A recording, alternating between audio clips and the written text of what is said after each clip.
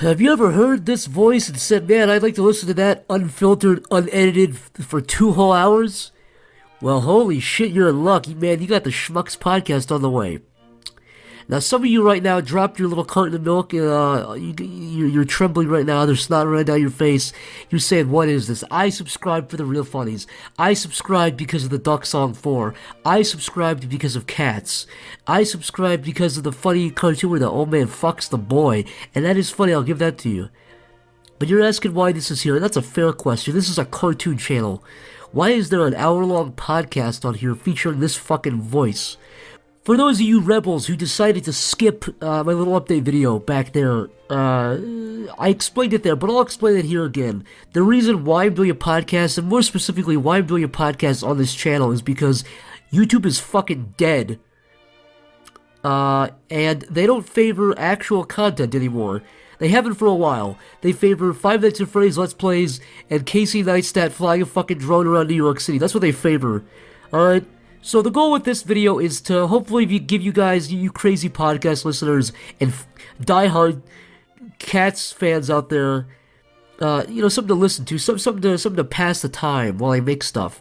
And the good news about this is, if you listen to this and you like it, the CPM from this content, this long-form content, will bump up the CPM for the whole channel, and hey, that's more money for cartoons. That's more money for your Cat sequel, and the Duck Song 5. So that's the gist of it, alright? I think it was pretty surgical and quick, don't you? Okay, now on to the podcast. And by the way, one last thing before I start this shit show train wreck, I want to say that this first episode, it's not even the first episode, this test episode is just me, it's solo. It's me fucking rambling and meandering for an hour, okay? All the future episodes are gonna have guests. It's not just gonna be me solo. So if you listen to this and are fucking repulsed by it, fear not, this will not be the status quo of Schmucks. And things will look better and sound better as time goes on. And the more people donate on Patreon, which, by the way, special thanks, serious special thanks, all jokes aside, serious special thanks to my patrons. You can find my Patreon at, get ready. I know you're all wincing right now. Patreon.com, it's almost over, patreon.com/psychicpebbles. All the money I get from that fucking place goes to cartoons and better microphone equipment, all that jazz. Alright, see, the Band-Aid's off, it's done. It's over. And just one more thing before I start the shit show. If you want to find me on Twitter, you can find me at twitter.com/podcastschmucks. Yes, you heard that right. It is Podcast Schmucks because I'm a fucking dunce. And if you want to find it on Facebook, it's the exact opposite. It's facebook.com/schmuckspodcast. Again, that's facebook.com/schmuckspodcast.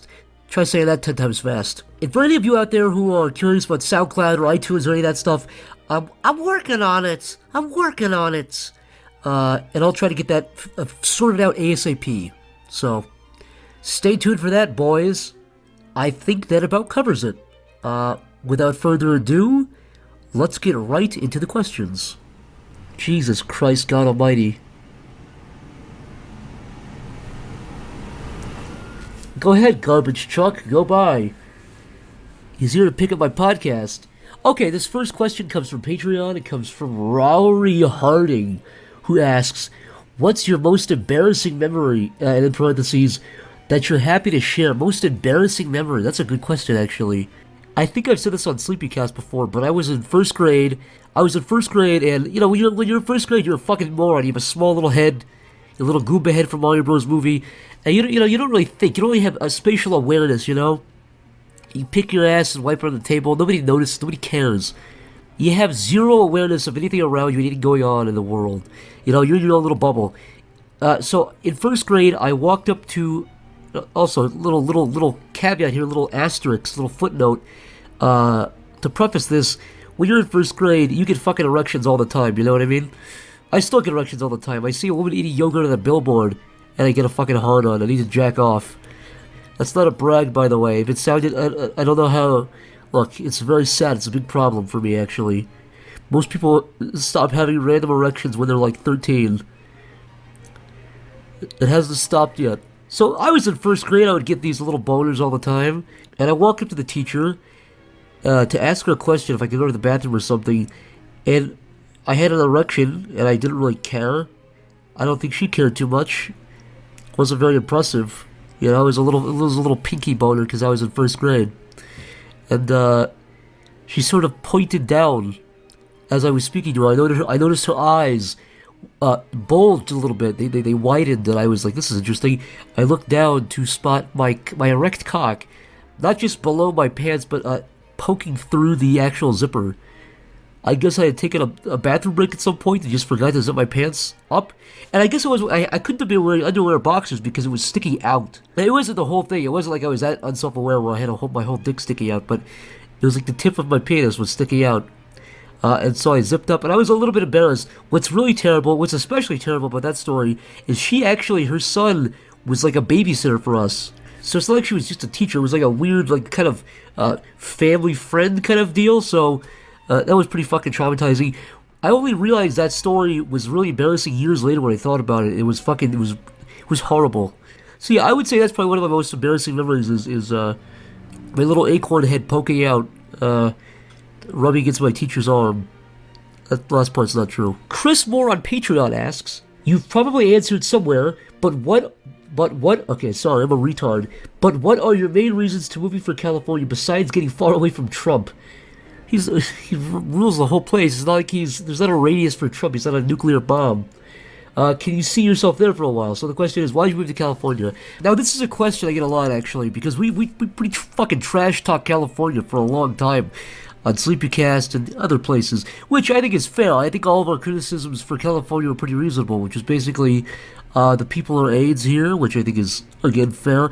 Also, you have to realize, previous to moving here, all of my experience with California was business dealings. I only came out here and, was in Los Angeles, in the city itself, which sucks, you know what I mean? Like, I'm in Burbank right now. I avoid that most of the time. But honestly, my biggest reason for moving out here, the primary reason, was because everybody else moved out here.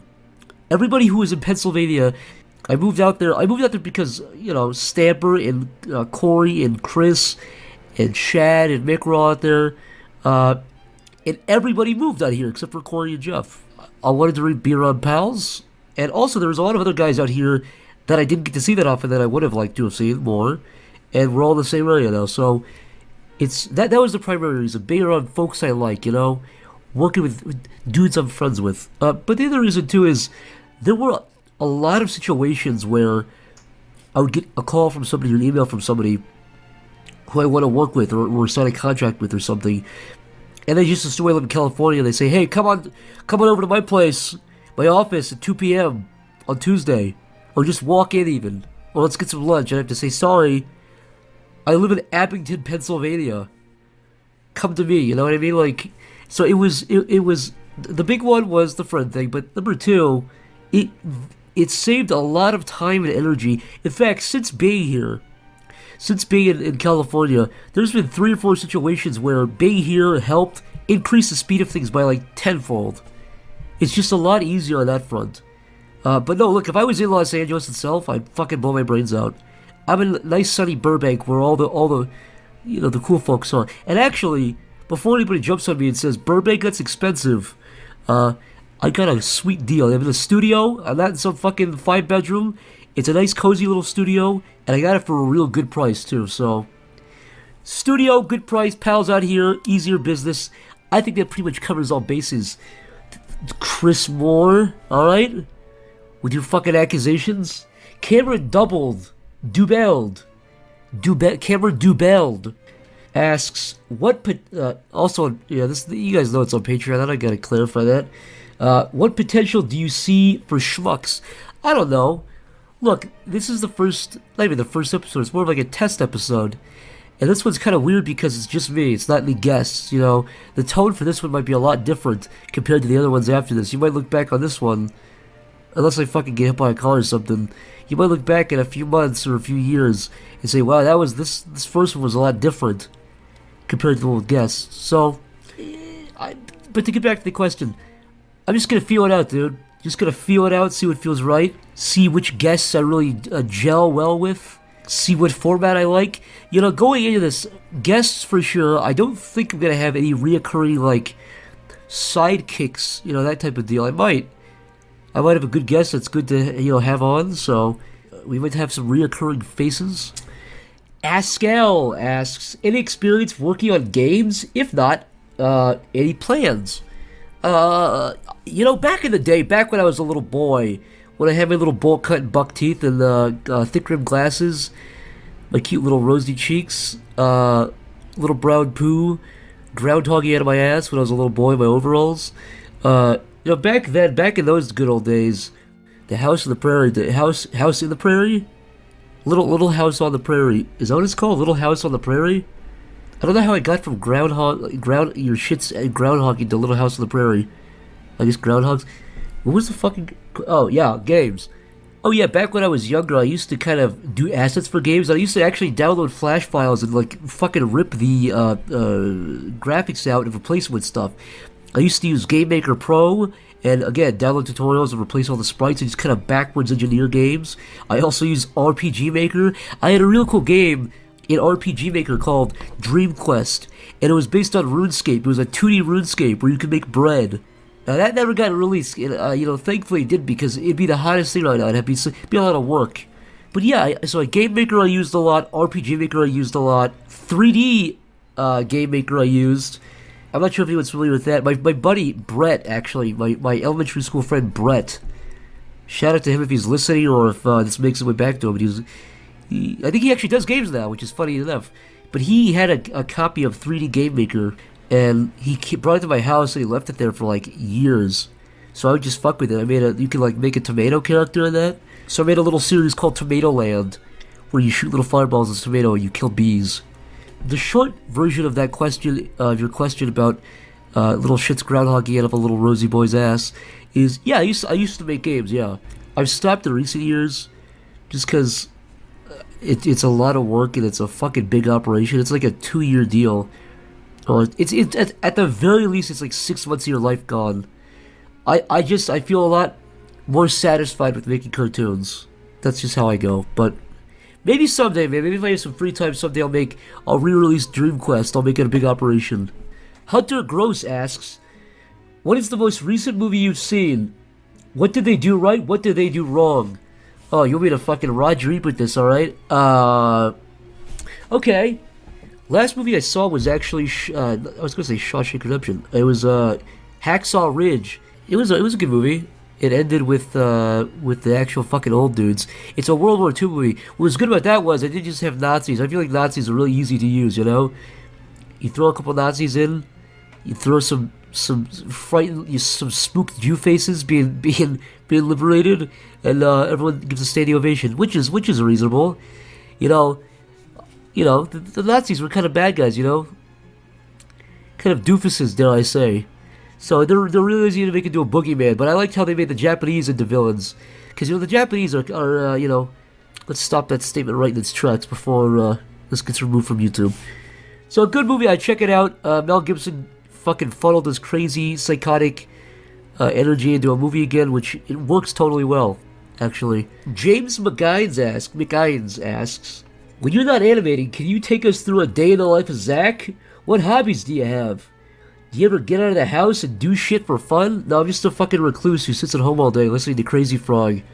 What do I do for fun? Okay. That's a good question, man. Listen, buddy. Hey, I just thought of a funny joke. You guys want to hear about it? Well, this guy's weed whacking. I don't know if you can hear it. Maybe I'm wasting time with this. I just thought of a funny joke, though. It's called, what if this guy put weed whacker into his ass hairs? Now, that's a funny image, and I gotta tell you, I'm just cracking up thinking about it. It's a funny idea, Okay, so James was asking before this guy started talking about weed whacking his asshole, that funny idea, before that hilarious idea came into this picture. James was asking about what I do for fun. The real answer is I'm a fucking loser and I really don't do much. I work a lot and try to keep my brain busy. Listen, James, what I do when I'm not working is I usually go hang out, go see a movie, go watch a movie. Look, hey, like my bio says, if you read my bio, it says, just likes hanging out. It says Pisces, it says gender fluid, black POC, lover of movies, movie critic, Star Wars geek nerd, eater of feces, It's actually, I was actually lying. It's not my bio. It's actually Obama's bio. Chris Moore asks, is someone going to help edit the Schmucks podcast? And is there a possibility for any wacky but deserving edits scattered here and there like Sleepycast? Yeah, I think so, man. You know what? Chris Moore, you got a really good point there, man. Because I have to agree with you. Look, I'm a big fan of radio plays. My favorite part of Sleepycast was always the kind of the weird edits and the like the Halloween episode we did was basically one big radio play, War of the World style, and I like that stuff. And I'm not being facetious, even though I'm talking weird right now. I mean it. I like that kind of stuff. I like telling stories and jokes that way. It's interesting. But they'll come when they're necessary. I'm not just gonna scatter throughout the whole thing for no reason. And is anybody gonna help edit? Not right now. I'm doing it solo, man. This is a one-man operation. I'm gonna record it, edit it. If anybody does the music or anything, or helps me out with stuff like that, I'll give them a shout out. But in terms of editing it, that's all gonna be on me for these first couple of ones. Now, if the Patreon gets to a certain amount, I'll be glad to hire an editor, so you can save all of the little sound bites of me saying racist shit and keep them on his hard drive. Roy Hammock on Patreon asks, how easily does your sense of humor and comedic abilities come to you? And what are some influences on it? Well, I don't consider this comedic. I consider this, shit. Where do I get my sense of humor, though? I'm a big fan of Norm Macdonald. Big fan of Larry David. I would say those are some of my biggest influences. South Park is another big influence on me when growing up. It's Always Sunny in Philadelphia was a big inspiration. Kind of helped a lot with the... That helped a lot more with my writing abilities, with how to kind of structure stuff, I think. But in terms of just kind of off-the-cuff sense of humor and what makes me laugh, I would say Norm Macdonald and Larry David are two of the biggest influences. Samuel Matchin asks, how close does everyone live from each other, i.e. Chris, Ethan, Shad, etc.? Is this going to be influence who usually goes on Schmucks? Well, that's a good question, actually. We all live within like an hour away. Actually, I think the furthest person away is Stamper. He's like, because he's in San Diego, he's 2 hours away from Burbank. But we're all within like 30 minutes or something. And yeah, I think that'll affect it to some degree. Also, these first couple of ones, because I didn't have enough money to totally fucking build a whole studio deal, like Ethan with his goddamn space shuttle. Did you see that shit? He built the fucking ISS in his backyard for his H3 podcast, which, by the way, check it out. That's good. That's an example of a good podcast with a lot of hoot and hollers. But yeah, but what I was saying was, so I can't afford a big operation here. So these first couple of podcasts might have, or are very likely to have, a lot of guests over Skype, just because it's easier and cheaper that way. I would like to have guests come in person and have a studio at some, that's pie in the sky. That's like months down the road. If this does really well and it, which not even really well. I just mean if people don't fucking despise it and I enjoy making it and it does well for the channel, hey, I can easily see a studio being built in a few months. Ginger Glock asks, where have you always wanted to travel but didn't have the time/money, and why? I've always wanted to go on a big European tour. Zach's Big European Adventure, featuring Zach, aka me. I want to go see all the refugees. I want to see Europe crumble before my eyes. That's only a half joke. I want to go to Germany and France, and those would be cool places. If I was like a fucking trillionaire, I'd start in France or Portugal. No, not Portugal, probably France. And I just offended all the 2 Portuguese people listening. I'd start in France and go all the way across and end up in Russia and then leave. I think that'd be fun. You kind of do a whole deal. Alp Yamano asks, how do you make other art animation friends? What's the best approach? I met a lot of people off of Twitter and Newgrounds and YouTube, man. Just put your shit out. Reach out to people. Ask to collaborate a lot. If you collaborate, you'll make good friends that way. Crimson Lightning asks, and again, this is still on Patreon, asks, do you want this podcast to last longer than Sleepycast? Do you mean in terms of like the length of it, like an hour? Or do you mean like in terms of how long it went on for? I could see myself doing this for a long time if people don't fucking hate it and I don't hate it. If I hate it and people hate it, then there's no point. But if I enjoy doing it, people enjoy listening to it, then hey, yeah, I can see this going on for a good while. I don't see why not. Lucas asks, do you ever want to work on anything... Wait, what? Do you ever want to work else than anything? Dude, I'm dyslexic, so when you write like a fucking, like a Lord of the Rings Gollum riddle, okay, do you ever want to work else than anything related to animation? Would you ever do like live action shit or something? I think I just got a hex. I think I read from the fucking Book of the Dead there. You put a hex on me. I think I'm just being mean. The question is, would you ever want to work on something besides cartoons? The answer is absolutely yes. If I could live to be a million, I would totally want to do live action in something at some point. I would love to do a Paul Verhoeven style, just kind of over the top, gory, just fun movie. That's like Evil Dead, RoboCop. A movie like that would be the fucking dream for me. You just need an idea first. And I'm not saying I'm fucking Paul Verhoeven or what was the other one I mentioned? I'm no Sam Raimi either, but attempting something like that, I think would at the very least be fun. Even if it was a short film, I think that'd be a lot of fun to do. Johnny Audiful asks, how did it feel bringing your cartoons to YouTube for the first time from Newgrounds? You know, I think white should be rounded up is what my real answer is to that.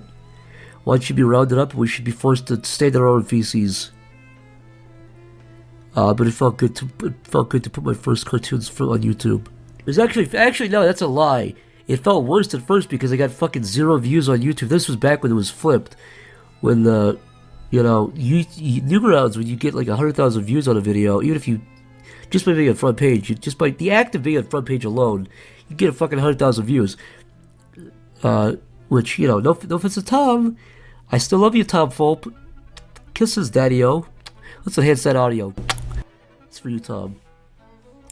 But yeah, now it's a little bit reversed, unfortunately. Well, actually, no, now it's kind of neither because now both don't get a whole lot of views, unfortunately. They don't get a lot of views unless you make Minecraft reparations, Minecraft the white genocide. Hey guys, look, all I'm trying to say is I was driving down the road, and I saw interracial fucking is white genocide, is code for white genocide, and I thought that's a good point. And ever since I saw that on the billboard, my whole perspective is changing. I look at skull shapes now, and I think that something's going on here. Look at these skull shapes. Look at these racial intelligence bell curves. I'm just saying, look at the evidence. So that's how I feel about Newgrounds. By the way, that's all endorsed by Tom Pope. Tom Pope approves of what I just said to you. In fact, if you go to Tom Pope's office, there's a white man's skull and a black man's skull next to each other, and he will walk in and just point and say, "What do you think?" And he'll say, "Tom, what the H are you talking about, man? I'm just here to make funny Pokemon cartoons." What the fuck was the question? Oh yeah, how did your cartoons feel from Newgrounds to YouTube? It felt bad at first, good later. Now it's still bad. Isaac Perry asks, will Schmucks have a general theme to it, or will each episode be a different mashup of whatever you want to talk about? I think the general theme of things will stay pretty consistent, but I'm totally fine switching shit up and starting, fucking with new ideas, taking new ideas around. If we have an episode that focuses, like a Halloween episode or a Christmas episode, I'm a big fan of like theming episodes like that, like holiday episodes. That to me is cool. So you'll probably see some of that. And that'll probably even play into the radio play thing I was talking about earlier. Any advice on how to stay... Adam Medhurst asks, any advice on how to stay motivated to continue working on something without giving up or getting too stressed out? Just fucking swallow it, man. Swallow that shit, bury it deep, and fucking keep pushing forward, because the alternative is you don't get it done and people yell at you. And you miss deadlines and you're a piece of shit. And you gotta fucking live under a bridge. I mean, your options are either be kind of stressed out and work or live under a bridge. Those are your options. So just swallow it. Just try to make it a fun experience. Just try to also inject as much fun as you can into it. Just have fun with it, man. Turn your brain off. If you're doing a commission piece or you're doing your own thing, just have fun with the drawings. Just draw something until you laugh. I think you'll have a better time if you do it that way. Dougie asks, any idea of who's going to be the first guy in the podcast? Anybody who's lined up? I think you guys have a good idea. I've teased a little bit on Twitter, and everyone who I've asked publicly has said yes, so the big answer is I wanted to be a surprise. I want to surprise you guys a little bit. Although, I don't think it'd be much of a surprise. James McGuise asks again, he says, He says, "You've just been banished from the United States and given visitation rights for only 1 week a year. What country do you move to and why?" I don't know, Canada? It's the closest to the US. They got Tim Hortons there. They have little Eskimo people. I don't know. Is Eskimo racist? I think Eskimo is like the new tranny for Eskimos. What do you call them now, though? Snow people? Let's look it up. Let's actually figure. I'm not even being funny here. Let's figure out what it is. Is Eskimo derogatory? Although the name I think it's how you say it too. Eskimo, you fucking Eskimo. Although the term Eskimo is commonly used in Alaska to refer to the Inuit people, the name is considered derogatory in many other places because it was given a non-Inuit people. It was given by non-Inuit people and was said to mean Eater of raw meat. Eater of raw meat. That's what they called me back in high school, dude. I used to suck some mean black dick. They called me little Eskimo boy. They'd call my little dick-sucking hut the igloo. Okay, now on to Reddit. For those of you who don't know, Reddit is a piece of shit website where you go to stop the Boston Marathon bombings and you figure out who did that and you put pictures everywhere and then you get the wrong guy. So that's what Reddit is. And I actually have a subreddit, which is a little place where you can post funny memes and destroy the subreddit like what happened to Jontron subreddit. So my subreddit is reddit.com/r/psychicpebbles. And it's pretty good for now. It's a pretty good place to be. You guys can discuss the podcast there, or any new cartoons I put out, or anything like that. So again, the subreddit is reddit.com/r/psychicpebbles. I am Dixon asks, what kind of topics will you cover on Schmucks? Will it be kind of shoot the shit like Sleepy Cabin, or more focused? I would say a lot more like Sleepy Cabin in terms of shoot the shit. I'll have a guest on, and what I might do is I might have a couple of topics I want to talk about, like personal stories or funny little anecdotes, and we'll cover them, and if we find a good spot to be in, we'll stay on that, and maybe we'll become a little more focused. But for the time being, I just want to kind of feel it out, and figure out what feels good for me and the guest. Because it's different. It's different from Sleepycast. With Sleepycast, I can rely on 2 or 3 other people, sometimes 4 other people, to kind of, take the helm, take the hot potato while I kind of sat there and regenerated my energy. This is going to require a lot more energy on myself, since it's me and just one other person, or sometimes 2 other people. For the time being, definitely more shoot the shit. Psychic Pebble, I'm a fucking retard. I was about to read my own little comment there. See, guys, this is why you gotta listen to the creator of Rehab for Fictional Characters on Political Talk, because he's so dumb he reads his own comments. Kiori said, how many people will be on the show per episode? 1-on-1? I think, yeah, maybe the first couple will be 1-on-1, but I think I'd like to have more than one person. For example, Mick and Shad would be a good combo, I think. I have a few other ideas, but yes, for sure there's definitely going to be more than one person on some episodes. It just depends on who's a good pairing. Some guys I know work a lot better with other guys, so that I'll just kind of play it by ear. Theo Doodley asks, what do you like to see in animated content? Whether it be professional or amateur, is there something that is an immediate indication of talent or skill? That's actually a good question. Unlike these other fucking stupid questions, you're all hacks. This guy is really the only guy I came for, man. The rest of this is going in the garbage. This podcast is going to be 1 minute long. I'm just going to answer this guy's question and fucking call it a day. What do I look for? Hopefully you should be relying on what I look for to inject for quality control. I would say, maybe it's kind of a non-answer here, but I think this is sort of applicable. If I miss this question completely, I'm sorry. You can fucking yell at me later. But I think really good key poses are really what holds together, and I've learned this more as I've gone on. I would rather have a cartoon with really good key poses. Actually, Rick and Morty is a really good example of that. Rick and Morty is tweened, and it does it, which for those who don't know, it's kind of basically puppeted animation. They don't redraw every picture, every frame. But so Rick and Morty is tweened, but a lot of their poses are really good, I think. And that really brings the show to life. So I think really good key poses help a lot. It really helps stitch the whole thing together. Hansi J asks, will you have a gay little jingle at the start of the podcast? Yes. In fact, here's a little teaser.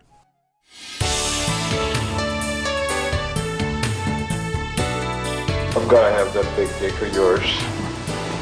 And this is where I want you to put it. Do you want me to fuck you?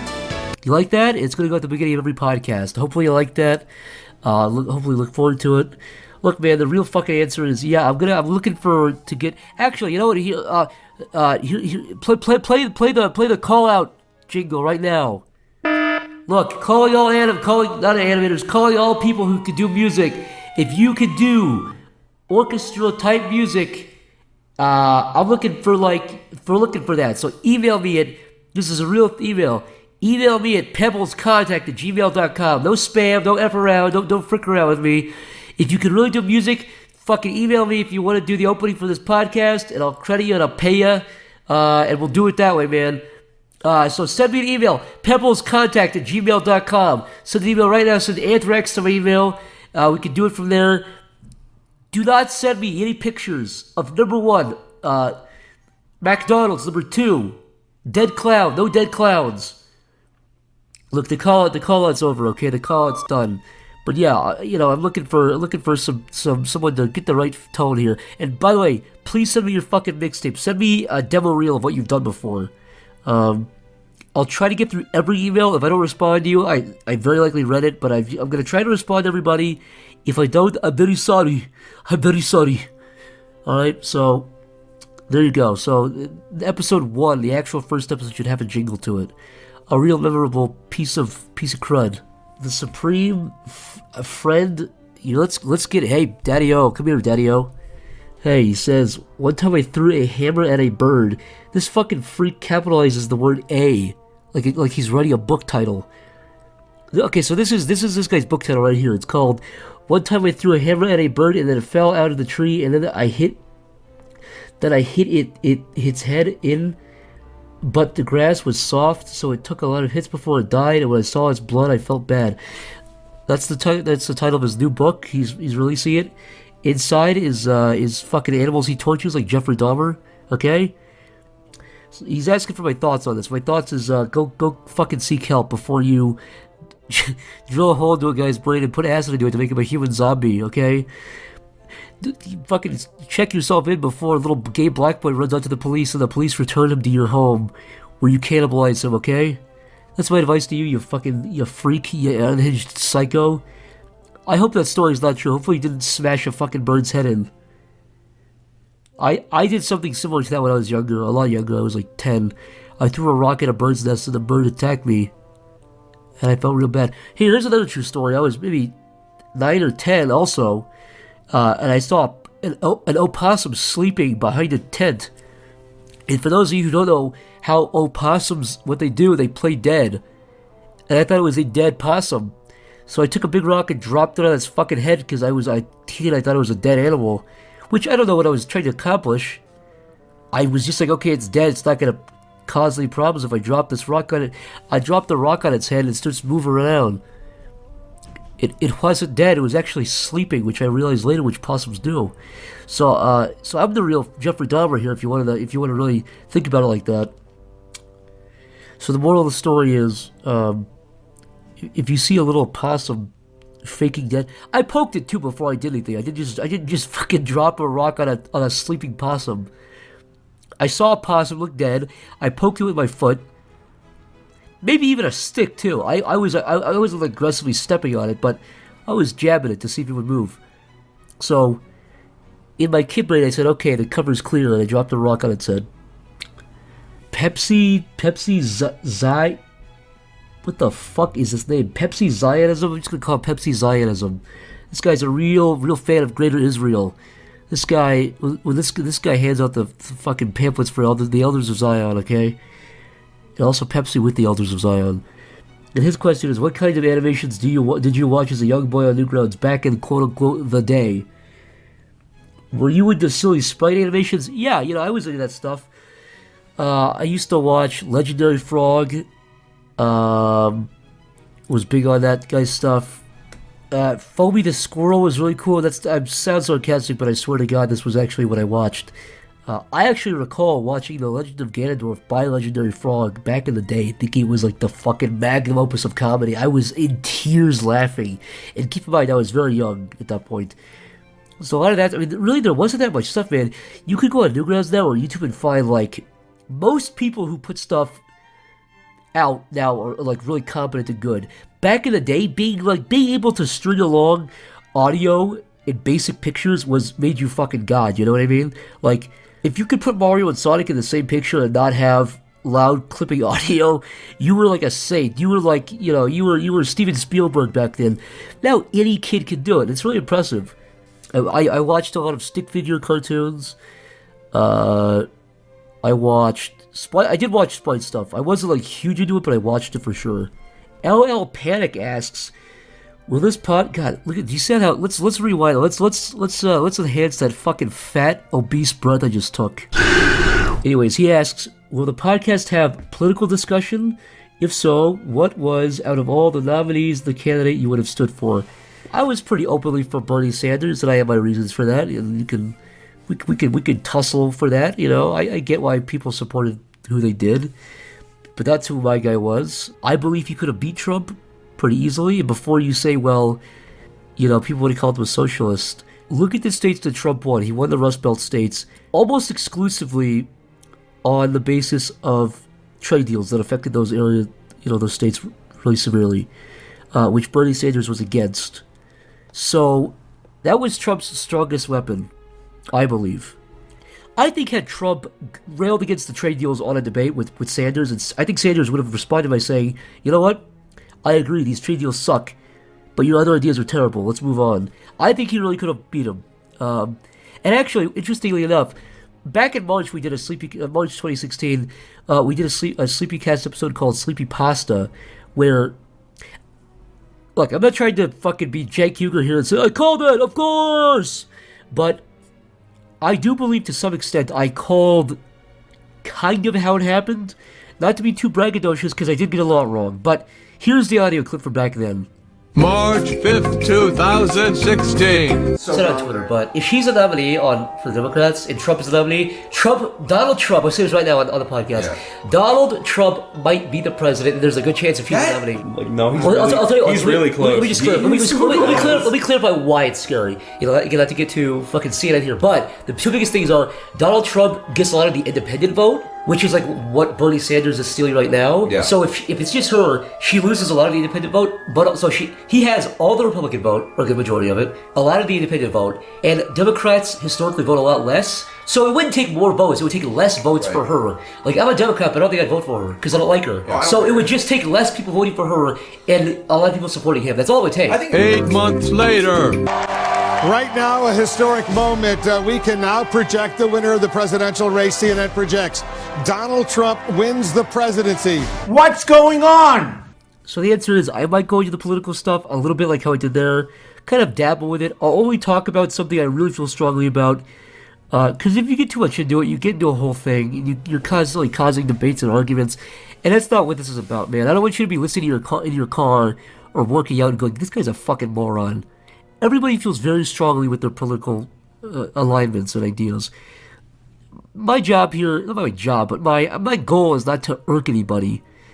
But look, if I have an idea I really think should be talked about, yeah, maybe I'll inject it, make it a little bit interesting and funny, and do it that way. But this is not going to be the Rush Limbaugh show. This is not going to be the Young Turks. I hate to break it to you people. This is not going to be. I'm not going to become a Young Turk. Your dreams of me next to Jake Huger, they're dead. Bury those, man. It ain't gonna happen, Buster. Or as Jake would call you, Chief or Brother. Alright? It ain't gonna happen. Elden said, do you plan on having Schmucks be as a filter free as what the fuck? Do you plan on having Schmucks be as filter free as the Sleepycast sometimes was? What the fuck does filter free mean? Oh, do you mean like censoring myself? Yeah, I think that's what was fun about that idea, and I think, that's not even really a Sleepycast idea, that's just kind of how we all are. So that'll definitely be a carryover. It's not like we became filter free for Sleepycast, it's just naturally how we speak and act, so for sure that'll be part of this. Lick asks, what are you aiming to achieve with Schmucks? Or rather, what would you like the podcast to be? I want this to be good filler content. I want it to be good quality content that you can put on while you take a shit and giggle a little bit and help loosen that turn up. I want it to be something that you can listen to on the bus, I don't want it to be boring. I want it to be entertaining. And I hope it will be. I think with guests, I think when it's me plus somebody else, I think it'll be a little more interesting. So, I just want to make stuff. That's actually the whole thought. I just want to make stuff. I want this to be able to help me make cartoons. Look, YouTube is fucking dead. They fuck over animators hardcore, which is one of the reasons I'm doing this. If I could just be self-sustainable and make shit and pay rent from the Patreon and the YouTube and everything and Twitch, I will die happy. I mean that sincerely. I just want to make shit now. I just want to improve and just make content. That's it. Long-term goals, I want to, obviously TV and movies at some point. That's definitely what I'm working on, and, without going too much into it, hopefully if things continue to go the way they are, I think that'll be a reality at some point in the soonish future. But we'll see. You can't get too optimistic with that shit. And Medj asks, what is up with you and Justin Roiland? Is there any chance of the Roy Man appearing on Schmucks? Let me tell you something. Justin's a good boy. He's a good guy. Good egg. Without going too much into it, I will say that I'm working on a little something. In fact, you know what? Let me just show you some audio here. This is a little teaser for you guys. Enjoy. Mr. Trump, how are you going to handle policy when it comes to something as powerful as Slenderman?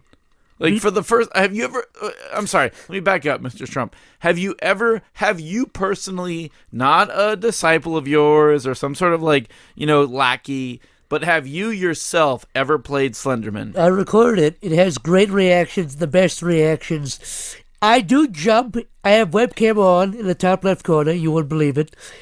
And I think you'll be very impressed. You will totally smash that like button. So you literally have played it? Yes, of course.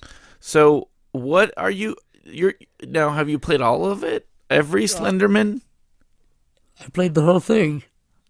And so what you're going to do is you're going to start a YouTube channel where people watch you replay Slenderman. Yes. Like for the second, third, fourth, fifth. Well, I love it so much. My little son Barron, he's had such a good point. He said, Daddy, the Slendermen are like Black Lives Matter, right? I said, son, you can't say it, but it's so true. I have to agree with him. So, can you explain that? I don't need to explain it. Well, it speaks for itself. My little Barron had a very good point. Can you articulate for me what Barron's point was, please? Just Google Slenderman Black Lives Matter and you'll see exactly what I'm talking about.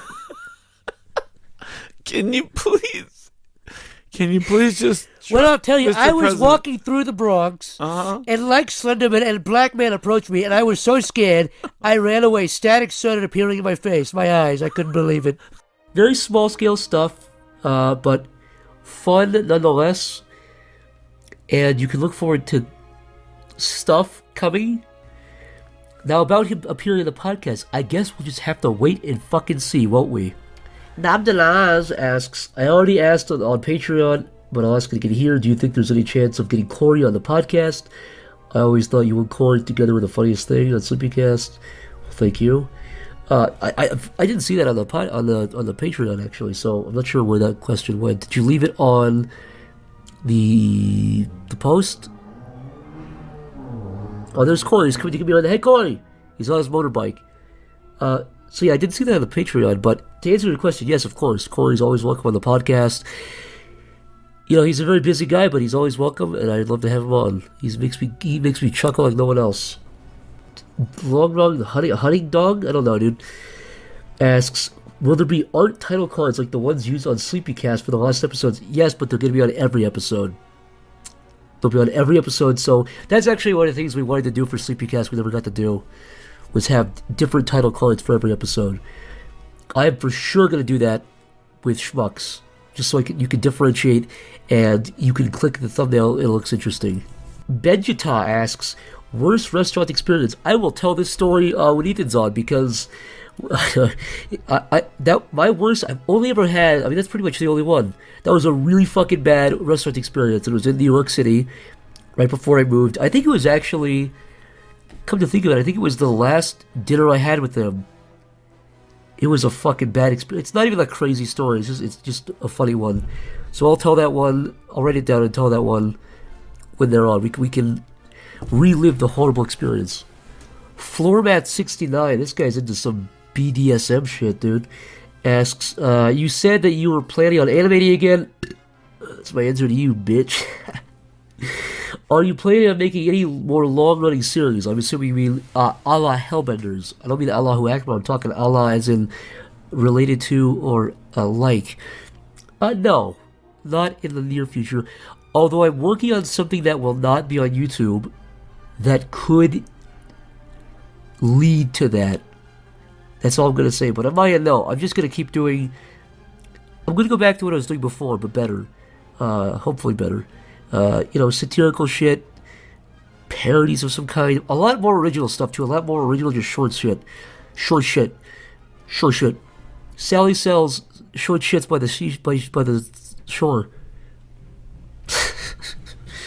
Like I said, so original stuff, parodies, satires, 30 seconds, 15 seconds, all the way up to 2 or 3 minutes.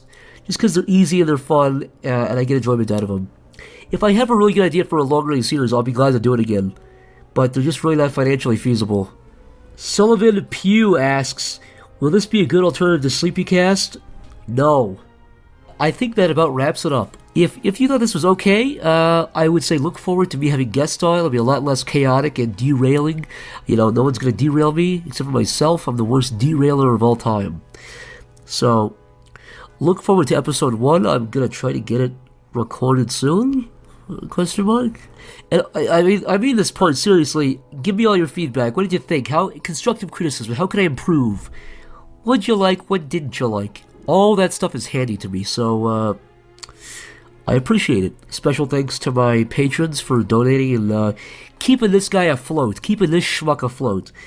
Again, if you're interested at all, you can find it at patreon.com/psychicpebbles. If you want to help my cartoons out or the podcast out, that's the best way to do it. All of that money goes to hiring animators to help me get stuff done faster, buying better equipment for microphones, buying foam padding so you can't hear Mr. fucking Weed Whack Jose outside whacking these weeds. So that's where all that goes to. I appreciate it again, is what I'm trying to say. Stay tuned for Schmucks episode...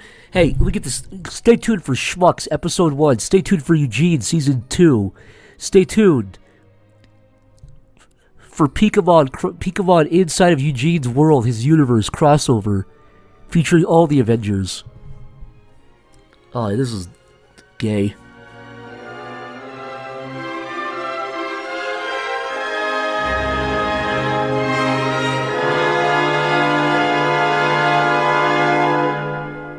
There's so much more TYT content if you sign up for membership at tytnetwork.com/join.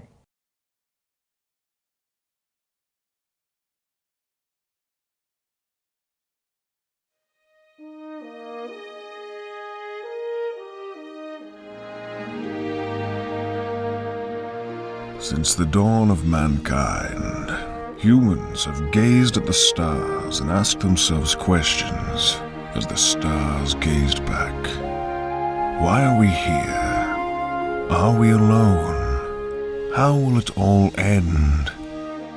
However, out of all the questions man has asked over the millennia, there remains one that trumps all others. What if a nasally online web animator started a podcast where he shot the shit with a guest for an hour or two while you sat there with your gut hanging out? While most of man's questions remain unanswered, I do have an answer for that last one, right now. Schmucks.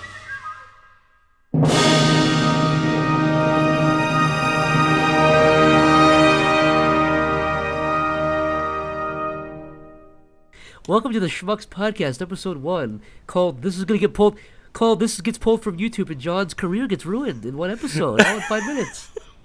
Called the first episode. My first guest here is John Jafari, for those who don't know. Yeah, go on. He's Jontron online. You've been at it for a couple of years now. When did you start this whole deal? In 2010? I started in 2010 as a boy. Young boy.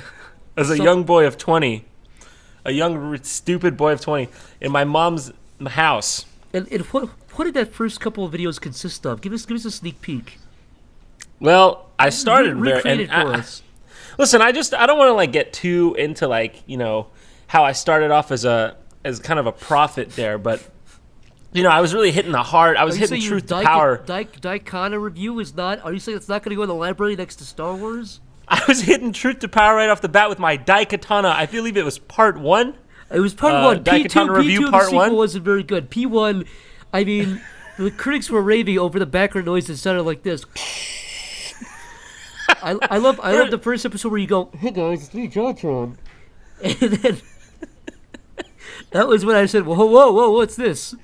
You sure you didn't like when I did the slow panning shot and said directed, written, produced, and edited by John Jafari in fucking Comic Sans? Yeah, written by Psychic Pebbles, directed by, animated by, executive produced by, as if some Hollywood buff is looking there going, "Wow, whoa!" As the credits roll in, his eyes widen more and more. He's like that Indian man who had a stroke on live television. I don't know why I brought it there. Yeah, no, just like that man who died, and he went, "Oh," and people went, "What? Is this a joke?" And he went, "Oh, my heart, my lungs. Is this death? Is this blackness after this? Is it static?" Your podcast is off to a great start. I'm really honored to be the first guest to christen this. I'm like, you're basically breaking me. I'm the proverbial champagne bottle you're smashing on the side of the ship that is your podcast. I'm gonna pop you're popping my podcast cherry. By the way, people, I'm popping your. If you like this so far, it's just for 3 more hours or whatever. Or however long one of us puts up with this. One of us is gonna have a fucking panic attack and leave. That's how it's gonna end. I'll tell you what. I'm already having a panic attack. Yeah, go on. No, I just wanted to say really quick to get back on the rails. For the few of you who don't know, John does online game review stuff. You ever see that man who says this is a poop load of fuck? Well, John is actually one of the few funny ones in my opinion. That's just my humble opinion. Well, thank you, Zachary. Yes. You yourself are a clown of highest status. Clown Robbery, my classic, my magnum opus. No, not just Clown Robbery, the classic animated cartoon. I mean, you as a man who makes the public laugh, a clown essentially.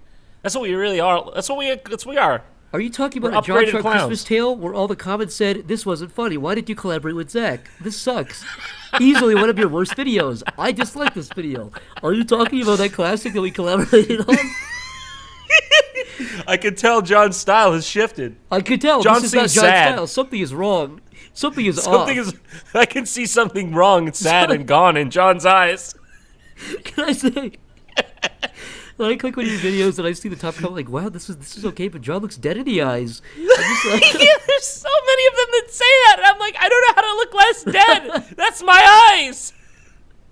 That's what me eyes look like, boss. That's what my eyes were born did like. When me Papa look at me, he said, when you came out, your dad said, "Hey, is he supposed to look like this? He looks a little dead in the eyes." Your dad was the first YouTube commenter. He doesn't look like he did. He didn't look like he did in the what do they call that thing? Your dad pulled John and said, he doesn't look like he did in Game Grumps. Something's wrong, doctor. Put him back. Something's wrong. Something's going on. It's funny.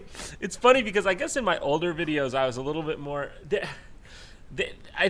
There was less restriction back then on what I could do because it was less of a production. So maybe that's what people are picking up on. But I guarantee you, it's also shorter bursts. Like you used to not. I can imagine you used to not do very many takes and stuff too, right? I don't really. I think I just got more.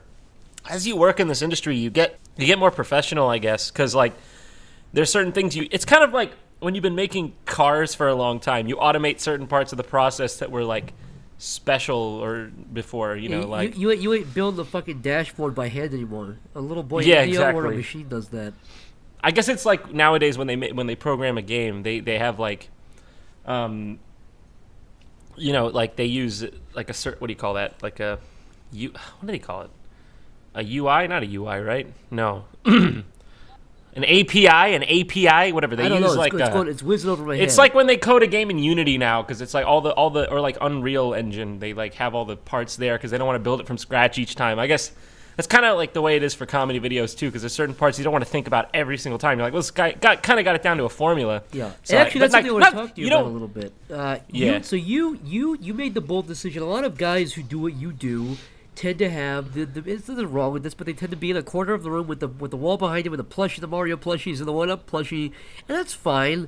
Ain't nothing wrong with that. Yeah, you guys always talk about this. But no beef there. I'm just saying. You asked me why I don't have a 1-Up plushie in my background? I'm saying why doesn't John? Where'd the 1-Up plushie go? But you made the choice to go to a set. You have like a set now, right? Yes, I do. And some people were cold to that, and yeah, I can understand why. I actually think I wasn't sure about it at first either, but I think actually your fans have even kind of, the ones who were a little bit skeptical before, have kind of cooled down because it separates you, I think. I guess the reason I did it was there was a couple reasons. One, it's not very feasible to make a production in your house that goes beyond certain means. Like, you can see there's lots of messy stuff we do, and I couldn't really do it in a place that I owned, especially, neighbors too. You can't have a crew in there. You can't put lights in there. So, I mean, it's not feasible to film out of your house. Nobody does business out of their house on a large scale. So we had to move out. So, a set also, it's like all television shows are on sets. Nobody complains about those. I don't know why mine, I guess it's just because YouTube is supposed to be more authentic. But I mean, it's still authentic. Well, it's still you doing everything. Just, I wrote a few episodes with you. I see how the process goes. It's literally you at the end of the day doing almost all the fucking work. Even the editing, things like that. You're still the one doing the basic. You're still directing everything. You're still. I have an editor. Yeah, I direct everything. I have an editor, but I always have to do. But I always do the final edit because I don't know. I just feel like I want to put my finishing touch, make sure it's it's the Jontron seal of quality. I don't know what you want to say, but I always feel like putting the loving touches on it is the stuff that makes the difference in the long run. Or I don't know, but I agree with that. I absolutely agree with that. I mean, again, it does. I think it separates you. There's nobody else like doing what you do. I mean, there are some guys, I guess so. Like the Red Letter Media guys have a set and they do good stuff, but it's not. Oh, they're the best. They're the best. But my point is, it's a little bit. There were the only two guys who also have a set, but even then, there's a big difference between how you guys present your stuff. I will say, Red Letter Media, I envy them a lot. I don't envy them. I admire. I admire them a lot because well, they just have a really great thing going on. They do because what got me into this was kind of like a love of film to begin with, and it wasn't really feasible back in the day to sit down and review film seriously and get ahead with it. So I kind of just did this weird funny game review thing that was working with Angry Video Game Nerd, Nostalgia Critic, and stuff like that. So excuse me, I have demons in me. Throat. Why am I getting all? It's probably because I'm by old pants right now. I'm around old pants, and I think they're getting into me. Yeah, okay, so explain what you just said, because you sound like a fucking schizophrenic man with zero context. I don't know. Well, covered in old pants right now. Go ahead and... Well, you see, I'm sitting here in a circle with old pants to dull the sound for the microphone, and the old pants, I believe, are screams. I believe they are emanating particles of dust into my lungs and causing me to have a mucus reaction. This fucking psycho is in a closet. The things I do for love, as a purple dog once said. There's a couple candles in here. A shrine to Carrie Fisher. Oh God, too soon. Whoa! Can I just say real quick? That was also. I meant to say Jodie Foster, not Carrie Fisher. Well, she's fresh on your mind. I just want to say is. it was She's a fresh bad in the taste. ground, I know what you meant. I want to say also, John and I had a bonding moment where I called him the day that happened, and he said, "Oh yeah, I heard Carrie." I said, she's gonna die," and he says, "What?" And I don't like being the bearer of bad news, but nobody knew that her heart had stopped for 15 or 20 minutes, and I was like, yeah, you told me that. I was like, she's brain dead. I wasn't enjoying it, but everybody was getting hopeful. I was like, you sure you weren't enjoying that Princess Leia brain dead story? Jesus fucking. you weren't sitting there lapping that up.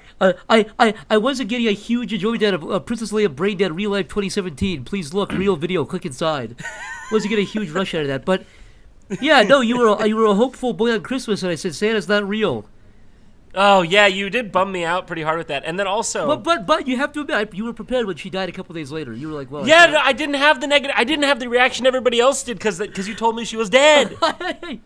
I'm not laughing at the fact that Princess Leia's brain dead. I'm just laughing at the fact that the. Listen, if the death happens in 2 steps, George might. Sorry, I'm fucking. Step 1, you inhale old pants. Step 2, you're found dead the next day.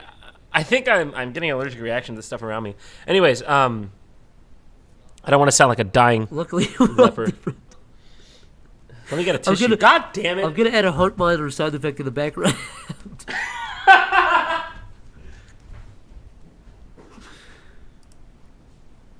Do you ever worry as you're moving around that you'll hit your head on something? You ever worry that you're gonna slip and smash your brainstem on a counter? You ever think about that? Yeah. When George Michael died, isn't it funny that his song is called Last Christmas? That fucked me up. That fucked up my Christmas. I was watching that a couple of days before, like the day before he fucking went to the hospital. Yeah, we were. I was like, whoa, dude, whoa, We were listening nuts. to. Why did he die? His fucking brain stopped. The electricity in his brain ceased. Was he a drug addict or something? Let's see. I think he inhaled one big aid. Let me look. George Michael. They couldn't figure out what he was dead from. There you go, folks. That's a shame. Well, if you can find out what he's dead from, please let us know. Please tweet at us very violently. with George Michael hashtag at least 3 times. Say this is real. Yeah, George Michael. Say this is real. This is what his death is from. Show, please, a couple autopsy photos. Please go to celebrityautopsyphoto.com and show me the inside of JFK's head. Oh God, is that a real picture, by the way? Yeah, it's fucking that's an upsetting picture, by the way. Is that a real? That's a real picture. It's never been debunked, from what I know. It's a pretty fucked up picture. It's fucking disgusting. That whole website. I've never actually clicked it. Huh? What's that? I never actually clicked it, but I've seen like thumbnails of that JFK on the autopsy table photo. It upsets me. I think it's real. He got fucked up, man. You could say that again. He got a little owie. Okay. He How did we get onto this? I don't know. We're talking about. Oh, I think I said I had a shrine to Carrie Fisher in my basement, in my closet. So Carrie Fisher, JFK's brain hole. What were you talking about? JFK's brain hole. Oh yeah, Mario plushies. Let's go back to that. Let's Mario Party. Mario Party. Mario Run, the new great app on App Store. Please it features 100% of new enemy Goomba. Goomba, Big Mushroom. Goomba, Koopa, Mushroom, and Bowser. And this is a very new game, 100% new. And it's only $10 per 1 second of every walk. In the words of the nerd, what were they thinking? Wow. You ever see Game Dude? Angry Game Dude? He is the Game Dude. Yeah, dude. He is so rude. In the nerds of the word, what were they thinking? With a bad attitude. Oh yeah, does he say that? Yeah. Is he dead? What happened to that guy? Is he a brain Yeah, hole? what the fuck? Who is Game Dude? Where is he from? Why? Where did he go? He straight up was like, fuck this shit. He saw what happened to Chris Boris. He said, fuck this shit, I'm out. And he just bailed Chris from Boris the scene. has fucking completely destroyed his channel and made it a ghost hunting channel now. Do you know that? Listen, when Chris Boris isn't posting about Jew Oreos fucking not going to heaven. What the fuck was... Okay, so people who... Did you ever see that? I feel like this is worth talking about. Yeah, no, please, John, you take it away, because people think... So Chris Boris, fucking the irate gamer. If you don't know him, it's a great... Just look it up. You'll be very impressed. My favorite is his deleted soy milk review.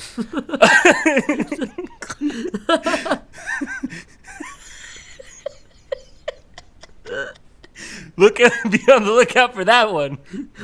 Maybe somebody reposted that bad boy. You're gonna wonder why I took it down. You're gonna say we should have posted this one twice.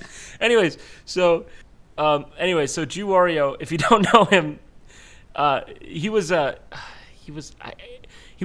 person from Channel Awesome. He did like reviews. He had a show called You Can Play This, where he reviewed like Japanese import games that you could play or whatever. He spoke Japanese, I think. And then he killed himself. It was a big tragic debacle. This was a couple years back. 3 years back. And I don't know how many people know this, but I find it to be so bizarre. I actually don't know how many. I might be like uncovering this for a lot of people, but the irate gamer.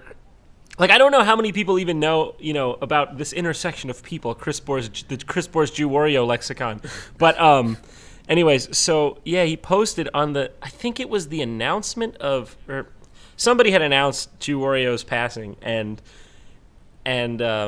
he posted on a Facebook post that was like, "It is tragic to lose a life in this community of YouTube gamers, but I am not looking forward to what Wario awaits burning in hell for committing suicide. The universe does not take kindly to what he did. Basically, was the gist. The universe does not take kindly to those who take their lives. It was a weird implication that he's burning in hell. It was really not too subtle though. There's no nuance. Oh man, just some shit you could only see on the weird side of YouTube. Oh man, Are you saying the creator of Deleted Soybook Review believes a man is burning in hell from suicide? Is that the gist of what you were telling me, John?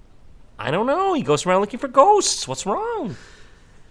No, anyways, it's kind of a fucked up story, but it's just so ridiculous. It's fucking bizarre. It was just so left field because he's just like this pink funny man who does the reviews.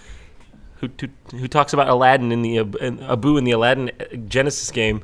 No, I think he's just really religious, but anyways. So we can segue to a few. We can take this fork and we can go a few different ways. I guess my question to you, interestingly, would be, I don't know why I said interestingly, it's not fucking interesting.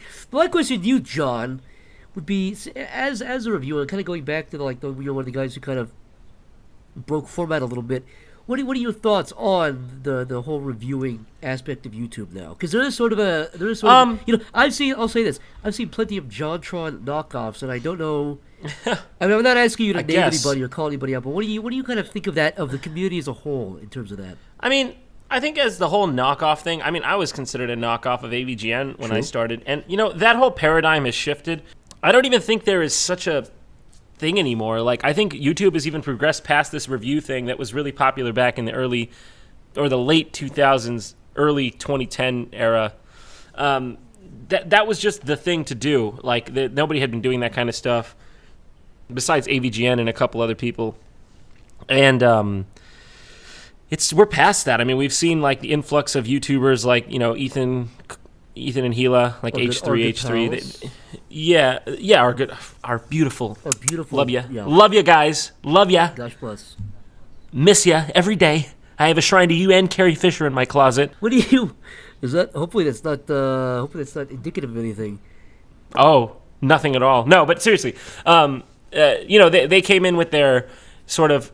It started off as kind of a reaction channel, which is sort of a play off the review thing, but it's different, fundamentally. And then they kind of morphed it into this newer kind of just variety show type thing. And, PewDiePie has been doing more of that stuff, and you got like people like iDub. So we're sort of past this reviewer paradigm. I don't even know that it's so oversaturated, and I don't think anybody can even really get into that sphere anymore. Nobody's interested in that anymore. It's just kind of a phase that's past. It evolved, yeah. It did evolve, yeah. I mean, at first, basically... It's all like top 10 things now, dude. Yeah, that's the thing. You see, it was never about the review of the game. It was about the people liked watching like their people that they thought were interesting personalities kind of in a new setting on the internet, and it's like, oh, when somebody and it's only you who knows it, it's kind of edgy, right? It's like, that's why it's funny. Every YouTube channel that starts off, they always have this core fan base that gets pissed off at a certain point. I went through this too. When they kind of feel that you surpassed a certain level of popularity, they get sort of like... Well, they root you on until you get popular, and then they want to see you fucking fall, and they... But it's weird how that works. You survived the... Because I also feel like, you brought up a couple of guys earlier that you sort of were writing the... Not off their coattails, but sort of... You jumped there at the perfect time when they were popular, like guys like Nostalgia Critic and... Actually they were kind of... I jumped in when AVGN took kind of a lull, and I thought of... I remember, I always looked at YouTube channels as more of a philosophy than anything. Like, I have a certain philosophy of the way I make stuff. It's not... I don't think it's ever been about the reviews themselves. Maybe a little bit. Maybe some channels more than others. I've never really been like super... I've never been a true critic in that sense. I just try to make comedy out of stuff. No, I don't know if it's successful. You're a comedian who kind of just fell into that thing. I mean, that's actually...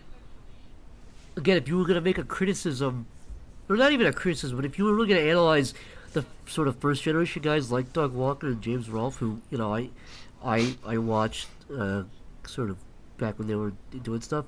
They really when they've tried to break format, they've gotten a lot of shit for it. Like Doug Walker specifically got a bunch of fucking backlash when he stopped the Soldier Critic. Yeah, and I think what you did smart was that you have a transferable sort of personality. Like for example, when you did Game Grumps, or when you dude. Well, I skit. appreciate you saying that. You know what I mean. Though. You get the gist of. No, I appreciate that. I mean, that's what I go for. I mean, I want to be. I don't want to be locked down into any like format or show or a routine. You know, I just want to. I want to be myself. Especially when first. those formats have been shown to be really fucking volatile, and like that Leafy. Yeah, guy, they can be volatile. Leafy's fucking channel is basically dead by now. Oh yeah, what's Leafy up to? I haven't heard from him in forever. He got really popular, I would say, about a year ago. Right? No, I mean I remember, but I mean like I haven't heard of. My point is, I mean, so he got popular around when that whole Ethan thing happened, and then back when I was in New York, right around that time when I moved to New York a year ago. Is that when? Yeah, because that's when the whole Ethan thing happened. I was there for that. But so that right on, and then like when IDubbbz made that video probably 3 or 4 months ago, his channel took a big hit, and then I think a couple other people made videos, and it's like he went from getting like 100 million views a month to like 10 or 15. He was making I'm gonna look at his videos. He's still doing. Yeah, look at his social plate. I mean, he's not doing. He's still doing like. Oh my god, his stats are tanked. No, they're the worst they've been since 2015, I think. His stats are like sub 1 million, and you know I remember for a while there he was getting all these sorts of crazy views. He's been bleeding out subscribers for like the last 6 months consecutively, or 3 or 4 months. That's crazy. Well, you know, see, that's why whenever people come to me and they talk about this guy is falling with that kind of stuff, I'm like, fads come and go. You know, the thing that always reigns out in the end is. Well, quality will speak for itself. The best you can do is aim for quality. Because, like, who forgets something that's good in the long run? Like, is anybody forgetting? I'm not comparing myself to this or anything. I'm just saying, in as a general rule. Does anyone, forget Spirited Away by Hayao Miyazaki? No one's going to be like, where's the new Spirited Away video? It's like a classic, There's two big ways of... And I actually got to give you credit for this, too. There's two. Well, thanks, Zach! Hey, look, I mean it. Look, I'll tell you why. Look, there's 2 ways in my mind of making YouTube content. There's the one way of just kind of throwing shit at the wall until one of those like 10 videos sticks and does well, or sort of accumulating views. Every video gets 50,000 views or whatever, and that just sort of pays your bills. That's one way to do it. That's right. Way. Some people do that, yeah. And then there's the way of doing videos once every 2 or 3 weeks, but they're good and they put a lot of quality into them. And honestly, not that many people do that.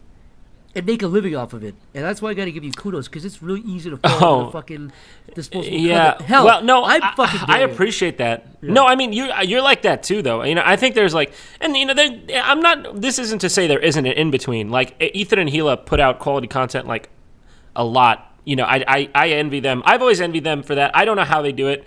I'm a slow burn kind of guy. I won't tell you it's easy. You know, it's like.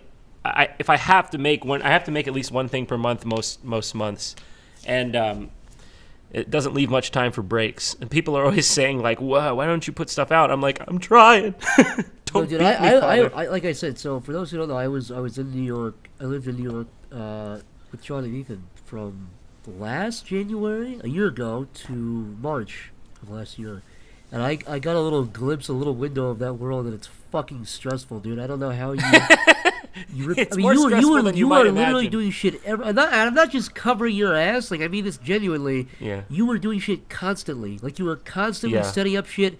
If you didn't have assistants or people to help you out, you'd be dead. No, there's no way to do it. No, there's no way to do it. And sometimes it takes a toll on my health, or like I'm just like there's just times when it's like you don't want to be funny.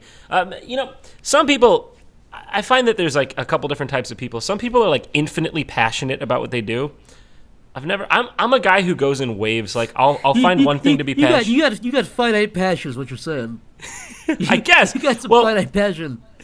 No, it's not quite that. I get interested in things in bursts. Like I'm a bit of a jack of all trades in a sense. So like but obviously I have the channel that's a certain thing, and I have to keep. So I try to keep putting myself into it in the same but slightly different way to keep myself interested. Because if I'm interested, the audience will be, so on. But like, you know, sometimes I just get interested in like researching like the history of Rome, like things that have nothing to do with reviewing video games. I think it's a good trait to have. It's a good. I'm the same way. Like in terms of. And I think people get mad at me sometimes. Like, why the fuck do you pretend to you know history? It's like I don't know history. Yeah. I have a weird autistic fascination with some like small parts of it, and then I'll go deep. And then I find it fascinating.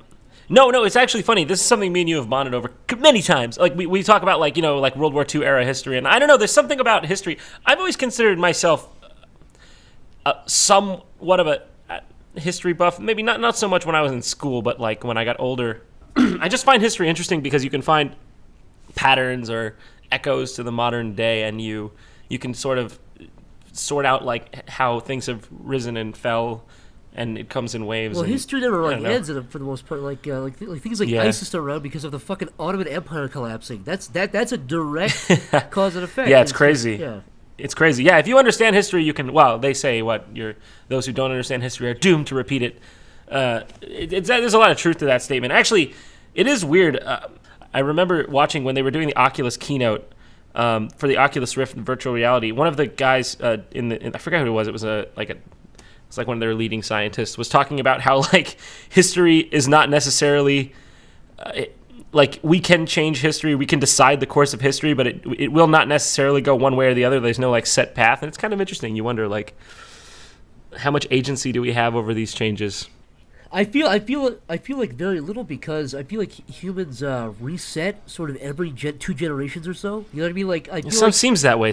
Like even from like life to life, like a baby has to relearn not to put its hand on the stove and not do crazy drugs and drive fast when you know what I mean? Like so it's all a bit tiring to think about, isn't it? Just like it's like a house, right? You clean it up. You're like, it's perfect, and then you have a party and it gets dirty again, and you're like, I gotta fucking clean it again. It's like, I gotta train new babies not to fucking ruin Western civilization again. What fucking freaks me out is like not on an individual human basis, yeah, but stuff like wars, like people. If you were just coming off the end of World War II. Yeah. You'd be like, dude, I genuinely never want to fucking do this again. My house is definitely shit. And now people are like, whatever, I'd go to a fucking war. I'd be on the front lines, dude. It's like, dude. Oh, I know. You have to keep it's fucking funny. relearning. No, it's funny. The Great War, World War I, the reason Neville Chamberlain capitulated to Adolf Hitler, as you know, is because he was afraid of getting into another world war. Yeah, so because they just came off that war and they had so much guilt over it that they were like, never again. This is the war to end all wars. We'll never have war again. And then this fucking capitulated until it ended up in being the biggest conflict in human history. So it's like, it is funny how now we've been. They call it the long peace. Since the end of World War II to now, there hasn't been any conflict between 2 major world powers. It's only been civil war. I think it's going to happen in our lifetime. I'm not a psycho. My view... You really think so? I'll say this right now. My real view is that if NATO falls, we're going to see a European war in our lifetime, for sure. I really believe that. Let me sort of add like a little bit of an edit to my statement there. I think that'll happen, but so there's 2 parts to that statement. Number 1, if NATO falls, it's like a code, right, for a video game. If NATO falls, then I think we'll have a European war. But I also don't think we're gonna have a nuclear war. I'm also not saying we're gonna have like a big nuclear war. I don't think we'll ever go that far. I think the only way a nuclear war can happen today is if we had like an accident or a nuclear terrorism or something, or just some sort of weird mishap. But I really don't believe for the most part, secular Western civilizations would purposely start a nuclear war. I don't believe that. We might even go to war under the treaty of no nukes. Like, okay, we're gonna go to war, but no nukes. And that has just a regular war. That has all of its own problems too, because like, imagine if Hitler had nukes. At the end of the war. We wouldn't be here? Well, we wouldn't have gone into fucking Berlin, because he's going, well, I'm going to blow my goddamn brains out anyways. Why don't I just nuke these fuckers? So you can't, like... So that's also my biggest fear with North Korea, right? Not that, if they start a war, whatever, we can beat them. Like, we have the resources to do that. But we can't close in and fucking capture Pyongyang, because he's just going to fucking shoot off the nukes and blow his brains out. Right, yeah. I think that's the reason... this is just obvious, I think. There's pretty much no other reason that things have ground to the breaking point that they have now in now 2017, but in previous 2016, the current year. Because we have just been fighting off the thought of World War III, just pushing it like, no, we can't, just nothing that even could spark or think about World War III, just push it away. Like, because we know, like, we've basically just been trying to stave off that final of conflicts. But I don't know, it's definitely closer now than it's been since at least the Cold War. I feel like the fact that everybody doesn't want it to happen is making the other party sort of push further, because everyone thinks the other guy is bluffing. So you're like, oh, Yeah, okay, so. you don't think I'm going to do it? Fine, I'll drop a fucking tactical nuke. Oh, you think I'd do that? Well, okay. Let me drop it in the I'll field somewhere. Let me freak somebody out. I'll be naive and ask you. You honestly, you don't believe a word of Vladimir Putin when he says he wants peace with the United States? I believe he does, but I also believe that his biggest goal beyond peace with the U.S. is NATO coming apart. Now, you could argue pretty easily, in fact, that Russia feels threatened because NATO is expanding. At the same time, when people say NATO's expanding, it's only expanding as much as people are applying for it. It's not like NATO's gobbling up countries. We're not invading countries. Fucking scared neighbors are applying to NATO because they want to be protected. They don't want to be. They see what's happening in Ukraine. They don't want to be annexed. They don't want. They don't want their territory fucking annexed. They don't want to be Georgia or Ukraine. Well, I guess so. What is Russia's ulterior motive in dismantling NATO? Is what, just so they don't have to feel like they could be attacked at the slightest? Right. Yeah, they don't have to feel like slightest. if they drop a fucking twig that they're going to start World War III. I mean, I guess imagine had we been Russia, like, I guess it's true. Like, imagine, like, you feel cornered. Like, you're like, I can't do anything to anybody, no matter what, even if they're being unjust to me. Well, you could also argue that the threat of World War III. I'm gonna storm into Paris and rip up that Treaty of Versailles. Flag. Nice flag, idiots. Yeah. But nice flag. What is it? Nice flag. Couple of stripes and stars. Real fucking Try genius. this one. Hammer and sickle. What is even the hammer and sickle? Is that anvils and shucking corn? Great flag, Russia. It's about fucking cutting down crops and the working boy, the working Russian boy who looks like a 30-year-old woman. There was this big ad in Times Square where it was like, communism kills, total deaths from communism, 100 million. And it had this big infographic. It was really like well done. And I was like, what the hell? Who's just like, I need to educate about communism? You're fucking 30 years too late there, dude. You're really putting it to all those 6,000 Cubans who're not going to see this. Yeah. It's crazy how see, that's the weird thing, right? So there's two kinds of Western nations, European nations, and you can consider the United States, Australia, and Canada as extensions. Yeah, New Zealand. You can consider these as extensions. There seem to be two kinds primarily. One, the Western democracies, like, or the republics. I don't know what you would call them. Like, whatever a democratic republic. What do we have? What do we call this? Capitalism? Oligarchy, John. Get used to oligarchy. It. Well, nowadays I guess it is. I don't know. I don't know. Nowadays I'm doing a new documentary, but how wrong you are, John. I know people. Whenever people like, it's actually classified as an oligarch. I'm doing a little documentary called "The United States of Oligarchy." It's called "The United States of Money," and there's dollar bills where the stars used to be. Don't you love those documentaries where it's like fucking Noam Chomsky with like at 8K resolution all the way up in his face, and he's like, "The American government is coming for a collapse. We'll see it in the next 20 years." Everybody always tries to bring these things back to macro or microeconomics when it's like never been about that. The culture is more important than the economics, because when you look into the economics is based. I mean, economics of course are important. It's not like it's obviously a real thing, but. You have to have people who believe a certain way, who believe that you could that anybody. Yeah, it's a belief, basically.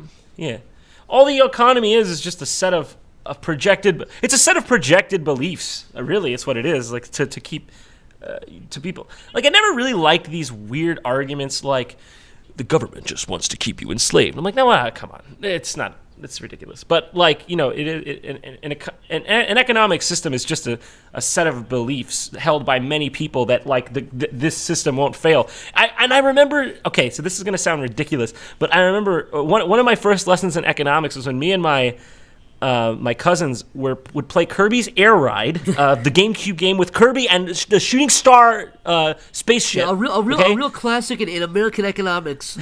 In fact, I heard Ronald Reagan studied that game very closely. There's a free ride mode where you and like 4 players could go around and just do whatever in a sandbox mode. And we came up with Monopoly money with this economic system where like we would pay each other to do services in the world. It was really dumb, but it was fun. And at the end of the day, I was like, oh, this shit, it's just made up.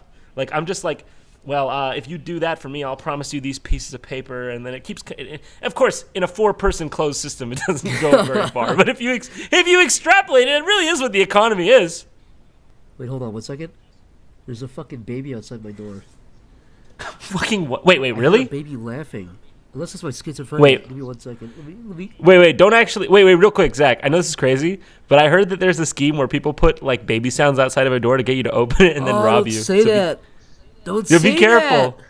Be careful. Is that real? Are you fucking with I've heard, yeah, that's real. So be careful with that. Where'd you hear that from? I don't know. I read it online once. I just don't want you to open the door and get robbed. They put a baby sound effects? Is it a man making Yeah, baby like noises, or is it like a boombox? No, like a boombox. Oh, Is it still there? no, it stopped. Maybe it was my schizophrenia. I think you shut it off. Okay, it probably was. I just didn't want you to go open the door to baby noises. I've heard that happens. Yeah, Zach. But you know that's that's a real good friend. I don't want you to open the door to baby noises. If your friend tells you that, you know you got a good friend on your hands. That's what a real brother in arms says. Well, I mean, if it's a real baby, then help it. But I didn't want you to just mindlessly open the door. He didn't need help. He was having a good time. He was laughing. He wasn't crying. He was laughing at this podcast. I just went full grandpa Facebook infographic fearmonger You went mode full there. fucking compressed image of a minion saying, "Don't open the door for baby noises, or you'll get stabbed in the mouth." Don't sit down on the HIV needle in the theater seat. If you ever get those fucking if you're sitting on a bus stop, some guy might run up to you and stab you with an AIDS needle. Be careful. Be careful. He'll say, "Gotcha." I just He'll be like, "God, yeah, Gotcha. you should have been careful. It's a prank. Don't sit on the bus. That's why you don't sit on the bus." No, but anyways, so besides that, you know, it's really great that on public transit, you know, they have plastic seating so that any bums that vomit all over will be easily clean. Any fucking blood from a bum's neck that gets slit open. somebody walks by a nighttime casually, murderer. holds up a knife and just barely pokes his neck like a camel being drained for the blood. Oh no, not the camel video, not the camel video. John, would you weep if you saw a boy laughing and somebody walked up to him and just poked his neck and that happened to him? Would you weep from that? Am I going to some sort of shock? No. Here's a real scenario, John. You're at a convention. You're having a good time. You know, some guy says, "I have really bad Asperger's, but please don't look at me in the eyes." And you say, "This is a great time." Fuck. You say, "This is swell." And somebody walks up to you and says, "You cut me in line." And they take their nail and they poke him in the neck and he begins to bleed out. Would you help this boy? What would Jontron do? Oh my god. There's. Well, I'd probably try to plug up the wound as best I could till the EMTs got there. Zach, what the fuck is wrong with you, by the way, Zach? Would you put a Game Grumps sticker on his neck to help? Zach, what is wrong with you? And I love it. What is wrong with you? And I love it. I was trying to talk about macroeconomics here. You're talking about putting a push pin into an Asperger's boy's neck. We've come far in a couple of years. I'm talking about Reaganomics, trickle down, trickle up, Reaganomics. I'm talking about boy's neck trickling down. That's all I'm talking about. You're talking about a boy bleeding out saying, "Episode 6 of Sonic 06 was my favorite." Mom, Jontron.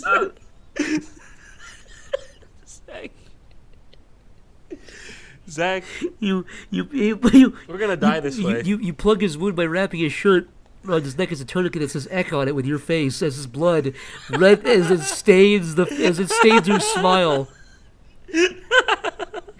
John, here's one last. I hope my kids will listen to this. Here's one last scenario for you. Would you feel good or bad if you saw one of those like Syrian airstrike pictures, but the boy was wearing a Jontron shirt?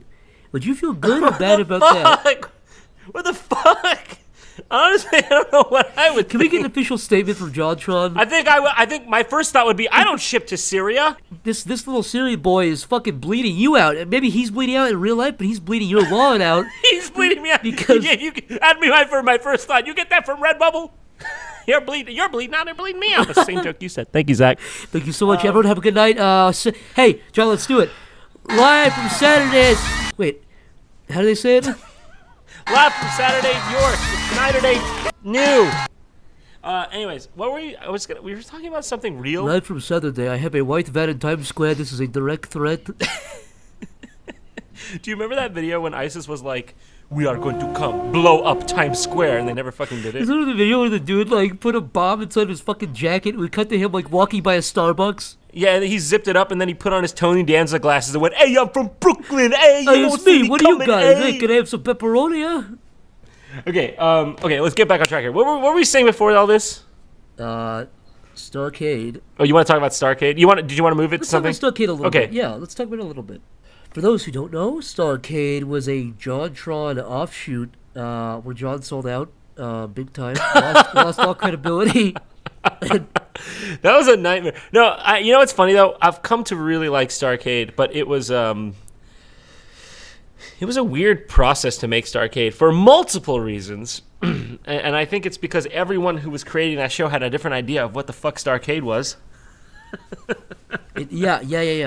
It's I funny. can talk about it now, I guess. I was gonna say 'Cause you've never actually talked about it. And I think it'd be fun. Yeah, you want to get the scoop on Starcade? I mean, Yeah, let's I get won't the go. hot Starcade scoop. I won't go into the gory details, but this is basically just so people get maybe if they want to understand what it was. Disney and I'm not supposed to say that, but I don't care. Disney. Well, it's pretty fucking obvious. I mean, Yeah. Well, because I want people to understand this. They didn't want me to say this for some reason. I wasn't allowed to say that Disney funded this.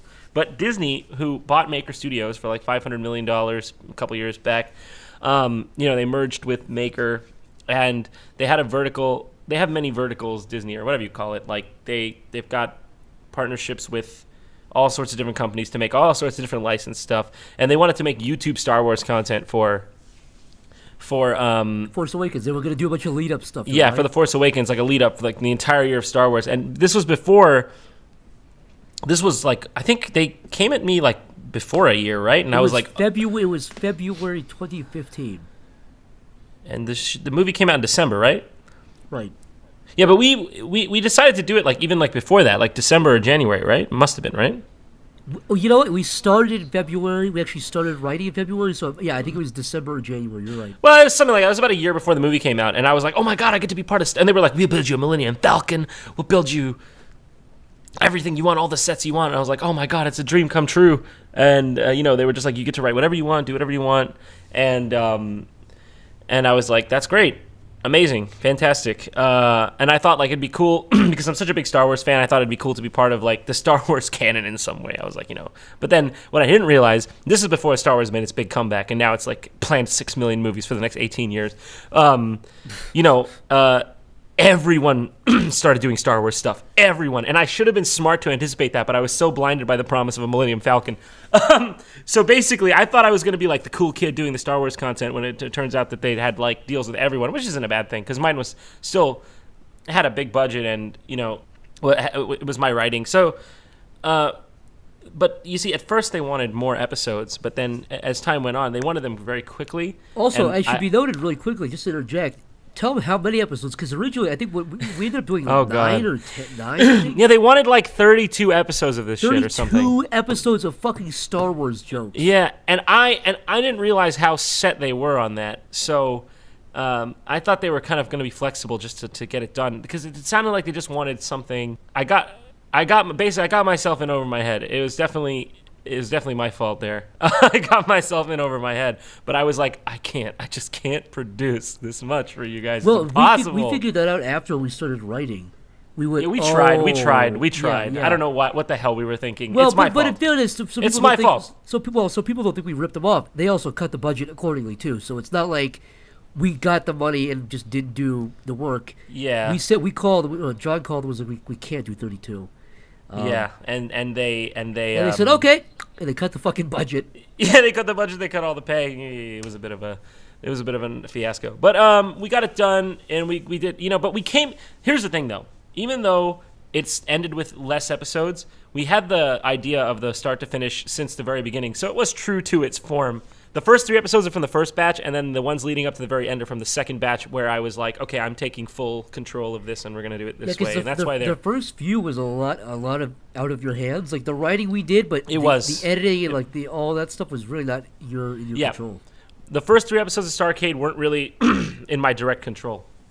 The ones 4, 5, 6, 7, 8, and 9, I guess, those were all completely Four in my and control. 5, if I recall, were kind of in a weird middle ground where you were still kind of. It was sort of a Yeah, we had toss-up. to we had to transition, so it ended up being this really incoherent series of videos that, it's. I guess I wouldn't have it any other way. That's the way seems to be the way I operate. But considering that it wasn't a real television show, and it was a YouTube show, it didn't fall under the same rules and the same procedures. And they wanted it very quickly. I'm surprised, to be honest with you, that we even got it done at all. We filmed it over 3 months. It's shocking. Honestly, is it not shocking that we got that done? And I couldn't do I was bound to do it. I couldn't do anything else. It's funny when you and I were watching the episodes come out. There was a lot of jokes in there we were both happy with, but yeah, some people are just not happy, and fair enough. Like I get it. No, I understood why. But you and I were why the both fuck did like, Jontron turn Star Wars for a year? The whole thing was like kind of relied upon the last episode being good. We were like, holy fuck, and I think that last episode made up for the whole. So even if you didn't enjoy the first 8. I think that last episode definitely made up for the whole series. Yeah, no, the last episode was the fucking magnum opus of that series. We poured everything we had in that last episode. I basically and that was just down like, to the wire too. That George Lucas impression from the you were gonna originally do it, and then we got the guy. We got Pjort Michael, YouTube impressionist, I believe. He did a wonderful job. I didn't even interact with the guy. No, I never even interacted with him. What happened was, originally the audio of Starcade of George Lucas was me going, come on, it's me. Yeah. And I was like, John, this is funny, but it's kind of like, wouldn't it be better if you're like, yeah, it would be better if it sounded like George Lucas, but what the fuck are we gonna do? We have like 1 day to get this out, and I fucking Googled YouTube search George Lucas impression. Yeah, and you found the perfect guy. And I found that guy that I knew his work before. I knew he was an impressionist before. That dude was a fucking trooper, and the whole thing just stitched together fucking beautifully. And the soundtrack was great. Chris O'Neill did the soundtrack. Yeah, it was great. Chris O'Neill did the soundtrack. He helped us write it as well, and he also he was present for some of the filming, like in the very last. He was just there because he stopped by, and we what is it? He did the Jar Jar Binks fake game, the fake PS1 game, which a lot of people probably think is real. Yeah, Jar Jar's Jar Jar Jar, I think it was. Yeah. Jar Jar Jar Jar Jar. Sick. I actually really like that joke. There's a lot of jokes in Starcade I love, but Starcade has this weird vibe to it. It's uncanny. What do you mean? You look like a hostage. Something's wrong. Something's off. Something's going wrong. My brain rejects it. I honestly don't think most people would notice that. No. We just know. So yeah, it was definitely an experience. The filming of that was, but in the end, we came away with a good thing there. I think it's one of my most proud videos. The last episode. I would say easily, and also for real, like the reaction, the fan reaction, the people figuring out who Darth Vader was really cool. Just people were genuinely like, some people fucking really reacted to that. Some people were like, I'm crying. I was like, whoa, dude. I know. Dude, I had real feels when I made that shit. Because, the Aaron reuniting, of course. Yeah, no, it was good. And we hadn't done a video since... the improv you guys did, which is funny to talk about, what you guys saw, the actual final cut, there was like, you guys riffed for like 20 minutes, I think. Oh, yeah, and it was so weird. It was just like right back into it. It's like there was no hesitation. You kept doing this weird fucking like distressed foreign boy. What did you kept saying something, beating his chest. Oh, was it like, brief with me? Yeah. Brief with me. Brief to me, or something. I was upset you took it out, but I realized it was fucking really strange and it was bizarre. It was too weird. I don't think people would have accepted that. Brief to me, Papa. Brief to me. Brief to me. That was it. Yeah, I always get weird like that when I'm doing improv, because I just go for it, and it's funny. Like sometimes I watch back at like Game Grumps stuff, and I'm like, "What the fuck was I on when I said this?" Like we're talking about how I wouldn't have sex with a girl with no eyes, and I'm like, "What led to this? Yeah. What sparking of neurons led to this fucking madness?" Human evolution led up to this point. This was what all the fucking fish avoided getting eaten. All the wars in Europe led up to this moment. A Roman soldier looking into a man's eyes as he gets speared to death. So he could pave the way for you to fucking say that on Game Grumps. God, do you ever think like when you it's like fucking ancient Rome. I just love how there was a time like 2,500 years ago, before Christ, when they're just like, this is the apex of civilization. We did it. Nice job, guys. I mean, if you look at what stuff was like back then, it was like, yeah, you lived in a fucking dirt, but these guys like built giant. They put, like, but I was watching a documentary. Nice. On that revolving building. You They had a revolving building? There was a fucking like Oh God, what is? I feel like a retard right now. I'm gonna look it up. There's no way they had a revolving building in ancient Rome. What are you talking about? Revolving. It was Like the fucking Sky Restaurant in Times Yes, Square that revolves yes, slowly as you eat exactly fucking like the that. buffet? Ancient Are you serious? Revolving building. What is it called? No It such was, thing. It was Emperor Nero. Fucking, he had a revolving dining room. How? Who? Slaves? No, it was like water. I'm pretty sure it was like hydropowered. What the fuck? Dude, look it up. It's fucking. My mind was blown. Like the Colosseum alone fucking freaks me out. The Colosseum? Why the Colosseum? It's so fucking big. There was like little men with rocks. And they Yeah, built I a guess big so. Fucking thing. I don't. Revolving dining room in. Type That's in why whenever that's one thing that pisses me off. When people like look at the 1920s and like they're so backwards. I'm like, hey, build your fucking civilization you live in. How are they fucking backwards? They fought the First World War and invented planes. You dumb. What have you done? Eat a fucking Cheetos this morning? I don't. Here, give me 1 second. I had a bunch of Red Bull and coffee. Forgive me. It's fine. I'm looking at the revolving dining room.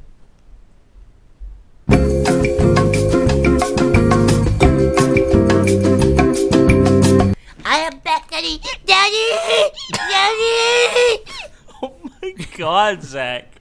John, let's do some improv right now, okay?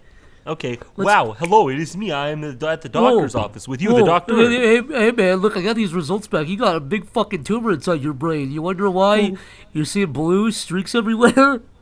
You wonder why you're seeing blue lines everywhere? It's because this baseball-sized brain tumor. I thought it was the God telling me a message. No, you're wrong. You wonder why your face jutted out 1 whole foot? It was because of this big tumor. Trust me, I am a doctor. Wow. Am I going to die? Oh, I don't know. Fucking Abbott and Costello, regular Abbott and Costello over here. That's a classic bill we just reenacted. Please help me. There's a real pain behind my eyes. Jesus Christ. All the lights I look at have a big smear to them. I think something's wrong. Hold on. I'm looking at this water palace. Hey, let's play a crazy sound effect. John, say it's crazy again. Let's play a crazy guitar strum. Wow, all right, hit it up, Jack. Okay. Nice. Yeah. Well, we've been going at this for a good while, you know, John. I appreciate Yeah. you being here. Yeah. Don't ever talk to me again. My name's Tony. I was walking through New York City, and I saw a boy, and I said to this boy, "Where's your dada? Where's your mama?" God, Zach, Where's you your fucking mama? monster, you fucking alien. That's what I said to a real child. Anyways, sorry, go on. What? Yeah, did you want to draw this to a close? Am I too fucking? No. What I wanted to do was, I have a Patreon, John. So we have some questions from my patrons, and I'm just gonna go ahead. And these are all, warning to you, John, these are all epic. Yeah. Oh, I can't wait. Negative zero asks, I want John's input on this. Oh, Christ. Now, is sucking your own dick gay? Oh, this is a question for the ages. This is honestly among the great Socratian, Aristotelian questions of our era. Does sucking your own dick make you gay? No, is the act gay itself? Sucking your own dick is the act? So does it not? Does it make you gay? Is the act gay? Yes, is it gay? Is it gay to suck your own dick? Yes. Well, you have to look into this in a multifaceted approach. One. Now here's the thing: is your mouth just like a hand on your face? Okay, or are you really enjoying sliding up and down on your own? Here's my quote-unquote argument cock? for this. I'll make it real snappy, but my argument is if you can have a hard cock in your mouth and stay hard, it might be a little bit gay. But it'd be like fucking your own ass. But it's not gay because gay means you want another man. This is the same man. But you're the sensation of a cock. What's the difference between that and someone? What's the difference between that and a guy sucking your dick while another guy fucks your mouth? How is that any different? It's a little different. I mean, on a close There's your two eyes, more on a- guys. on a There's sensation not level. just there's not just one more, but two more guys in that scenario. It's a little bit different. I would say semi-gay. It's a semi-gay act. The verdict is in. Jontron, there they have Ding, boys. ding. We should do a segment like this where we take questions like this and we have like the verdict. This Ding, ding, verdict. segment's called The Verdict, okay? That'd be fun. We should do that. Cameron Dubell says, what mentality would you develop if I told you you were going to go skydive in 5 minutes? What kind of mentality would I develop? How would you grapple with this horrifying fact? I'd be really scared. Like, that's not something I'm cool I'll walk with. up to you right now and say, we're going skydiving in 5 minutes, and you're going to go. I'd really start to like, and it's gonna happen for sure. I'm going to drag you. I'd freak out. I'd really freak out. I'm not that kind of The guy. verdict is in, he freaked out. That's the verdict, boys. I'm not that kind of boy. Semi-gay. That's my verdict. The verdict is in. Adam Medhurst asks, have you ever been caught up in a misunderstanding that made you look really bad? If so, how did you defuse the situation? Well, John. What kind of fucking questions are these? Let me think. Yeah, misunderstanding. Too many to count. I'm trying. I can't think of a fucking example right now. Okay, then that's the verdict, everybody. Also, That's the verdict. I feel bad. I want to be yelling louder, but my neighbor can probably hear me screaming at like 11 p.m. at night. I don't want to be too loud. That's the verdict, everybody. You have it right what you just said. That's the verdict on that one. Dougie asks, are there any pizza toppings that only you seem to like, Jontron? What's the verdict? Wow, I really like this one. Well, actually, I'm a pineapple pizza kind of guy. Ooh. Everybody says they don't like it. How do you feel on that, Jack? If I made my own democracy, you'd have to drink from a different water fountain. That's how I feel about that one. Okay. That's how I feel about that. James McGuire. Maybe the blacks just like put up a pizza a lot, and they're like, "What the man? We have every time we order pissed pizza." off.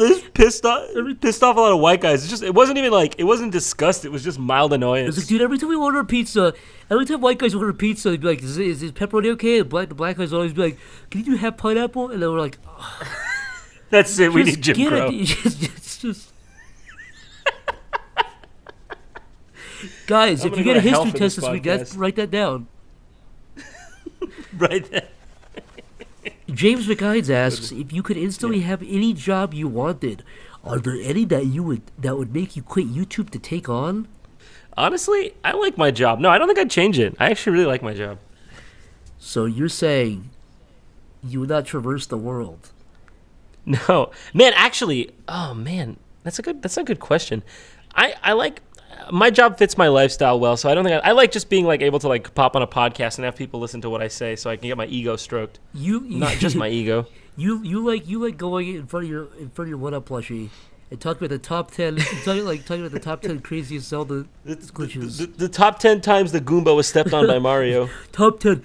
Hey everybody, top 10 Mario red hat. Got him. Hey, if you're listening, you just gotta fucking write me a letter. All right. Oh Jesus. Cobain Manny said, "I want to ask John if he's up to visiting Iceland and partying there in downtown." No way. Are they gonna say Reykjavik? Yes, they are. I was gonna say. I was just thinking about visiting Reykjavik. I'm not kidding. Wow, look at that. I really wanted to visit Iceland. I don't know why. Just seems like a really interesting place, and I wanted to see it. He says, I know exactly 30 people who would be willing to pay, but he says, here's the interesting part. He says, what? By the way, his show is really popular in my home country. Pretty much. What? In Iceland? Pretty much all the young adults know who he is. Fucking what? Dude, I'd come to Iceland. I'd come to Iceland straight away. Jontron goes to Iceland, straight to DVD. Dude, I'd go to Iceland. I've always wanted to visit. Do they speak Icelandic, though? Do I have to speak Bjork? Do I have to speak like this one? These are the people, I'm getting an urge right now to to fucking Iceland. paint my face and send you an acid bomb right now. I don't know why. It's in my veins. I can't stop it. What else you got from these lovely fucking goblins? This comes from Isaac Perry, who says, John, talk about the racial bell curve. Oh my god. This is really what it says. Well, Skip. He said...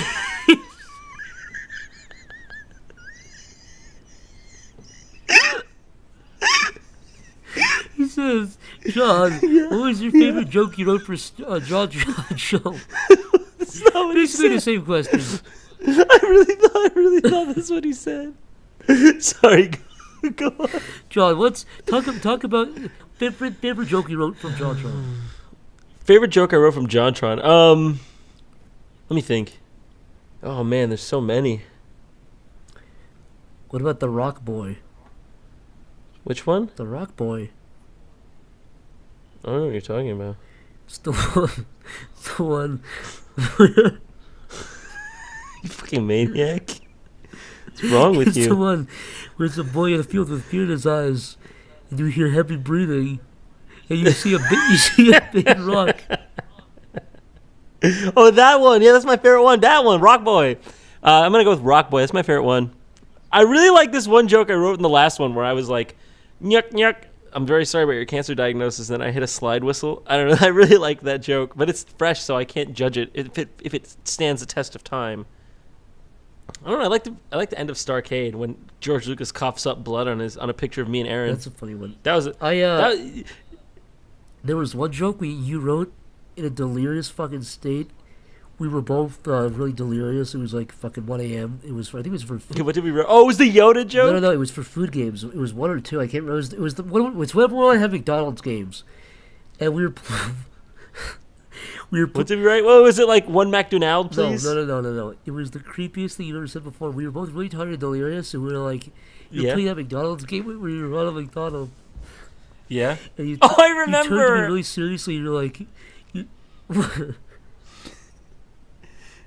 What did I say? You started talking about Ronald McDonald looking in a river as a little clown girl pissed in the river, and you said it really fucking seriously and creepily, and it was Really? It was one of the funniest fucking things of all time. I remember. Yeah, it was like he leans down at the river and like watches. But the way you delivered little girl it pissed shows by up the my river. spine. I don't even remember. I guess we were It just was tired, very, and I was just trying to genuine. think of jokes. You didn't laugh either. You were like, Really? I saw the can't eyes of a even monster. imagine. I don't even know what you're talking about. I can't even imagine looking at you that seriously talking about that. Oh, you must have been tired. That's funny. That's my favorite joke. Little Ronald McDonald girl. Didn't we actually put that in? No, you Or cut no? it because it was Ronald McDonald girl pissing in the river wall.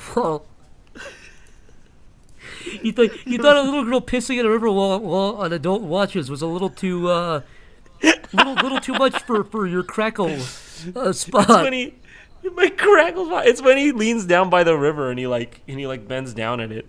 Pencil Shavy says, "Will you ever be a guest scrub?" If they have me. There you go. Classy as Clay says, "Are there any quote unquote dead projects you're disappointed? You're disappointed never came to fruition?" I guess that's kind of similar to the regret thing, but any projects you wish would have turned out better or turned out at all? Yeah, there have been a couple. There have been a couple of projects. You know what? I won't reveal them now. I'll have to reveal them at another time. Okay. There were a couple dead projects in my lifetime. Interesting. Rip. Sorry, I'm being the worst fucking Q&A guy right now. We're almost done. Yeah. Oh, 1 sec. Oh. Yoink, yoink. What the fuck is wrong? What did you just? Did you just go into the void? Ultra Bondage Fairy asks, and this is for me. Yeah, he says, "Can you upload Dream Quest for us? I want to make some bread." That's a little reference for those who listened to my last fucking thing. I made a shitty game in RPG Maker. Yes, I'm gonna upload. You did? I did. I made a game in RPG Maker called Dream Quest. It was RuneScape with 2D. It was real. That's It amazing. was real fucking epic. It sounds like it. The verdict said yes. John, give us a yes. Yes. Got him. Costa asks, compared to before YouTube stardom, how have your life and relationships with New York and old friends / people changed? I guess the question is, how has stuff changed for Jontron? Life changes. Life is change. John, have you got any people from the old world trying to approach you and say, hey, I used to know you. The old world? You mean from, what do you mean? The old world. What are you fucking talking about, you psycho? Anybody from like high school or something would be like, hey, I know you. You mean like on the internet? Just generally speaking, yeah. Yeah, as far as like high school friends, to be honest, not as much anymore, especially here on the East Coast. Just like one guy who happens to live here who I went to middle school with, but that's about it. Well, they sound like lovely folks. And finally, Thanks, Zachary. You know what? We finally close out with Clark Watcher asking, what's your ultimate plan for your career? That's a heavy one to end on. Oh, that's a good one. Honestly, I just want to keep making people laugh. No, isn't that funny how people always say, oh, did I get an oh from the audience? You better play an oh sound bit. No. People always say that, but it's like, it's hard to, honestly, my trajectory is to keep going where the green is, hey, you know what I'm saying? No, but, no, but for real, like, I just want to keep being able to, like, I like making stuff that's true to myself. If I can make something that's true to myself, no matter what, like, even just like a podcast like this because like the worst thing is when you're in Hollywood, I feel like one of the things you're beholden to is like all these social customs and you got to be this and that. But you know, on the internet, you can just be whatever you want, say whatever you want. It's really freeing. I don't feel like there's any amount of money that would convince me to give that up. No, that's why I'm part of the reason I'm doing this. I don't want to have to fucking work under, it's not even about working under people, I guess I should say. Rather, I don't like having to sort of fall into the norm of being a certain way. I like. Yeah, you have to do that. You know, you have to do that in Hollywood. Yeah, I mean, this podcast would not fly in a lot of circles. No I'm way. not saying it's like crazy and edgy. I'm just saying it. I don't never work in Hollywood again. Person. I just say what makes me laugh. Yeah. But even people, like, I couldn't talk about this stuff if I wasn't so. No, I don't think we could have a. It's weird though, because like we do dip in out from the new and the old, but I think it's just a lot of the. I think it's one of those things. People are fickle. When they see success, they stop caring about the means. Sometimes, do you know what I mean? Like, well, I mean true success, like positive success. You know, it's like we've shown that we can hold audiences, so that's all they care about. You know what I mean? That's literally all that matters in the content creation. Yeah, pretty much. That you have an audience, that's it. Yeah, but I mean, the way that we've done it is by doing stuff that's true to us, I think. That's what I think. That's all, folks. Hey, everyone, are you still here? It's me, your crazy Uncle Zach. Okay, I just wanted to give a quick, genuine, from the bottom of my black, fucking cancerous heart, a special thanks to my patrons for supporting my ass. All of your money helped go to extra work, like the art you see, the music for the intro, all of that stuff came directly from Patreon money. So objectively, measurably, it helps. If you're interested in supporting me, you can find my Patreon at patreon.com. I know this isn't fun. Patreon.com/psychicpebbles. So that really helps. I also want to give a special thanks to Jeff Delgado for painting everything you saw on screen. Special thanks to Alan Brown for composing the music at the beginning. That beautiful fucking... tasty. And finally, special thanks to Greg Hatterman for doing the beautiful fucking British narration. You can find all of their social media links below in the description. Check their stuff out, all very talented guys. And as part of one of the perks for the top tiers for the Patreon, you're allowed to attach a little ending message at the end of every episode. And the only one we have for episode 1 is from James McGuines, who says, "Can you please call my friend Carlton a squiddy fuck? Squiddy fuck. Carlton, you're a squiddy fuck. Cunt." Well, I think that's it. I hope you all enjoyed the first episode of Schmucks, and look forward to episode 2 in 7 months. Hey y'all, just a small update. Y'all ready for a shameless plug? Good, because I have something in store for you, man. I have Schmucks I have posters for Schmucks, episode 1 and 2, and they're up for only 1 week at sharkrobot.com/psychicpebbles. So you can get them if you want to, they're there if you want. If not, just enjoy the podcast, and please put a smile on that little face today.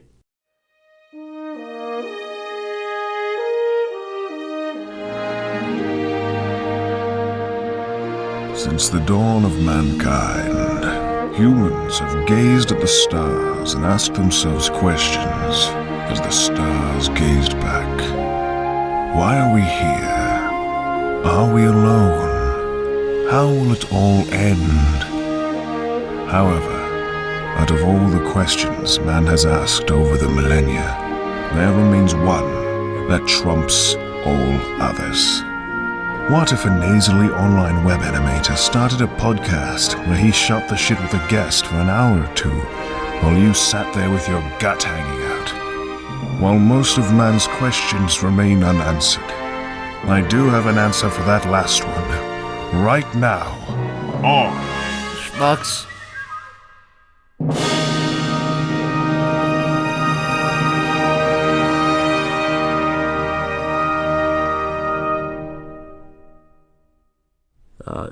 Hi everybody, welcome to the new episode of Pedophiles Anonymous.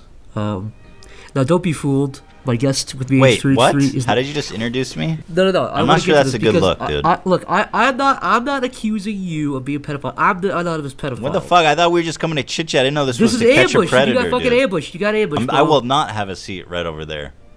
I'm asking you to have a seat. I got my pants pulled up nice and high. I want you to have a seat so we can talk about some stuff that I did. I want to tell you about how I'm a monster. Okay. Oh, that's I want all right. to. I need somebody to talk about, but also publicly about what a fucking piece of shit I am. What a monster I am. That sounds better. You know what I done? Tell me. I'll tell you what I done right now. Right about now. I did fiddle a kid, but not that much. Just a little touch. I touched him and I felt real bad. Just enough his to penis, know. His penis and or vagina, I can't remember the details. It receded to him like a snail's eyes, and I said, "That's not right. Something's off." So it wasn't that you didn't like the act of molesting a child. You just didn't like their genitals. Yeah, it startled me. It shocked me. I wonder if this ever happened before. I think there's someone. I wouldn't be surprised if someone from the FBI actually came to your house as a result of this conversation. If any men in black knock on my door, listen, FBI, it's not real. I've said a lot of terrible stuff. Anyways, I'm pretty sure I'm gonna go to jail at some point. You're on a list. You're on a couple lists, probably. I know it's a meme, like you're on a list now, but I guarantee you I am. Yeah. Well, you guys talk about quite a lot of fucked up shit in the sleepy cabin. We didn't hold back very much. By the way, just on this topic really quick, and we'll go into the actual thing. Is it an irrational fear that I have? It's not a huge fear, but it's a tiny fear. It's a real one. Mm-hmm. And I think about it like once every 3 months. I have a fear that I was molested, but I don't remember. That I just like repressed it. But the thing is, there's zero indication that I was ever molested. Like I didn't have any family friends that were weirdos. I had no Uncle Tim or something, you know. But I have a really weird fear that I was molested at like age 5, but I just repressed it. That's fascinating. So, because how would you know, right? Well, I mean, the fact that you're obsessed with it, you're asking, is that unusual? I mean, no, it's not obsession. I just thought it's a passing thought when I'm in the shower. You're sitting there in the shower, you're washing yourself, it's hot, you feel dirty, you're disgusted, you hate yourself. I'm seeing the dirt hit the drain, the bottom of the drain. Well, how does that affect you? Do you feel like a victim of abuse? No, I don't. No, I that's the weird thing. I don't even feel like bad because it didn't happen probably. But I just wonder, like, what if it did? Well, dude, if you're repressing memories, what else did you repress, dude? Maybe I'm not repressing. Maybe I'm open. Maybe I unrepressed the memory that I repressed it. You know, that's even scarier. You unrepressed it? No, I didn't unrepress anything. Don't get me wrong here, but I'm saying, what if I unrepressed the memory of me repressing the memory? What if I know I repressed it and dude, that's being unrepressed? I don't know if there's that many levels to it, dude. This is Inception 2, right here. I'm gonna sell the script. The guy gets molested and he lies to himself so much. That'd be a fun twist. That'd be a fun twist on the popular franchise. That'd actually be a good M. Night Shyamalan film. It turns out he was molested. The huge twist is just that he was fucking absolutely some guy stuck a finger in his ass for like 2 seconds. That was it. But that was the whole movie. And then they plant this idea in his head that it's okay, and then he becomes a molester. Then he perpetuates the cycle. That's just fucking real. That's just real life, man. That's what happens. They just become... Christ. You know what's crazy? I watched this documentary about all these child predators in Hollywood. Man, I can't believe what's going on there, dude. I would actually be scared to raise a kid here. I really would. Well, it's like, I don't know how widespread it is, but there's certainly like a lot of predators. They were like these high-level agents, child agents, and they would have parties where they would come fuck these little kids, like, 12, 13 years old boys, and it was like a completely unkept secret in the industry. And the craziest thing is that this guy Bryan Singer, he's the director. Yeah, the fucking director of X-Men, right? He's directed and made so many movies with X-Men and famous actors. And this guy is pretty much all but, like, in terms of having enough evidence to convict him, a known child rapist. And by the way, he just directed a movie like a year ago or less. He's still doing shit. No, he just made a huge movie with with huge actors. Like, here, let me check him out. Like, by the way, Bryan Singer, don't sue me. This is just my opinion. This is I can't deal with this another is girls lawsuit. gossiping. So, producer, The Usual Suspects, X-Men 2, X-Men Days of Future Past.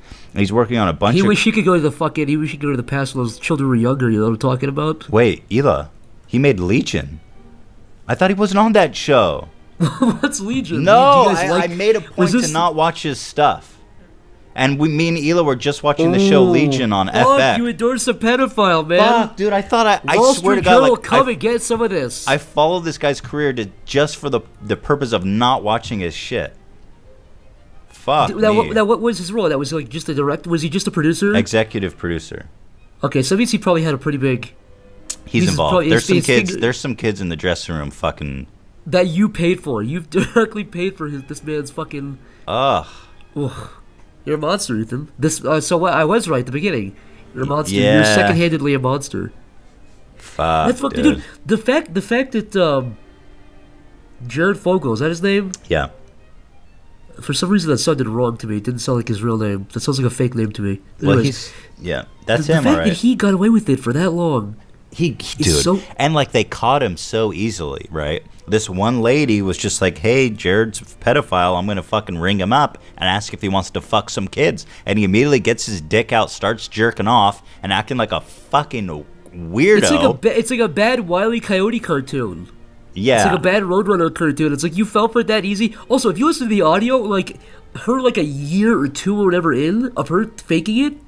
She still sounds like she's faking it. It sounds really obvious. Dude, first of all, those recordings, guys, are so disturbing. I honestly can't recommend anyone to listen to them. But if you do, I mean, check them out. They're pretty fucking interesting, to be honest. But if you do, you can hear the disgust in her voice. That's what I mean. You can tell she's like, oh, she's disgusted. And again, that's like a later call, too. It's not like an early on one. That's like a later call. The fact that Jared was just like, couldn't hear the disgust and was just, he was literally jerking it on the phone as this lady talked about diddling kids, man. Yeah, what would you let me do to your little daughter? God, Jared. What is with pedophiles? They're everywhere, I feel like, lately. Can you put that on a shirt? What is with pedophiles? H3H3. Put that on your tombstone. Just why? I feel like they're everywhere. They're infiltrating, like, every level of society. And, like, in the UK, everyone's a pedophile. Like, Jimmy Savile was a national John Podesta, treasure. Hillary Clinton, dare I say it, Pizzagate hashtag? Yeah, let's not no comment on that shit. That's too real. But Jimmy Savile... national treasure in the UK. Dude raped like 200 kids. And by the way, who would ever look at Jimmy Savile and not say, "Oh, that guy's a child rapist"? Also, the guy, the head of Fox News, Roger Ailes. Like, did you see the woman's testimony? This woman was like in 1988 or something. She was like, "Yeah, I was 16, and he asked me to give him papers." It's not funny. I'm not laughing, but you'll see why I'm chuckling. The woman was like, "Yeah, he just asked me to bring him up some shit." And he pulled out his pants and his dick was like red and inflamed and he chased me around his desk. She testified that his dick was red and red and inflamed. And she said he inflamed? chased him. Inflamed. That was the word she used. Christ. This big swollen fucking like pearcock. And this man is chasing her around his desk. It's bad enough to be like raped by an older man, but goddamn, if that's the first I don't think penis. She was raped. I think she was just chased around and she left, and he was just like, "All right, that was that." And he day. He's like, "All right," and now back to running the world. Foiled yet again. Just left it alone. It's so weird golf. that you could be that Just high go up play and nobody golf. fucking rats on you. That's not an appropriate hobby. Just go play golf, dude. I don't know what rich people do. Go fucking, buy an island. Don't show kids your inflamed cock. And chase them around with it too, like you're scaring your little sister with something. What if you're having to chase somebody? First of all, probably stop. Probably knock it off from having that play. I think it's a pretty good indicator. Clearly. If any sexual interaction requires chasing and capture, probably not very good, Roger Ailes. Well, anyway, speaking of child rape, what else we got on the roster?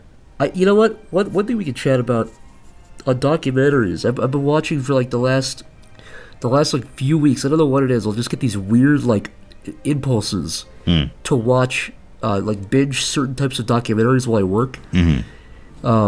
Like there was one day I felt really weird, but there was one day where I watched like one Columbine documentary on YouTube. It was like 20 minutes long. I was like, oh, that's. I was like, if you really fucking think about it, let's say too controversial, but Columbine is really weird. It's a really weird event. There's not a lot of like documentaries on it. Really? So there's one day where there's only like 4. There's probably 4 Columbine documentaries. How many were you expecting? Like 12? Like at least 12? Like at least 12 Columbine documentaries. I feel like I felt like I was getting to the pool and I dove in and it was like 2 feet deep and I was like, oh. Do you feel like each documentary had it? Like, would you watch 12 documentaries about Columbine? I would watch because each one it was a little bit different. Just had a little extra spice. But I spent like 6 hours and I just watched every Columbine documentary and I felt bad that I craved more Columbine documentaries. I need more of this shit in my life. It's just so weird if you really like think. It's like the JFK assassination. If you see like one, that's fascinating. If you see one thing about that, you're like, I need to see more of it. I need to see like more. There's got to be more info. That shit is fascinating. This guy's fucking head just came off. Well, yeah, the Columbine shit is fascinating too in its own way. I hate watching that shit because it makes me feel so bad. I tremble whenever I watch it. I feel tremble. No, it's so horrible. Those kids were so disturbed that it's like. It's just so sobering to be like, God damn, like horrible things happen in this world. I mean, fuck. The weirdest thing is this is probably the bottom of the barrel for any person. I felt like I was like an addict digging in a dumpster.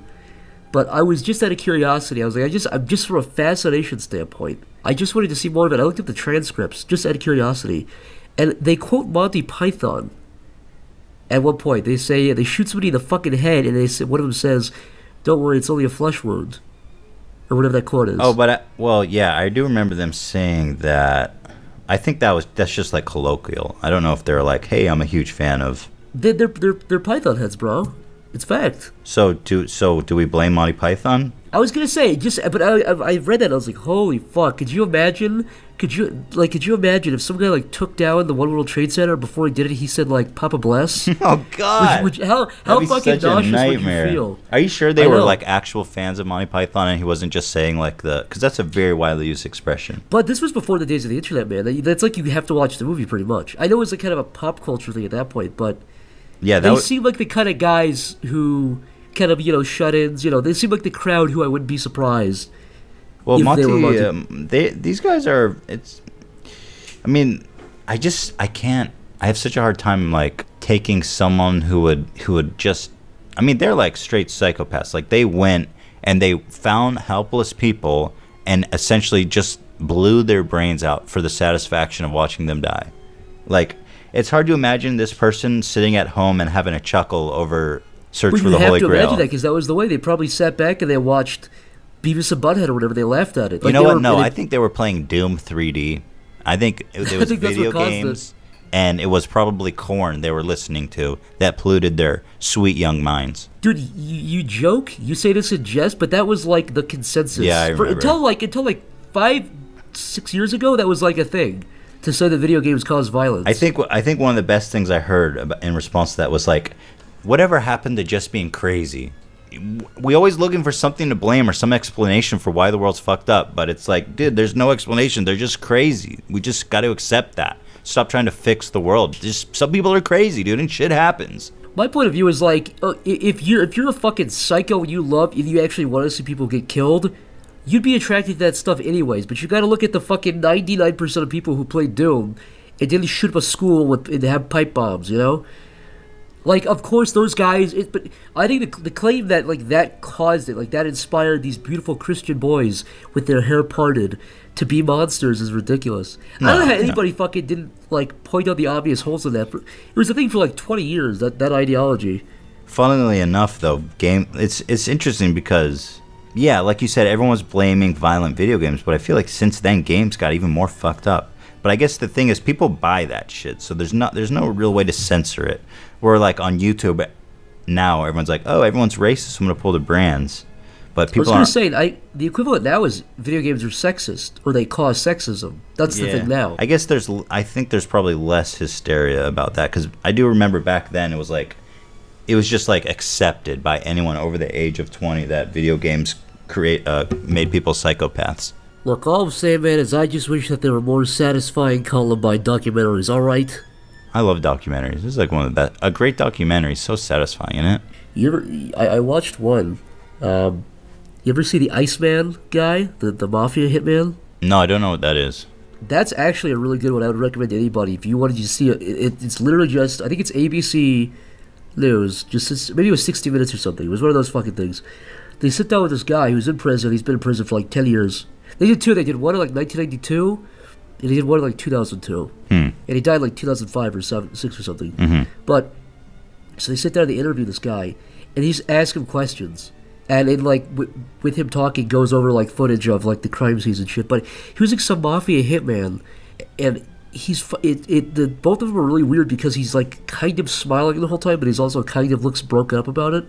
But there's one part of the documentary where it took me off guard. He's talking about the narrator's like the Iceman, because they call him the Iceman because he like would freeze bodies and throw them like 2 years later. But that's how he got found out. They found like ice crystals in a dead body. Was that like something he was into? No, it wasn't like a pleasure thing. It was just for like business. It was pure business. Just business, dude. That's what makes it business. Yeah, like that's what makes it. Why not just throw it off a bridge? I like that though. It's just business, dude. I keep my bodies in my freezer. There's one part of the documentary where he's like, yeah, you know, it was Christmas and this guy pissed me off, and I went home and I was thinking about it. I was putting toys together for my children. And I started thinking about it more and more, and I left, and I fucking shot the guy in the face, and I came back and continued putting toys together. But it's literally, it's like a straight up like mafia dude. He talks about, yeah, it's just business. But there's one part of that where it does get weird, where he does turn to like a little bit of a woohoo. Yeah, for sure. You got to be you got to have a little of that to go. The narrator goes, the nice man was testing out his different weapons of killing, like pans across the table of like guns and like knives and shit. And he goes, yeah, one time, I wanted to see what would happen if I shot a guy in the head with a crossbow. she goes, what happened? He goes, it worked. what the fuck did you think was going to happen if you shot a guy in the face with a crossbow, dude? There's only one, there's literally just one outcome there. Hate to spoil you there. You're into that shit. I remember talking to you and John. You guys love this, like, people dying subreddit. It's fascinating. I can't handle it. Subreddit. You're talking about watch people die? Yeah, you guys. I remember you and John just sitting around having a good old laugh about watch people die. No, look. You guys were laughing. You were cheering. I remember you were watching them. You guys were clicking beers, kicking them down. There was a little bit of whistling. There was some whistling and knee-slapping. I'm not gonna lie to you. I can't handle that shit. It makes me queasy. Did you ever have a point though where you would like just like for like an hour just watch a couple of those videos and you go, oh my god, that's awful, and then you don't watch it for like I usually watch one, like, for example, like these videos of people's like legs snapping or horrible. That's not the worst thing you can see, but anything like that, I'm just like, fuck, dude. I just close it. I feel like I can feel it when I watch that shit, and I X out. I peace out, dude. I'll do this weird thing. It's not even like an enjoyment thing. I do it out of curiosity, and like it always humbles me a little bit. It takes my ass down a few pegs. Because when you see, I mean, look, I know that's easier said than, it's, if that was me on the other end, I don't know if I'd want people watching me fucking burn alive and scream in Russia, but, I don't know, I feel like if you watch it, you get a little more, you feel brought down a little bit more. Just that you're also flammable? I'm also flammable. If you also crush me with a fucking gigantic piece of steel, I will in fact die. My brain activity will in fact cease. But it's not like I watch it every day. Like probably once every 2 months. You watch that shit every morning, you sick fuck, with your Cheerios. I might rub my dick while I watch it. Cup of coffee, a bowl of Honey Nut, and a man burning alive, dude. A man's fucking head getting sawed off by ISIS. A little boy shooting. There's a video of a 5-year-old, where ISIS gives him a pistol and makes him shoot a guy in the face. That's healthy. or is not a good. Yeah, Who- but I'll tell you this much. Yeah. I don't get why on some of these sites there's like porn ads on the sides. Now, is on that like the ISIS beheading. See, I've never been to an ISIS beheading site. But I'll tell you why. As someone who's been in marketing, I'll tell you why. It's the only ads they can get. I was gonna say, is it that, or is it because there is like a weird quasi fetish? You feel like you want to watch someone get beheaded and then go jerk one out. I felt it's like the full before circle. right It's there the full. I feel disgusting if, like, you know, God forbid, I'm watching one of these videos. I'm so sorry. I'm watching one of these videos of a guy getting knifed in the head. Disgusting, horrible stuff.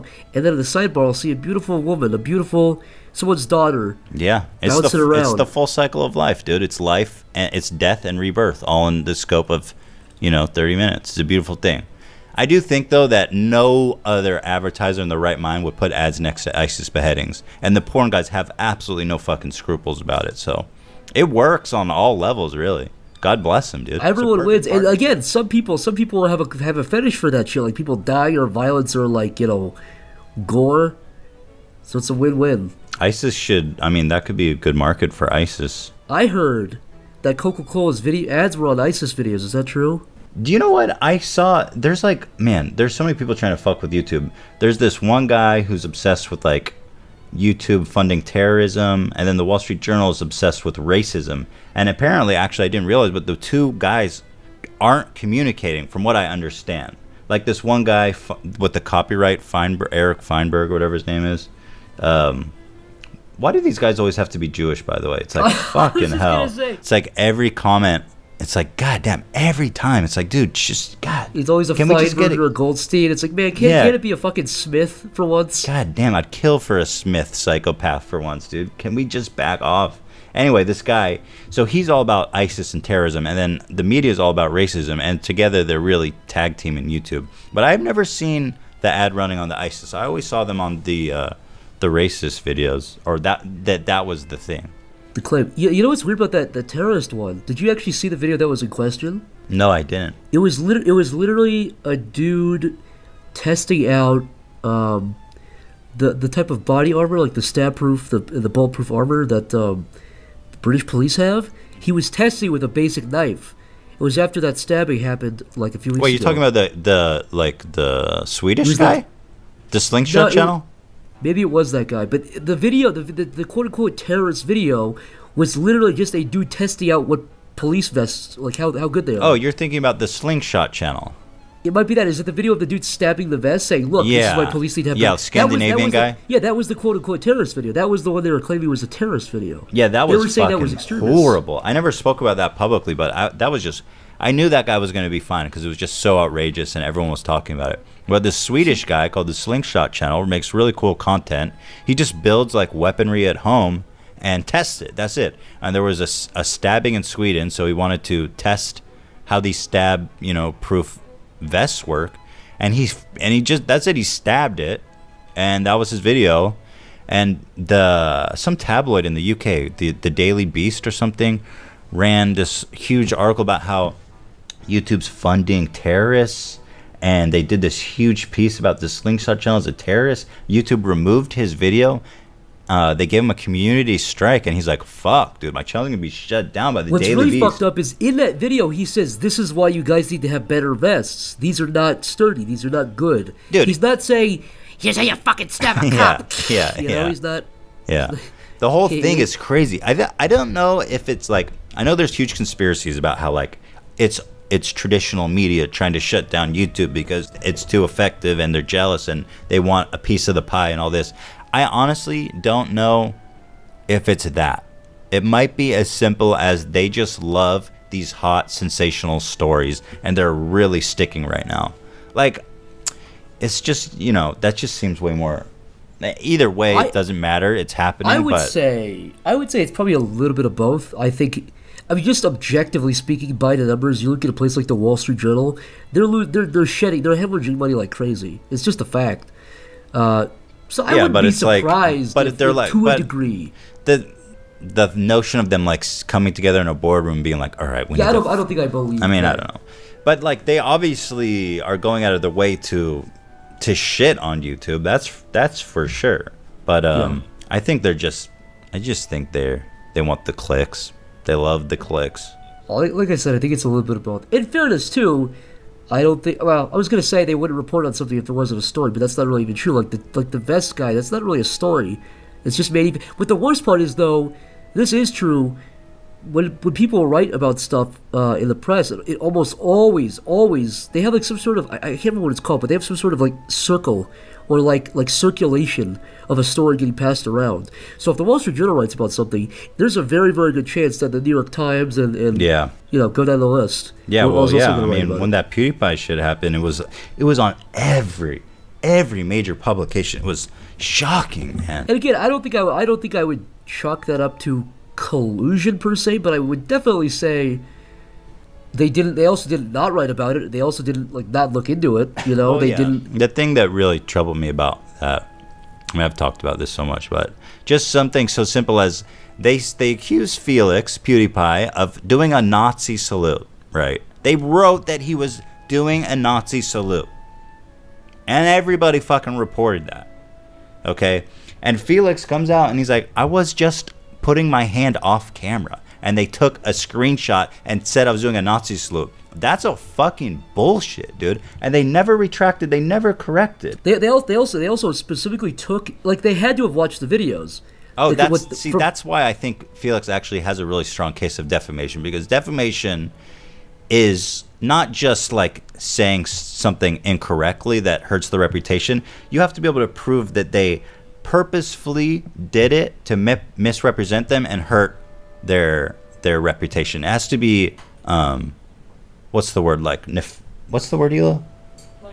Intentional lying. Yeah, like very intentional, willful lying. So, for example, the fact that they made this compilation and that they looked at all of his videos by evidence that they put this compilation together is one of the best points in favor of Felix suing them for defamation, because the proof is right there. A second before the footage they cut out takes place, it's him. It's complete pretext and complete context of him going, "Oh yeah, fuck, what this is, fuck whatever." And they took it out of context. Defamation's one of the videos that they took out of context was him making fun of the fact that he was being called a Nazi. Yeah, exactly. And I mean, that would be like if I called you a racist and you did a video where you're like, "Oh, time to go burn a cross," and somebody took that footage out and said, "Look, Ethan wants to go burn a cross." It's like, no, that's literally the opposite. That's exactly what happened. Also, he really seemed to have won that little kerfuffle, I think.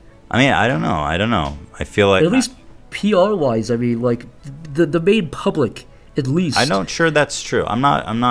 I don't agree with you. I mean, on YouTube, everybody knows that That's a good that point. was It's probably bullshit. just a bubble thing. But You're we're probably talking right. about the mainstream media. We're talking about the New York Times, the Washington Post. Every major newspaper ran that shit. And people like my parents and anyone over the age of 30 who doesn't spend time on YouTube, I don't think ever got the record corrected. That's true.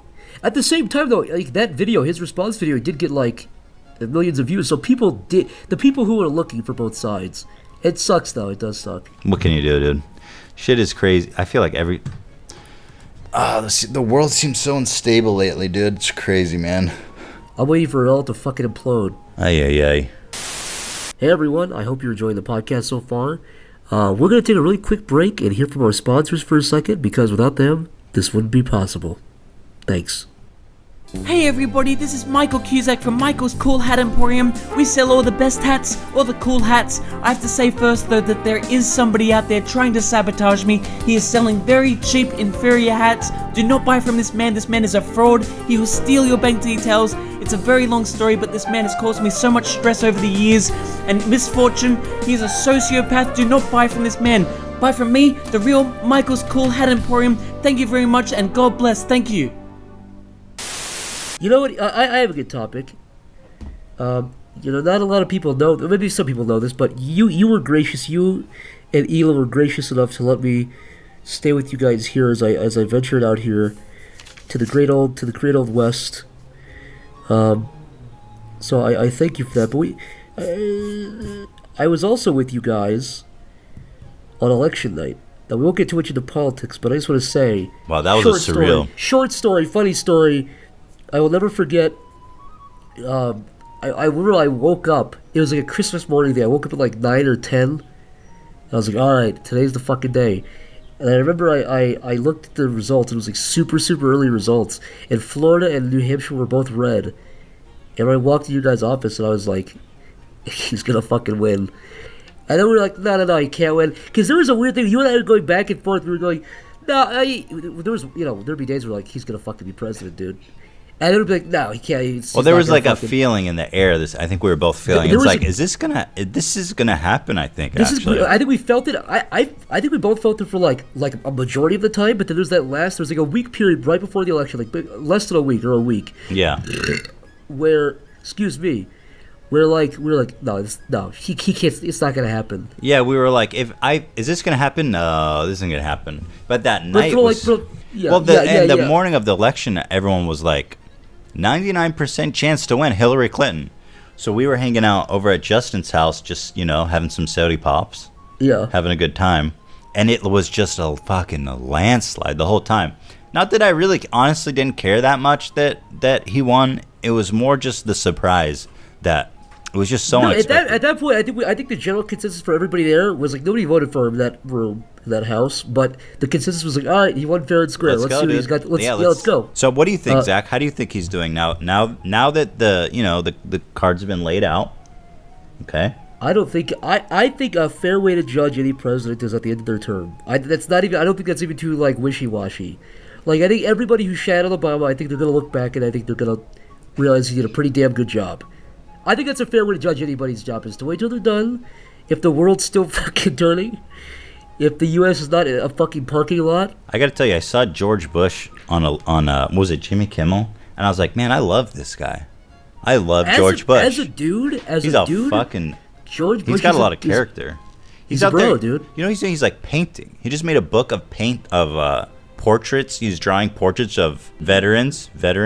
And I'm just like, dude, this guy is fucking dope. I want to hang out with George W. There was a while where he was painting world leaders. He like painted a really strange image of Vladimir Putin. But a strange, not as in like it was bad. It was just it's a George Bush painting of fucking Vladimir Putin. Yeah, it's pretty weird concept. That's as weird as it gets. Yeah. The thing that I love about George W. was like, that guy caught more shit than possibly any other president. Like people goofed on him to the most extreme level possible. And that guy took it all with grace and class, man. I remember when he was talking about it on Jimmy Kimmel. And he was just like, it never bothered me. It never bothered me because it's essential and it's necessary to having a healthy democracy. And it's just the way it goes. And I'm like, God bless you, dude. God bless you, George W., you fucking halfwit. I was going to say, it's weird. If you go back and you watch like debates with that guy, like him doing like presidential debates, he's pretty articulate, but then you watch other shit where he's just a total dummy. I don't understand what his... I think he's very intelligent. He probably has some kind of like dyslexia or some shit. I was going to say, he's got to be dyslexia or something. He's got a little touch of... It makes him sound dumb, but I'm sure he's a very intelligent, well-educated person. If anybody wants to go have a really good goof from the past, type in George Bush dumb moments on YouTube. Oh man, that's a lot of fun.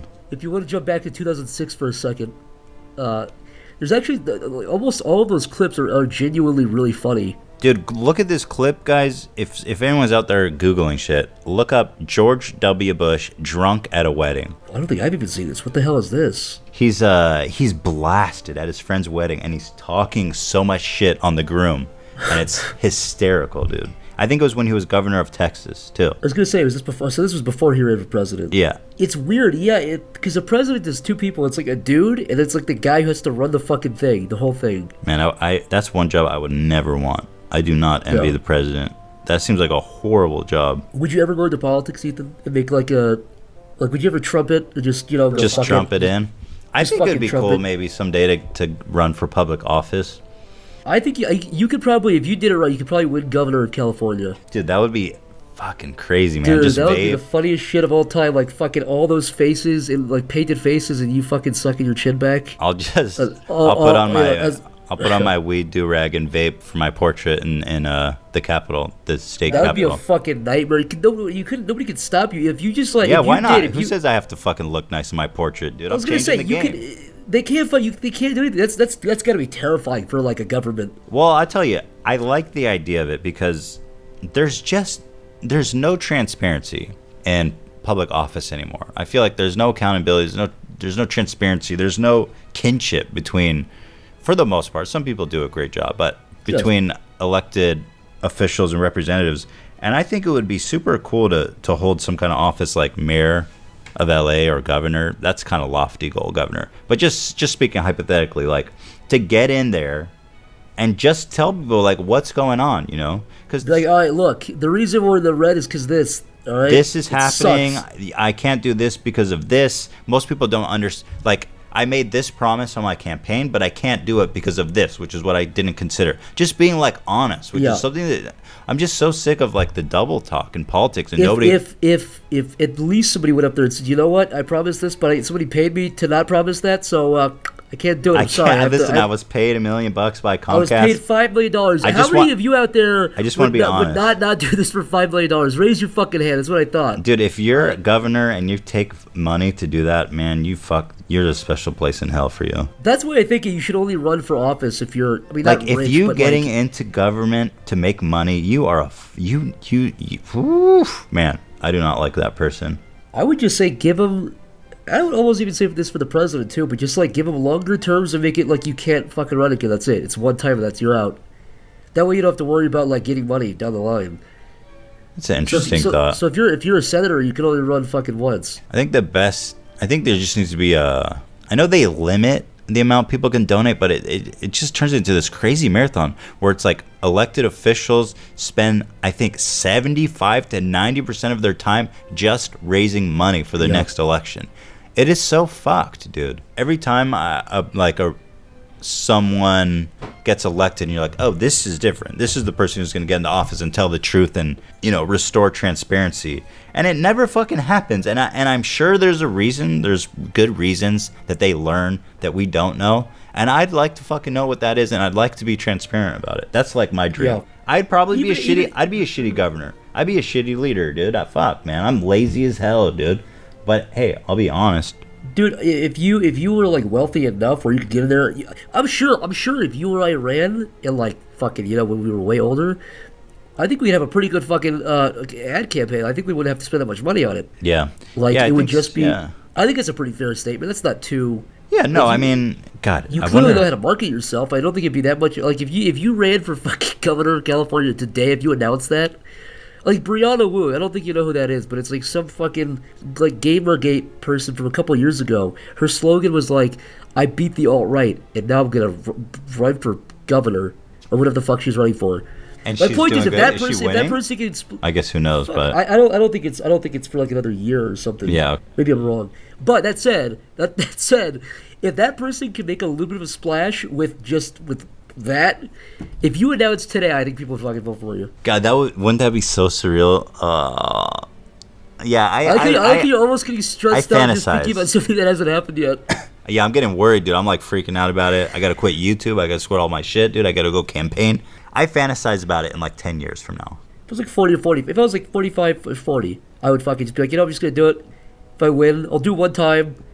I'll try to fix the books, make them. I mean, it doesn't seem like that hard of a job in a way. Like president, the stakes are way too high. But like governor, it's like just use your common sense and do what you think's right. I mean, I don't know. I mean, there are a lot of incompetent fuckheads who are elected to that level, and they just don't. They run the country, or they run the state to the ground, or the city to the ground.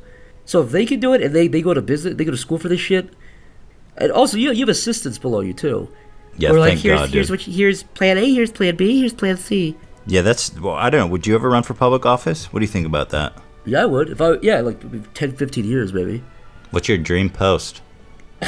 It would be fun to be like a governor or something, wouldn't it be? Like high enough where it's like, ooh, this is spicy, people but also like, not. Yes, like governor, like that's kind of a big deal. People like are afraid of you, dude. You're the boss of all the police chiefs and shit. What are you gonna kill people, Ethan? What do you mean? What are you fantasizing about here? You gonna fucking inject just make them grovel, dude. Just be like, make them grovel, man. Bring the chief in.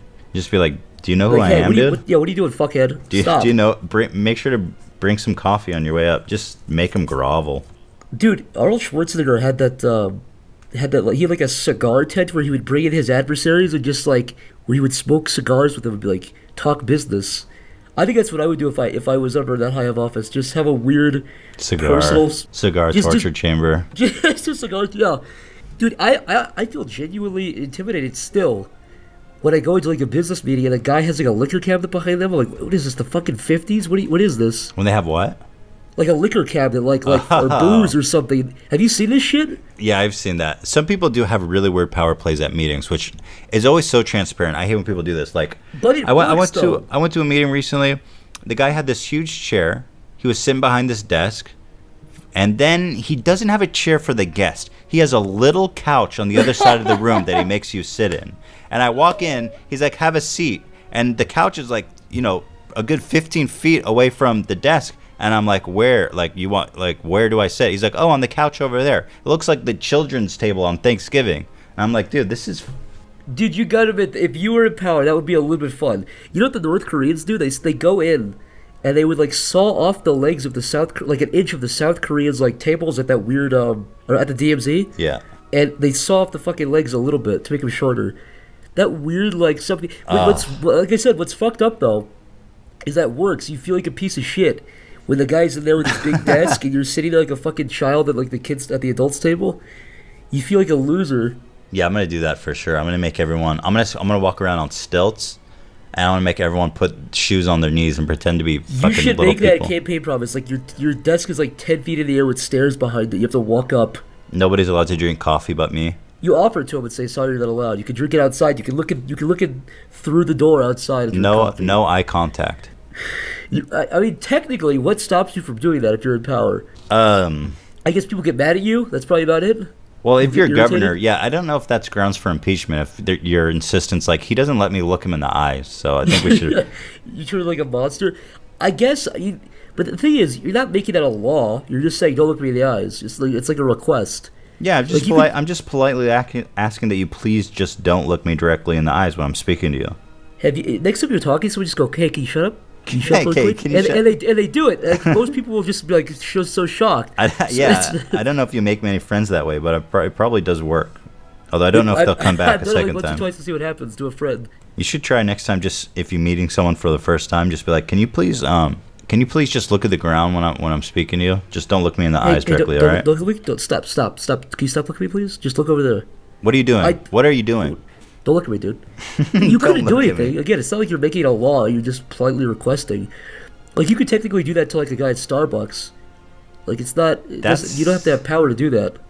Yeah, you shouldn't do that and report back. Let us know how does that work Guys, out I'm going to run for governor in 10 years, and one of the things we're going to campaign on is you can't look me in the eyes if I win. Dude, actually, you know what? The reason I thought I would run probably 10 years is because when I walk around here in California where I live... And I always fucking see these signs that are designed graphically by like a 5-year-old. It's like MS Paint shit, and it says like "Re-elect Tom Dickinson," and it looks like a fucking disgusting Microsoft Word thing. Which I know these guys are like 65 years old, but that's my point. If you just had a really good like sign and a sweet website, you could spend like $1,000 in advertising and fucking be elected pretty easily. I think. Maybe I'm wrong. Maybe I'm totally fucking wrong. But just. Yeah, like, try that, dude. It'll be a great, like, documentary social experiment. $1,000 and a programmer. Let's get elected. I'll tell you what, Ethan. If you run, I will be. You'll make my website. We'll do it. I'll be an advisor to you, and we'll just fucking run. You should have a budget too. That'd be fun. That'd be really cool. $1,000, dude. Make it a reality show. Just make a mockery of the whole post. Just $1,000. That would actually be really cool. If it was like $1,000, that's all you get. You have to like see if you win. I think you could probably do it, honestly. You know, if I just win, I become governor, and I just go back home and start doing YouTube videos like normal, and I just don't even like go to work. Just fucking neglect the audio. You get impeached immediately. Don't even go to work, dude. Just be like, cool, I won, I did it. Now, anyway, back to YouTube. And now, it's time for some questions. Okay, so let's just go into it. Now, I'm going to ask every question. You can feel free to, if you don't like a question, you can say...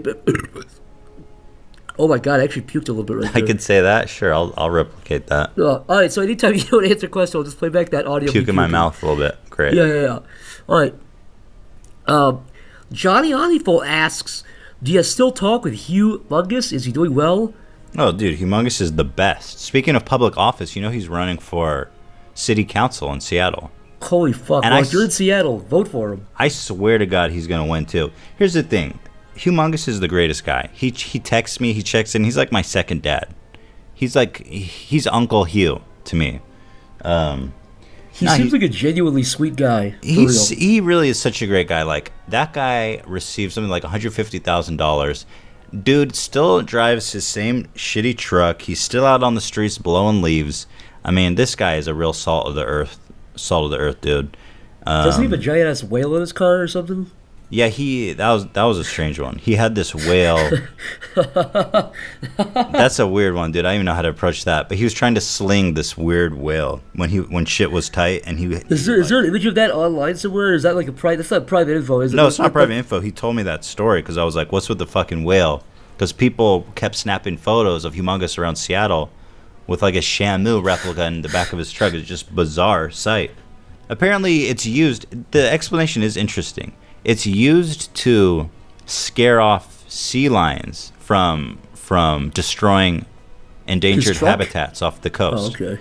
So it's like a scarecrow in a way, where they put it to protect, like... Does that work? Yeah, apparently it works. And that thing was in the water for like 5 years, and they retired it, and somehow Humongous got his hands on it, of all people. And he's trying to sling it, man. But, you know... Times were tough, dude, but now he's killing it, dude. Well, applause. Golf clap to Humongous for being a good boy. All right. James McGuines asks, repeating the question I asked John, but it applies here as well. If you could each instantly have any job in the world, are there any that would make you quit YouTube to pursue? Any job in the world. Like if Gosh Almighty came down with his big pearl blues looking at you, batting his big eyelashes around, and said, "Ethan, my son, I will give you any job right now that you could ever dream of." CEO of Papa John. You'd actually do that. Yep. If I could take over West Coast Customs and work with DMX or Exhibit to make custom cars. That's an interesting one. I didn't know that side of you. That's genuinely something new.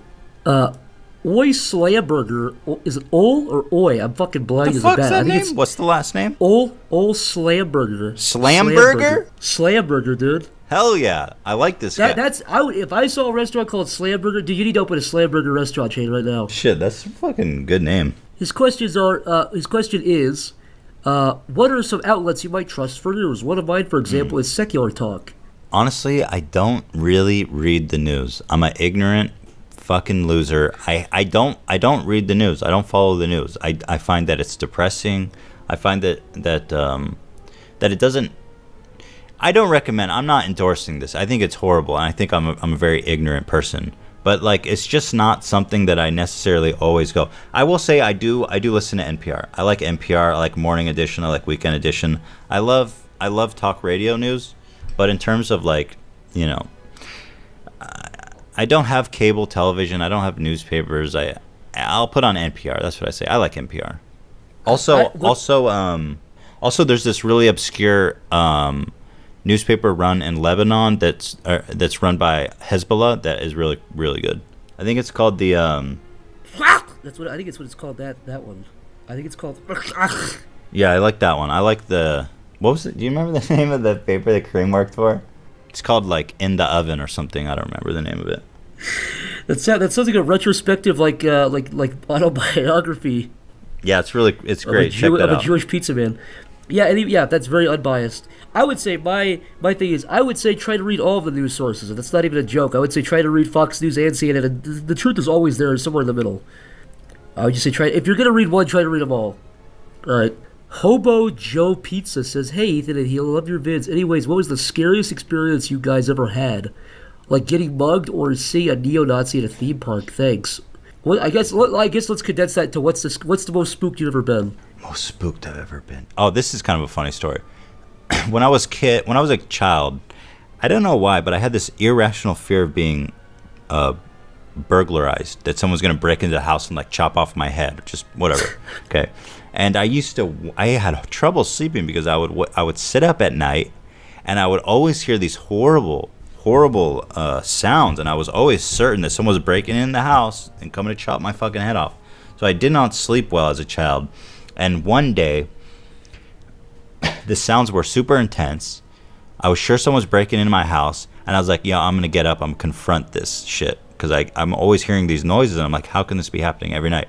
So I creep out of my bed, and I'm following the source of the sound, and it leads me to my parents' room. I open the door, and it is my dad snoring like hella fucking loud. I thought that was getting a lot differently than it did. Yeah, I felt that. I felt like the expectation was gonna go somewhere else with that, but it was just my dad snoring. He was snoring so loud that for like 5 years I thought someone was breaking into the fucking house, and You thought somebody was just like breaking in and just like roaming your halls, waiting to kill you, and just would leave?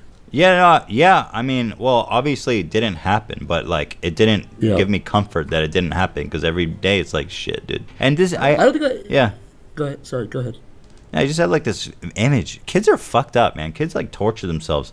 I had this very vivid image of a man with an axe, because I used to sleep with the blanket up to my neck. He just cut off my fucking head where the blanket ended, and that's just How old were you when this happened? Man, I was probably about 10. So you were 10 years old when that happened, and that seemed like an irrational fear. But when I stayed with you guys a few months ago, when I moved here, like a week before I had come, you had said that like some fans had discovered about where you live, and I was like, that's fucking creepy. And so you guys had to leave for a couple of days at some point when I was staying there. So it was like 2 or 3 days where I just had the house alone, and that was kind of in my head. I was like, okay, what are the odds that some like psychotic fucking like just maniac decides to kill you guys one night, and they're gonna find my fucking scared ass there instead. And because if you break into someone's house to kill them like Charles Manson style, and they're not there, you're not just gonna leave the guy alone. Yeah, I had this irrational fear. Not irrational. And I was not 10 years old. You were in grave danger. I knew that. That's why I left the house. You leave me in and kill me, and you guys could come back and return to safety. No one's gonna do that twice. So, anyways, I was there alone one night. It was like 11 p.m.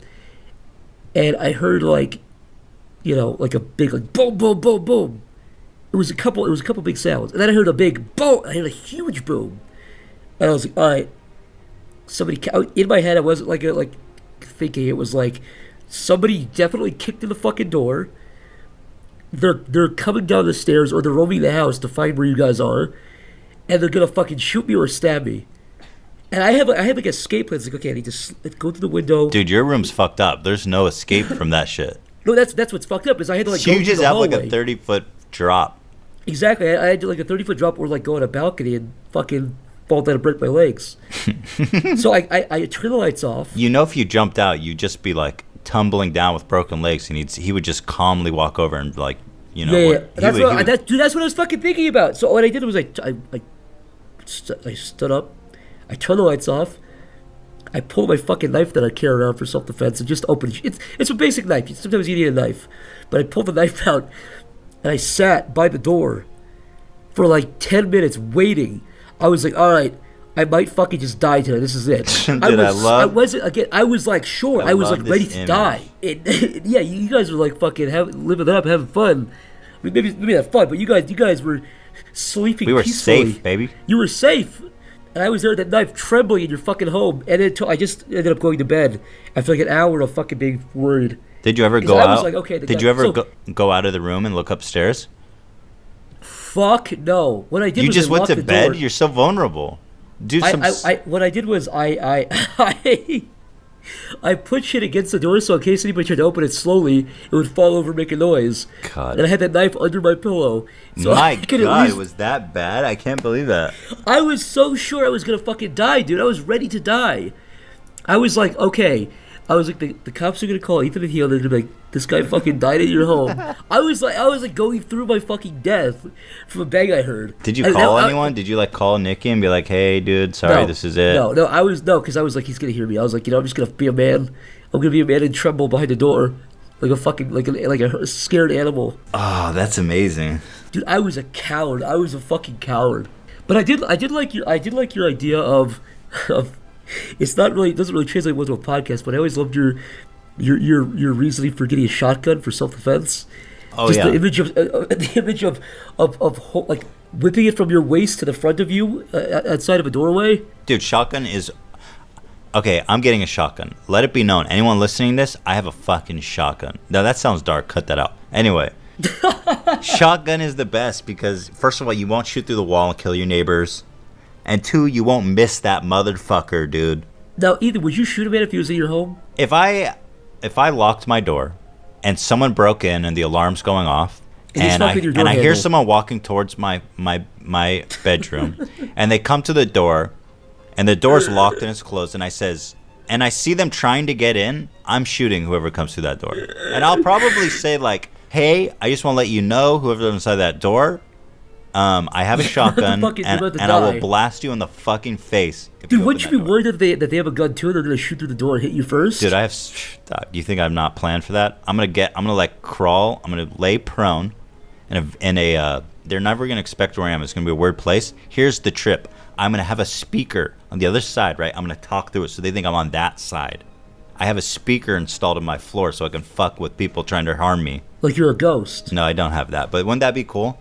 Just fucking like have like 5 speakers from every angle. Dude, that would be overwhelming if you were in somebody's house and you heard like imagine just making demon noises or something. At the very least, they would think you're a maniac. Yeah, and you know, half the time that's enough. That's all you need. Just go, you're gonna die tonight. Yeah. You're gonna see demons tonight. I'd fucking run away if that happened. All right, next question from Tom Atkinson. How do you deal with annoying fan interactions? Not everyone can pick up on social cues, and after a while, I'd probably want to break someone's jaw. Jesus, if they didn't get the hint. I think the broader question is, how do you deal with fans? Like, or have you had any negative experiences? No, not really. Everyone's been pretty great, honestly. Very great, very gracious, very considerate, very nice. I love meeting our fans on the street. They're very nice. I've had maybe 2 negative experiences. One was we're walking in New York. See this guy across the street. We're about to cross the street. He's smiling at me. So I'm like, he knows who I am. He wants to say hi. So we're about to meet in the middle of the street. And I'm like putting out my hand. I'm smiling like, hey, how you doing, dude? Nice to meet you. And he's a big guy. He's probably like 6'3". And he shoulder bumps me super hard. And he says, welcome back to high school, man. He says, what's up, faggot? And then he just walked off. He walked off. He didn't even look back. He had this like shit-eating grin on his face. And I was like, what the fuck? That was by far the weirdest and only really bad interaction I've had. The other one was some drunk guy that was kind of obnoxious, but it wasn't really that bad. What are you going to do with those? When I lived in New York with you and John, you guys, out of all the ones I saw, I don't think I saw any really bad ones. I think everyone's awesome, man. We've had hundreds of fan interactions, and they're all super sweet. They're all nice ass fucking people. It's most of people just going, "Hey, I love your videos," and they'll walk by. I'll tell you one thing that kind of annoys me. It doesn't like make me rage or anything, but just it's kind of annoying. Is when people are like, "Hey, where do I know you from? Like, who are you?" And it's like, if you don't know who I am, why? Just this thing of like, you need to tell me who you are because I don't know who you are. I know I recognize you. Tell me who are you, dude? It's like, just leave me alone, man. If you don't know who I am, it's just like that entitlement. My theory is, I think that might be at least like 20% of those people. I think are people who know you, who are trying to be coy about it, but it doesn't come off right. I don't see the point. Just say what up, because they're already like these people are even more invasive because they're like, tell me everything about you. Who are you? And impress me, and tell me why I should be impressed by knowing who you are. Yeah, exactly. And it's like, it's just this sense of entitlement of like, I don't know who you are. You don't owe me anything. I don't even care about you. I just want your time. I guarantee you 100% of the time, if you tell them who you are, they're going to go, oh, okay. And they're going to walk away. It's never like, oh my God, yeah, that's right. Yeah.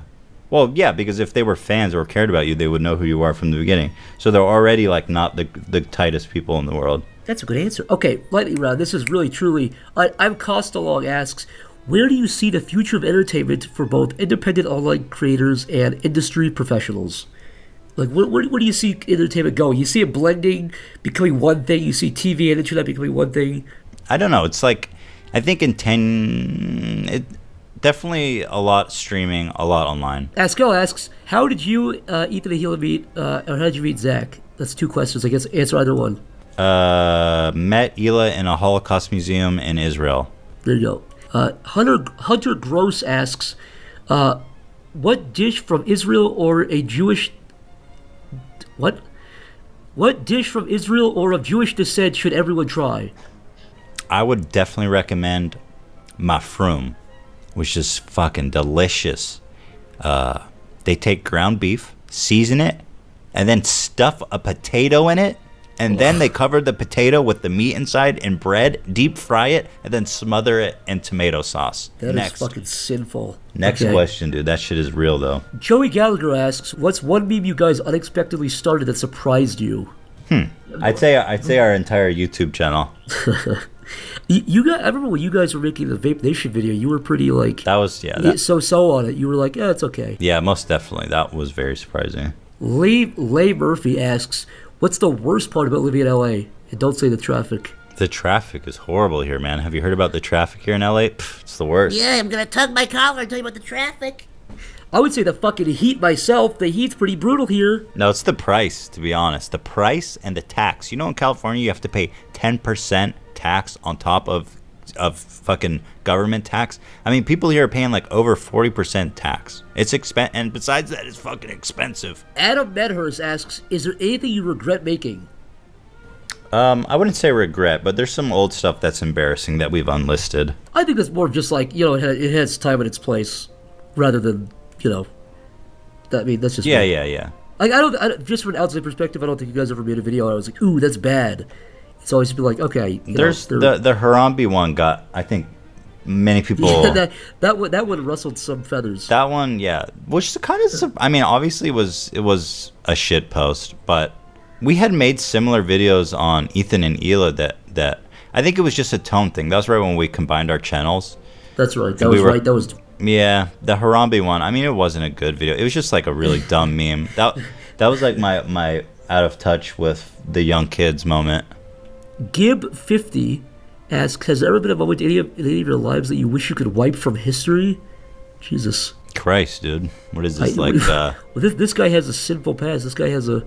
What is this goddamn? That's like Gib50 fucking atone for your sins. I want you to go ahead. I want you to write up a list of the things you've done wrong. Yeah, all the horrible things that you've never told anyone before. Write it down. And I want you to tweet it at both Ethan and I. Yeah. Because you've done some fucked up shit, man. It's okay. This is the last question. This question comes from me, Ethan. Oh, from you. From Zach. Ethan, why are you such a dang cool guy? I hate to ask you that, but I've just been wondering all these years. I don't know, dude. That's all, folks. Unsubscribe from my channel. It's all downhill from here, folks. This is the best it's gonna get. Hey, y'all, it's me, your favorite guy. I'm just here to say thanks to, first of all, y'all for listening to this. My good friend Ethan H3H3 for dedicating some of his precious, beautiful time to fucking yap in my ear for a little bit, and hopefully make y'all laugh. Hopefully y'all had a good time. I also want to give a big special thanks, big shout out to my little crew that we got going on now. I'm of course talking about Jeff Delgado to start off with. Very talented guy. He painted the little images you saw of Ethan and I, the little caricatures. Very talented guy. If you're a rich mofo, I would suggest giving all of your money to Jeff Delgado and commissioning him if he so pleases. I'd also like to thank Alan Brown for composing the intro music. Greg Catterman for narrating it, and new special warning. New guy, new kid on the block. I'd like to give a special thanks to Alden. What the fuck is this guy's name? We'll look it up. This guy's name is like a riddle. Alden Chambers also goes by Echo Chamber. Echo Robot. Anyways, he did the music you hear right now that's behind me. That's punctuating my fucking voice. I want to give a giant special thanks to all my patrons, especially all those y'all who are donating, something crazy like over $10. That's ridiculous. And everybody's questions that you heard near the end there were people who were paying over $25. So special thanks to all of those guys. I'm gonna name you guys by name. To all the schmucks, I'm talking about Johnny Anifo, Ole Slamburger, Brandon Ruff, I'm Costalong, Mr. Chris Wood, Clockwatcher, Chris Mitchell, Pencil Shavings, and James McGines. Thanks to all you guys. But wait, there's more. I'd also like to give a huge special thanks to all the bozos out there for the over $50 tier. I'm talking about Dean Hubbard, Rowery Harding, Hobo Joe Pizza, Jace Baker, Classius Clay, I'm getting lightheaded, Colbane Mali, Isaac Perry. And to everyone else, I appreciate it. As per my Patreon, you're allowed to put a little ending message in here if you want to like threaten the president or something, you get me arrested or confess your sins. You're allowed to do it here. Messages this week come from James McGuines. James McGuines says, "Can you call my mate Tyler an oxygen thief?" Hey Tyler, buddy, I hate to tell you this, but you're a fucking oxygen thief, dude. I'm gonna ask you to go ahead and put a bag around your neck, dude. I know you didn't tell me to say that part, but I felt like it was kind of implied. He actually attached a picture of this guy. This is the picture James attached. He attached this in the email to me. I don't know why you want this man to die, and I don't know why you gave me his social security and his address. And he said post this, but nobody attacked this man physically. Nobody do violence onto this man's life. The other message comes from Ois. I still can't tell if it's Ol or Oi Slamberg. I'm retarded, man. This is what it looks like on my screen. Is that Oi or Ol? I need consensus on this. I could probably just ask the guy, but I'm not going to. Okay, he says, imagine the noises Little John would make if he were going Super Saiyan. Look, man, I don't know who the fuck Little John is. He sounds like a little fairy tale character. Like a little pixie. That's not right. He's probably a rapper. Bye! Hello. I'm gonna be a sellout piece of shit for about 2 seconds, just bear with me, and the podcast will start and the funnies will roll into your ears. And you'll experience pure nirvana. Anyways, if you'd like to, the Schmucks Episode 3 print is gonna be up for only 1 week at shrunkrobot.com/psychicpebbles. After that, it goes into the void. And if you don't want to buy it, that's totally okay. Just to let you know. Overall, just gosh bless, enjoy the podcast, have a great day. That was for both of your cheeks. Hope you smiled.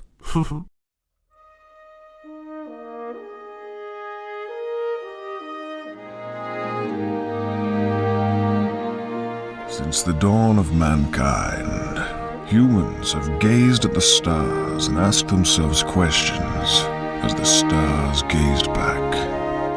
Why are we here? Are we alone? How will it all end? However, out of all the questions man has asked over the millennia, there remains one that trumps all others.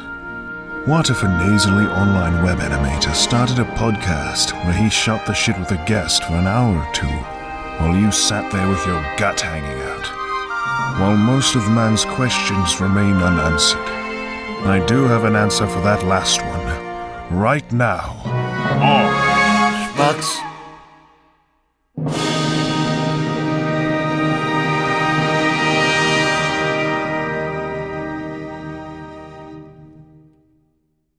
Okay. I guess I should be the one who introduces this podcast because it's kind of my thing. It's yours? Hi, yeah. guys. Yeah, it's mine. That voice you just heard, was that of Lyle? The other voice that you haven't heard yet is Chris. Chris, please speak up to the whole class. I want you to say hi. Oh, hello. Hi. He's the silly one of the class. He's always eating glue. I'm a small little girl. He's a small little girl, which we told him not to say that. He said the only stipulation that I can come on is if you only refer to me as a small girl the whole podcast. It was strange, but I complied. I have my he does that at the beginning of every social interaction. It's very strange. He says, "Hi, I'm a little girl." We say, "You're not fooling anybody." It's a very spiritual stipulation in my family. He says tradition for generations. You want eye contact or do you not want eye contact? Because I can look at the ground the whole time if you want. If you want me to look at the floor, I only feel comfortable making eye contact if I know I'm going to be protected. If I know that your paternal instincts are going to protect me. So you gotta call me a little girl. I can count the specks of dust on the floor instead of looking at you in the eyes. If you don't like to be intimidated. So anyways, for real, welcome to Schmucks. This one's gonna be pretty informal, hey, it's gonna be fun. You know I'm gonna smile. I can see, hey, the guy right now who's sitting on his couch with his little fan going, you fat bastard, you're smiling, I can tell, I can see it on your face. The listeners, I can feel it on you. You're already having a good time. You can feel the energy, the raw energy. So to introduce you guys, Lyle, why don't you go first? Just explain. Give your elevator pitch of your channel, what you do. I've been 3 years sober. Ever since I backed my truck over that little girl. Well, she wasn't a little girl. She insisted we called her a little girl. I nursed her back to health, and now I'm a father of her children as well as she is my child. I think in your journey, it's very important to, what's happened to you and with this little girl. I think it's very important that you emphasize that you did nurse her back to health via breastfeeding or via breastfeeding. Right, yeah, it was of your own breasts. Like opossums will do this. Is like even if there's no female in their tribe, opossums are naturally a tribal animal. The males will start breastfeeding, and it's not necessarily like nothing comes out, but it's like a placebo effect where. It just has that effect for everybody. So. All right, explain who you really are, Lyle. I'm Lyle. I go by Lyle McDouchebag. I make cartoons and stupid shit and comedy videos and shit like that. And if people want to find you, where can they find you? Go ahead. I'm Lyle McDouchebag on everything. There you go. About everything. Boom. Hey, now, Chris. Hey, Chris. Why don't you give? Hey, look, I'm President Obama right now. Okay. Hey, Chris, you do YouTube, huh? Go ahead, press me. Oh, what do you do? Oh, well, I talk about politics, and I do it in a. Okay. Yeah. You Sounds like you failed a litmus test right there. I failed a litmus test. If you really knew about politics, you would have been like, "Hey, wait a minute, Obama's not the president. Not anymore." Whoops, I'm a little behind. You're a little behind. Hey, you've been asleep since summer 2015. Guess what happened? What happened? Jeb Bush is the president, even after he beat up that Black Lives Matter person on camera. What? Have you guys not seen that video called Jeb Bush beats up Black Lives Matter? Are you serious? This is a thing that happened? Was this before? Wait. Was this before or after? Everybody go to YouTube, scroll to YouTube and type in Jeb Bush BLM. All right, before we devolve into the, hey, have you seen this video? Yeah, sorry. Podcast. Yeah. Let's, sorry, we derailed you, Chris. Yeah, go ahead, for real. For real what? You want me to introduce just myself? Yeah, Hi, I'm Chris Reagan. Hi, how's it going? I'm Chris Reagan. I do political videos and I don't have any qualifications.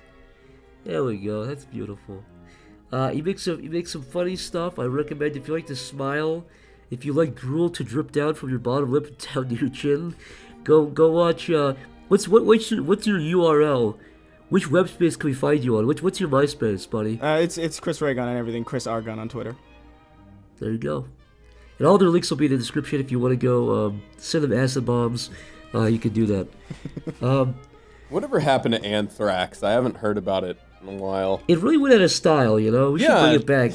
I remember when it was like the thing to mail someone. Wasn't it a powder, though? I feel like powder's kind of not as effective as other things. As a solid spike that would shoot through someone's forehead if they opened it? So you're saying like if somebody gave you a bag of powder at a convention, you wouldn't snort it? Absolutely. See, what I like about an acid bomb is it's not just, a bomb is to kill someone. You can shoot somebody in the back of the head. You can do a lot of things. But an acid bomb is specifically designed just to deform somebody, but to make sure that they live. It's a very interesting little contraption, an acid bomb, if you think about it. It's a very psychological weapon. It's like science creating magic, It's like the witch's curse where she makes you ugly. Except there's no true love's kiss to reverse it. You're just fucking ugly forever. You just have to have 40 surgeries to have a dead man's face on your face, and your body rejects it. Yeah, and that's what true love is. That's what actual, real true love is. Can your body reject a face? Mine does it right now to my real face. So yes, it's possible, Chris. It's slowly crawling further and further from your skull. Every female body I've seen rejects my face pretty easily. So yes, bodies can reject the face. How does the face go about being rejected? Does it crawl outward or does it seep inward? No. It crawls off and slithers into the pipes. Yeah, it just goes into the drains. It suffocates a rat. And then the rat has the face. The rat is the rat has human speech because it has your face and you can hear it in the walls. Oh my god! I would kill myself. I would kill myself if I encountered that anywhere. It's like that fucking haunted mask goosebump shit. there was an episode where a rat wore a man's face, a burn victim's face. Well, pretty much. That was the haunted mask. It was like everybody. They had these masks, right? And then you're thinking of the Mask. No, I'm Jim Carrey. No, this is Goose. Dog this put is on the Goosebumps. mask. They made a sequel to the Mask, and the joke was that it's dogs and babies. Oh God. Did you ever see the knockoff Goose Pimples? What? You guys never saw this? It's like a Mexican series. It's called Goose Pimples. I don't. There's one where a guy is eating a slice of bread and there's a piece of mold on it. And he only realizes after he bit into it. It's a fucking terrifying book series. Everyone go check out Goose Pimples. Wasn't there like an author that was like, I'm gonna be a parody of R.L. Stine, who's already like kind of sort of a parody, sort of. Like they were I was like just joking. Is it a real Yeah, parody yeah. I series? could have sworn there was like an author that was like, oh man, what the fuck did he call it? It was something like R.L. Stinky or something like that. Oh It was my really God. fucking.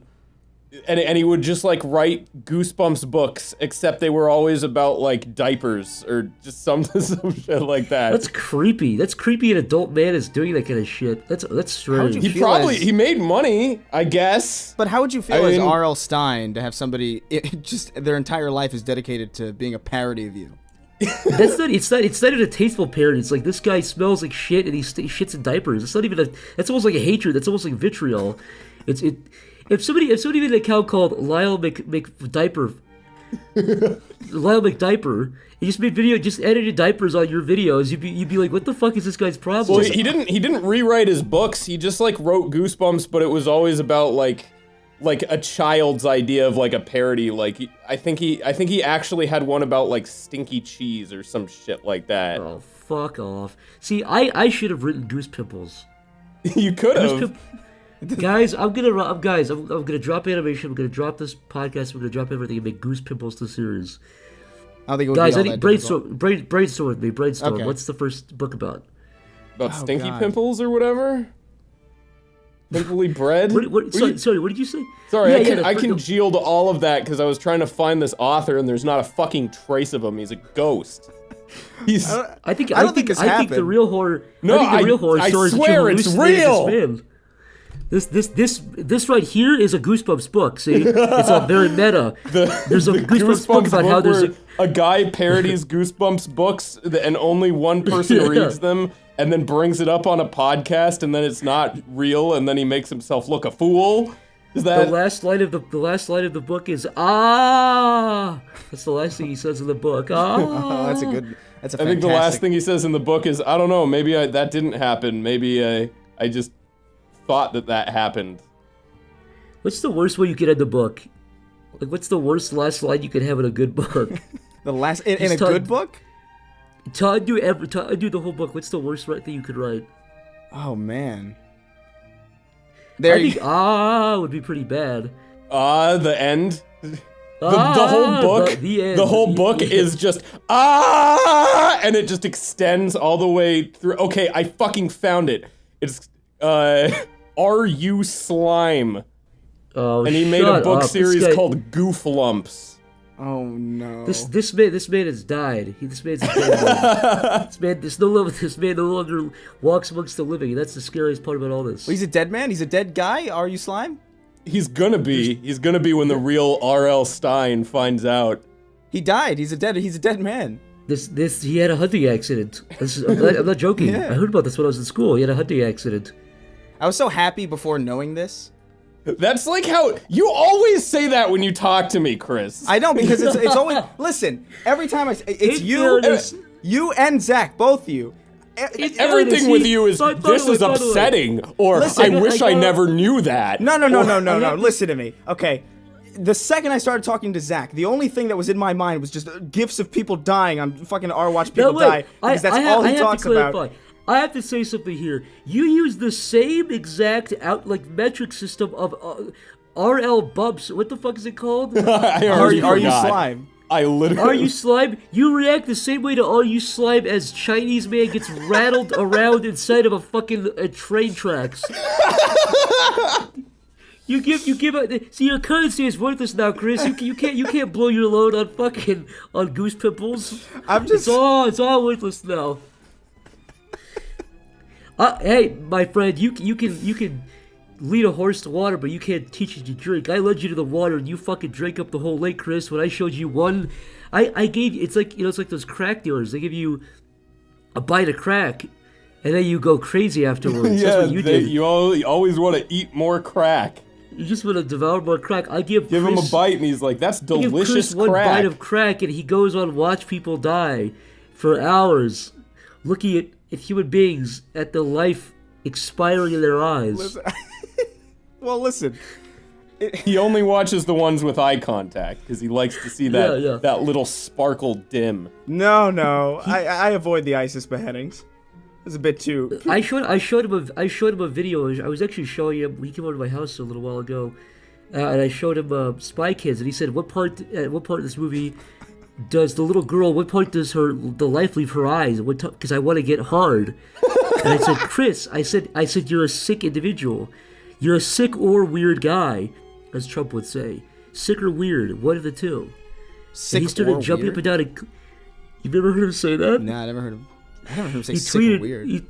He said, "Let me find the tweet." Sick I'll or find weird. this later. While you're finding that tweet, do you want to hear a really uninteresting story pertaining to Spy Kids, which is true?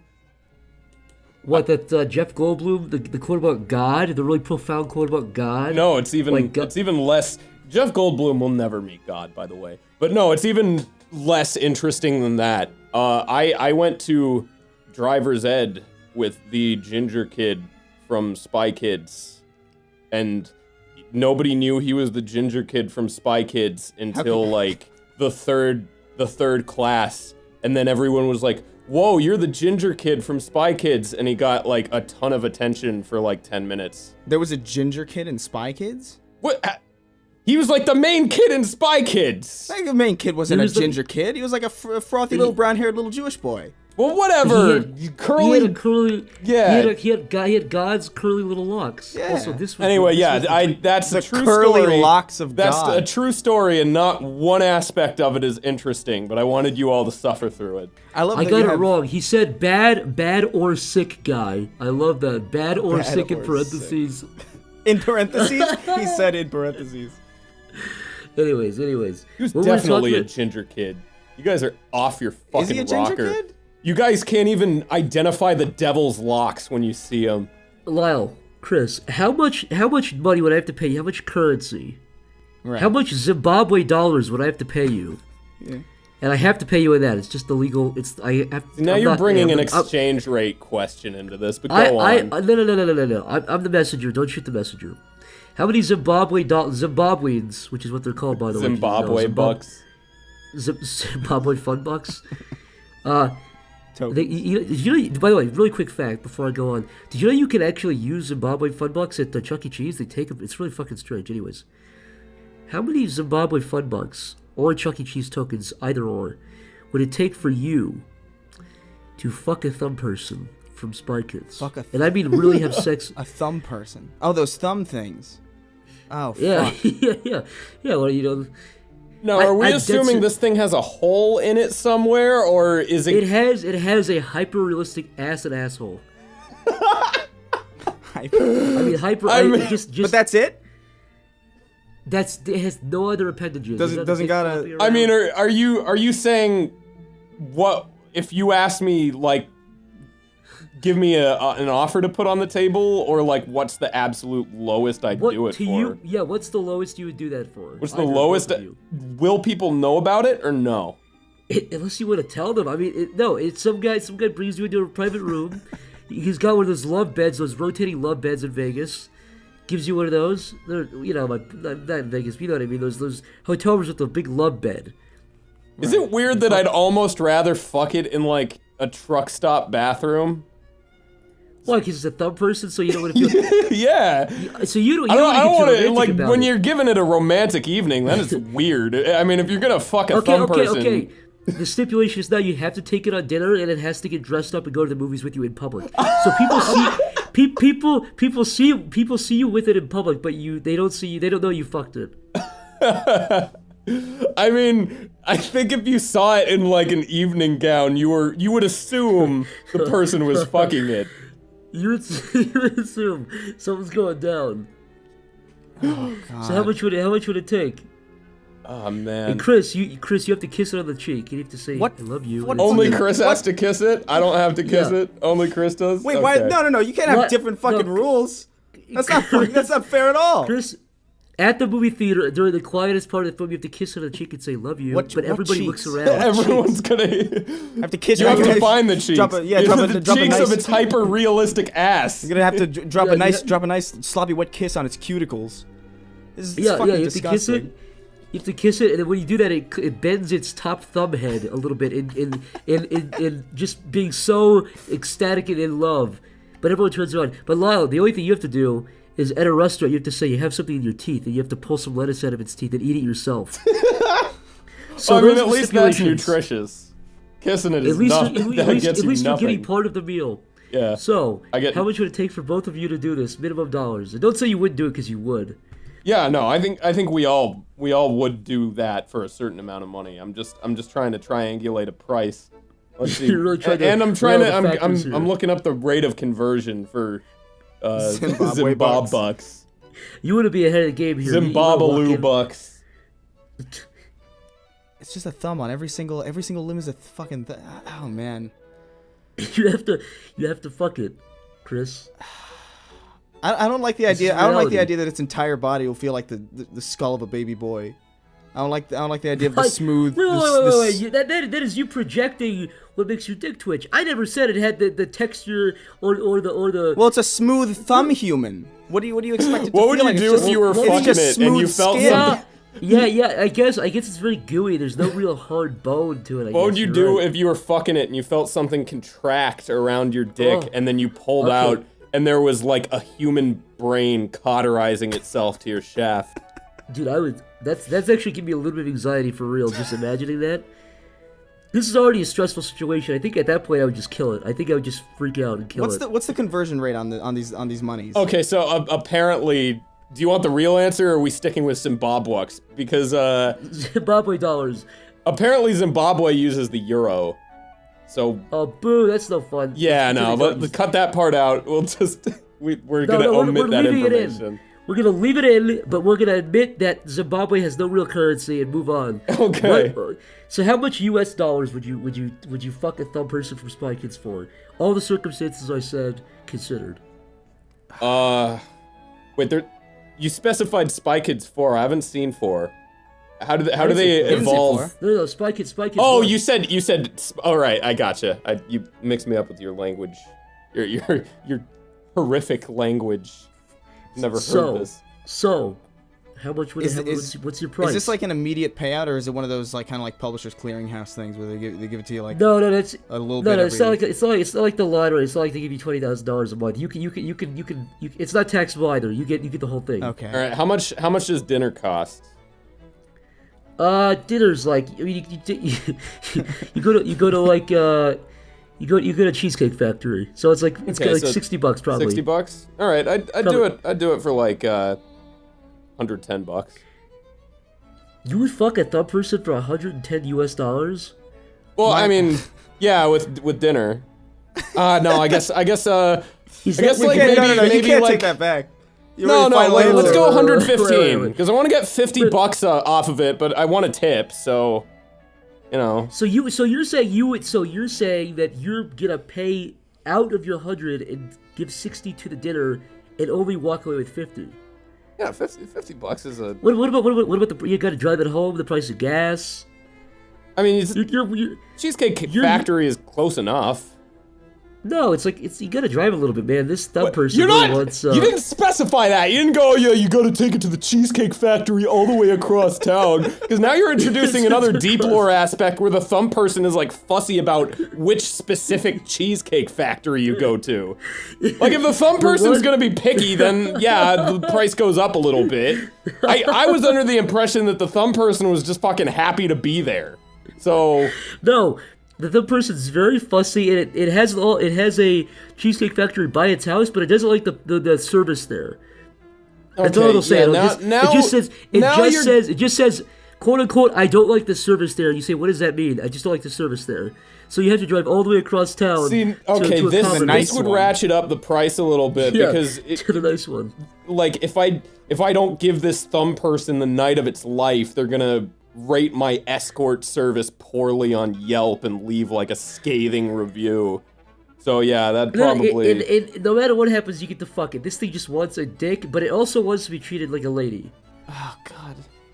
Okay, yeah, that makes this a much more premium thing. I thought this was like no, it's not a quick job. No, this is like highbrow stuff.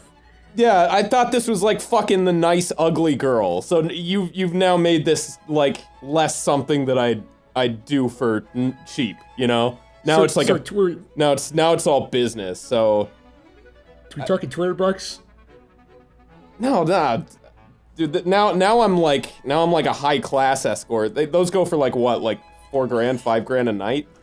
Whoa, what the hell is with the leap? That's a huge leap, dude. Yeah, but I mean that's the difference between like a hooker and like a high class lady. That's not the difference between a cheesecake factory that's slightly closer and a cheesecake factory that's across town.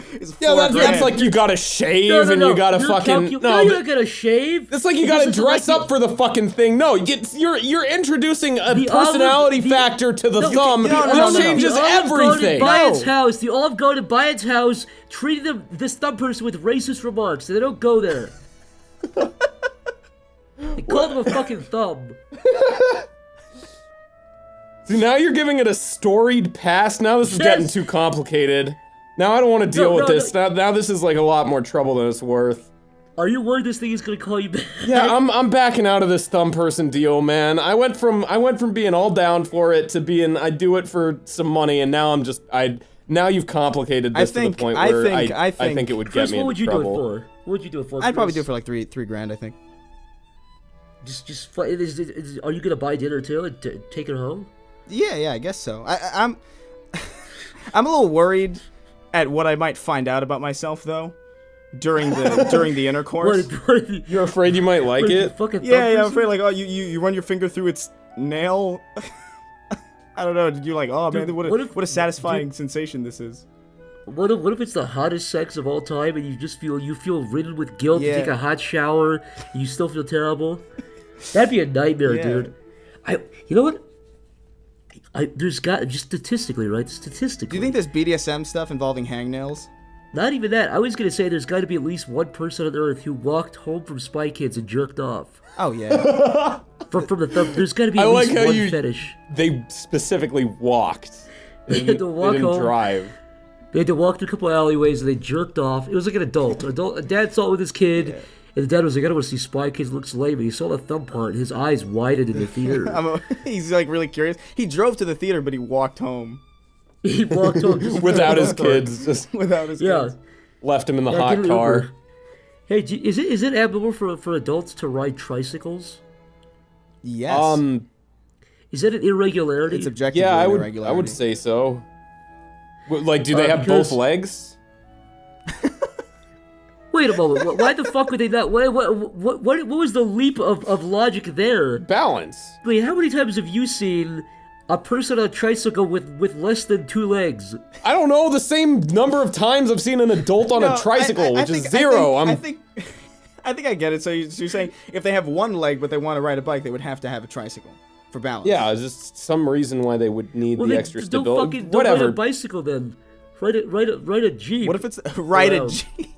What if it's their passion? What if they like really loved riding tricycles and then they lost one of their legs? It can't be that much of their passion if they're willing to fucking lose a leg over it. If you're an adult, what if they riding lost a fucking leg tricycle, it's probably a passion of yours. Nobody does that half-heartedly.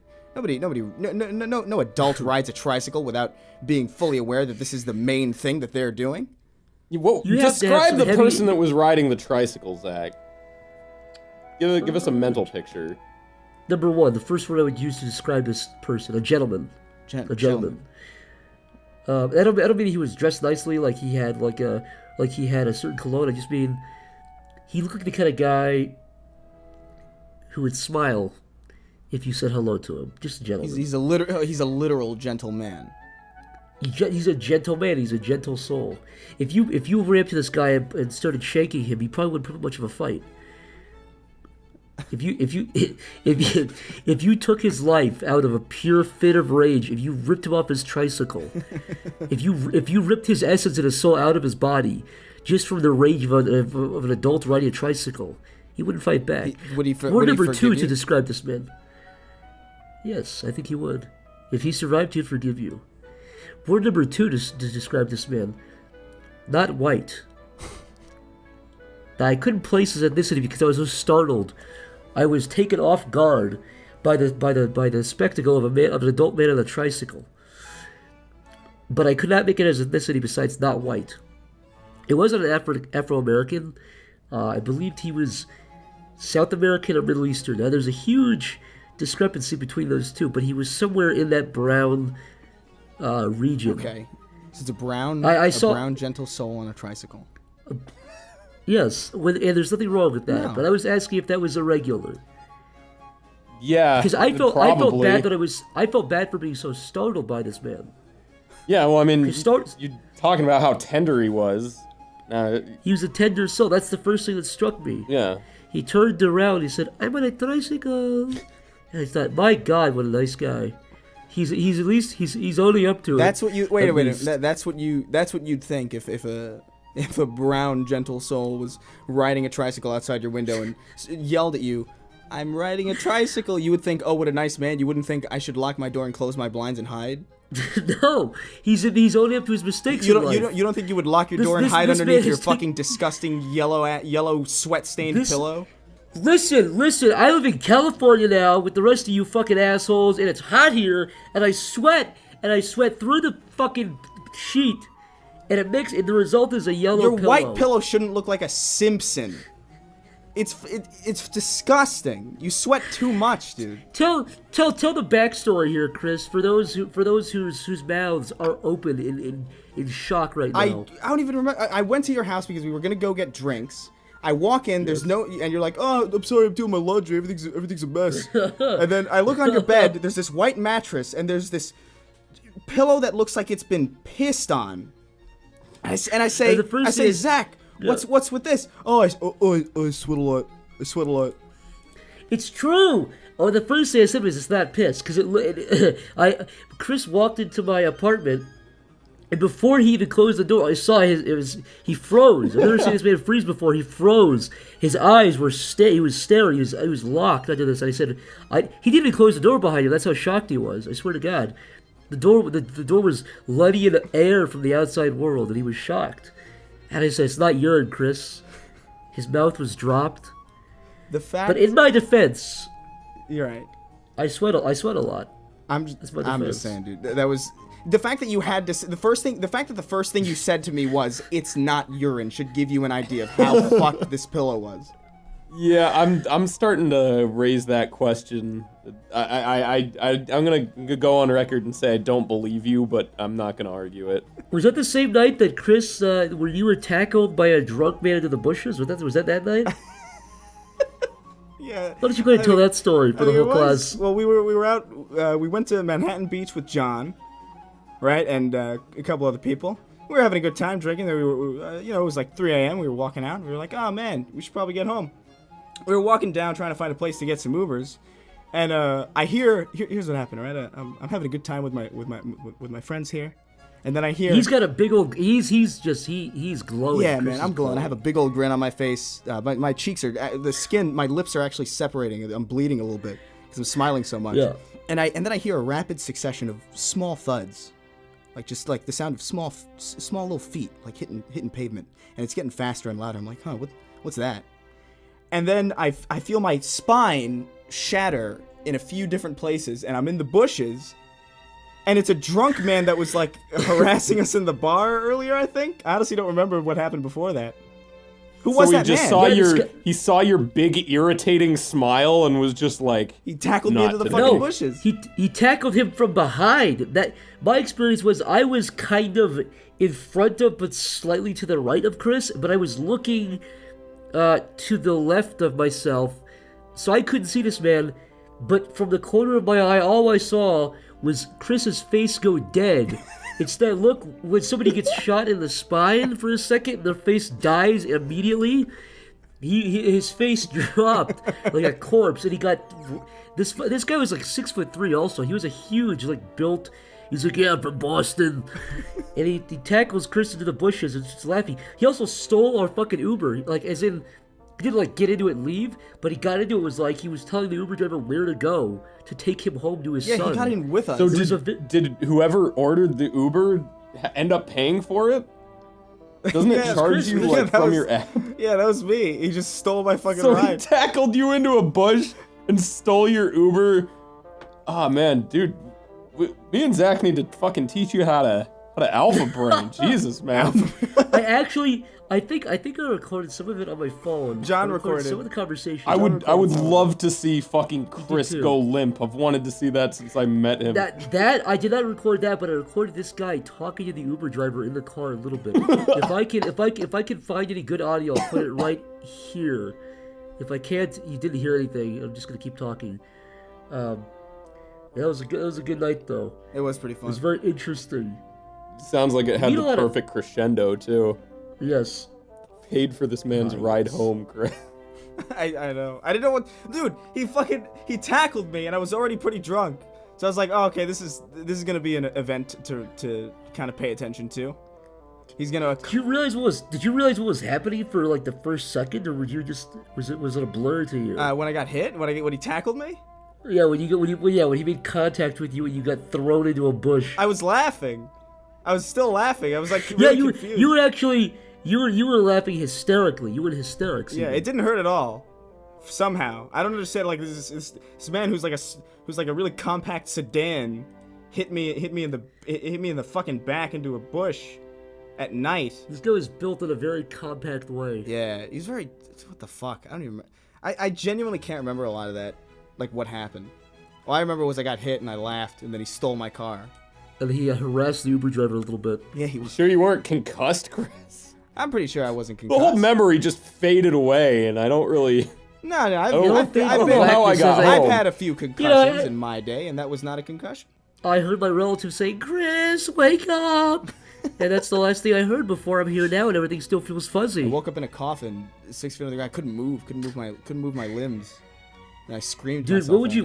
What could you? Isn't it amazing that there was a time where that would just happen, where you'd fucking bury somebody alive by accident? I used to have fucking nightmares about that shit. Like getting buried alive. Would you think that's the worst way to die? Just getting buried alive and starving I to death in a think so, fucking hole? Because it's not you can't even really kill yourself. You can't even do anything to put yourself out of your misery because there's almost like no room to move. Yeah, especially if you're like buried alive in like an uncomfortable position. Like imagine you're buried alive in a coffin where like you can't stretch out. Yeah. That would fucking suck. Well, like in a fetal position or something? Yeah. Most coffins don't have good fucking space, man. Like that is the reality for most of them. What? Yeah, I mean, I guess you don't have to really worry about the fucking thing being comfortable.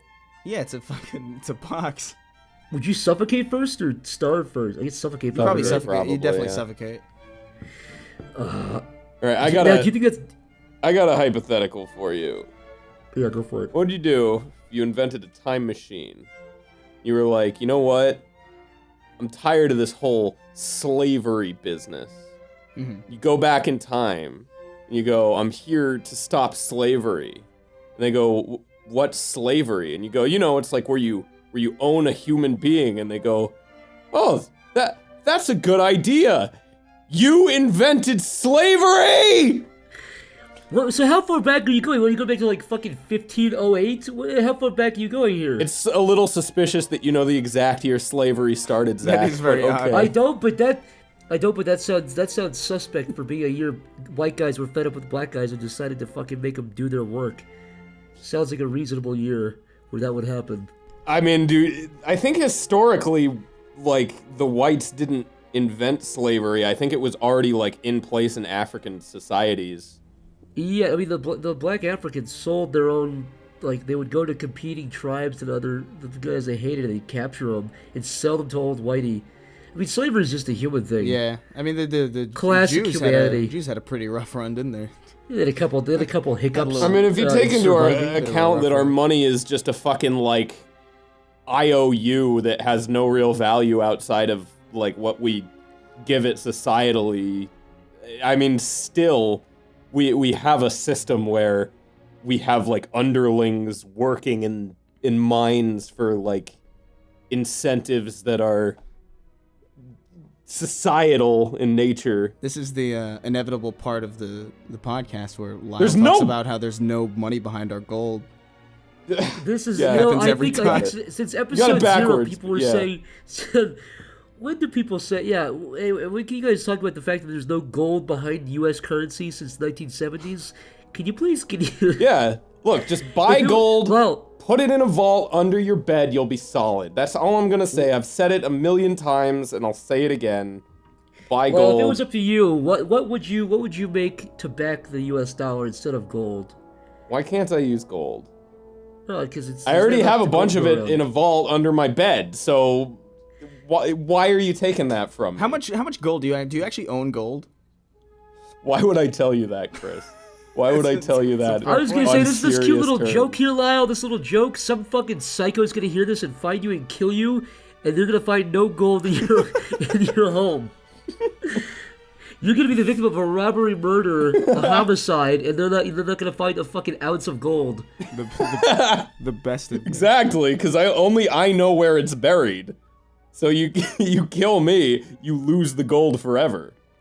Have you ever thought about doing that? But if someone's about to kill you, you'd be like, you know what? I can tell you where $1 trillion of diamond is buried. No one's gonna fucking. If you don't kill me. Yeah, I have the GPS coordinates in my mind. Only I know. I've never written them down anywhere. I don't. You know something crazy? I don't think I've I'd be always wanted to say convinced to by somebody. I would say I have a GPS tracker inside of me, and I have a camera built inside my eyeball, and it's recording everything you're doing right now. So even if you kill me, you're gonna be caught. Do you think that would convince anybody No, to if not someone's murder me? if someone's in trying to cold kill you, they blood? want you dead. They're not gonna give a shit if you got a camera in your eye. It's like Yeah, but they're gonna get caught now. that's so. You think they? I feel like most people, if they're going on a fucking hunting spree, like that dude who tried to kill David Spade, I think they kind of accept the fact that, you know, they're probably gonna get caught.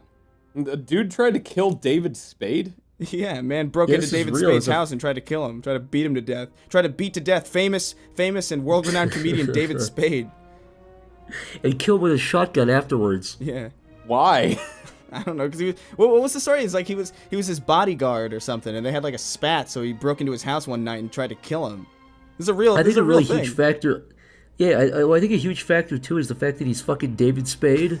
And some guy was like, "Wait a minute, David Spade's a real thing. I need to fix this." And he just. You think he saw Joe Dirt and thought, "I have to stop this," and so he was like, "Holy so he got a shit." job as his what was it, bodyguard, and tried to do it. Well, I from mean, the that's inside.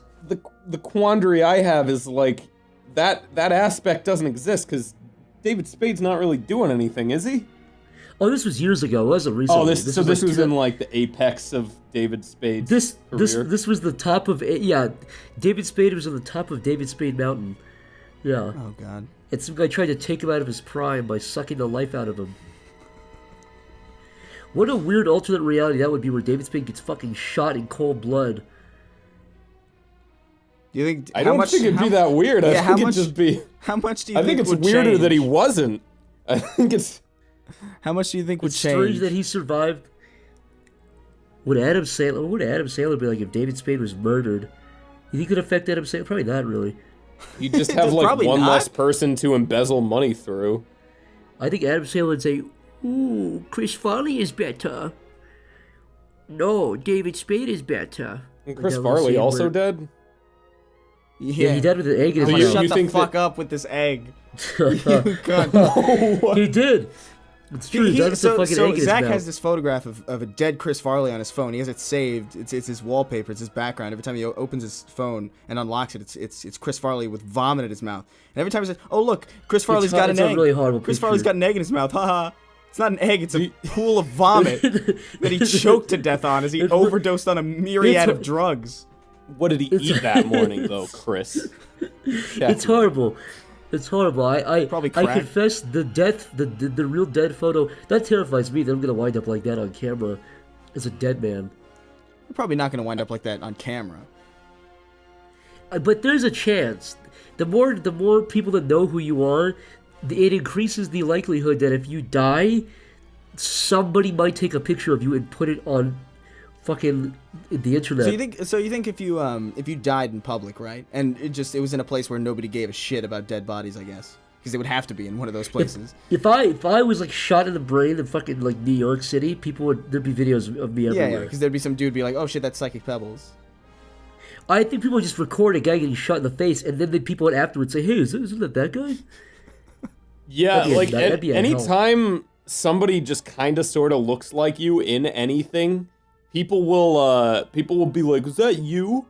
Yeah. Like there's always people that ask if I was like an extra in some thing, or like if I'm like at a place that they are, or like I think some person like tweeted at me and said something like, it was like, I'm trying to remember what they said. It was like a really weird specific scenario, but it was like a porn. But I'm trying to. They thought you were in a porn. They thought I was in a porn, but there was like a weird condition. It was like, were you in a porn in a cast on a wheelchair or something like that? Like it was like, it wasn't just were you in a porn, it was like, were you in a really specific kind of porn?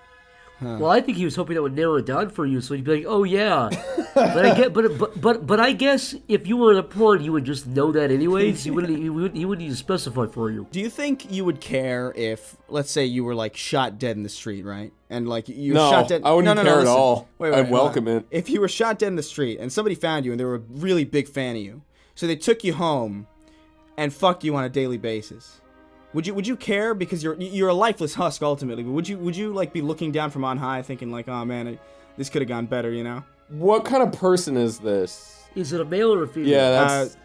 I don't know. Flip a coin. Could be anybody. All right. Well, that's gonna. Could be anybody. It could be one of those non-binary folks, or it could be one of those intersex with those people who like I have my penis goes into my vagina sometimes. Could be one of those people. What if it was Chris Chan? What if Chris Chan found your dead body and brought it home and fucked it like that Julie doll every day? What would you do? What? Chris, right? What'd you do? Oh God. I mean, what would you do? You're a dead man. I'm a dead you're man. Fucking yeah.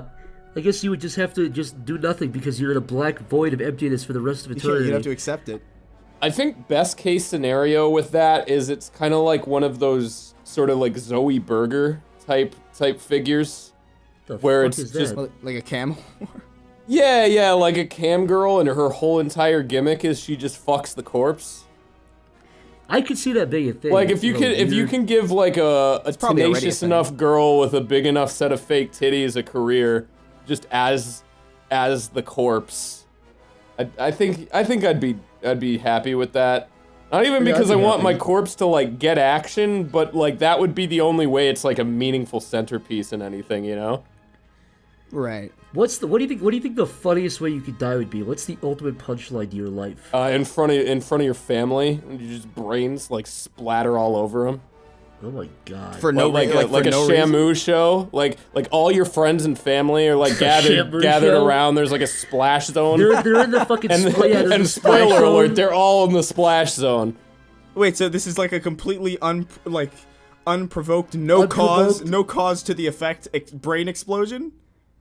Like it just happens? Yeah, like you like maybe you're kind of old, you're on your deathbed, like you have like a whole group of people that you've touched. Peaceful up until your fucking brain explodes. Yeah, no, I'm just talking like whole body, like just full body, just like biggest mess you could possibly imagine. Like a whale exploding. Yeah, like I want like the outlines of all my friends and family to be like on the wall, like fucking Pompeii, you know? So that room is like a memoriam. Pompeii. Now, does anybody get hurt in your situation? Does anybody get hit by a piece of brain matter in their eye and they go blind or something? Or is it just like a skull fragment? Or is it purely... No, but I do want to make fragment, such a big mess that maybe it's like etched into people's memories so vividly that every time they close their eyes, they see it.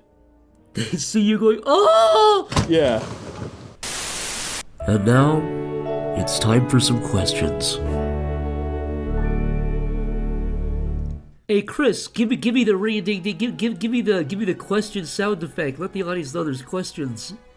Oh. You all know that sound effect, that famous sound effect that's been since episode 1 up until now, episode 100 now you're listening to.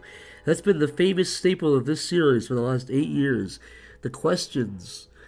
These questions, of course, come from Patreon. And now we're going to answer. Question number 1. Hey Zach, this question is for both Lyle and Chris. What is the scariest experience you've ever had in life? Thank you for answering. Oh man. Scariest experience. So, I went to the Yonkers Raceway Fair when I was a young lad, and I was excited to get on some ride, so I ran ahead of my family. And then as I was passing, this isn't a joke, by the way. It's gonna sound like a joke, but I'm dead serious. I walked past these 2 tents. It was like a fair, like kind of like a circus thing, and a small, what I perceived then to be a gnome, walked out from behind the alley and said, "How you doing?"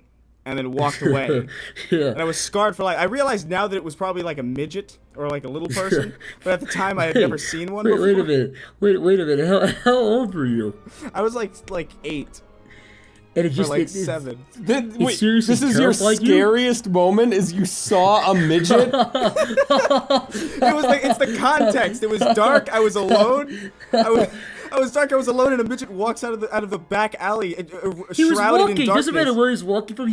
No, as a midget walked. A midget walked is your scariest experience. A midget was bipedal He was in and walked. costume. He was in costume. He looked fucking terrifying.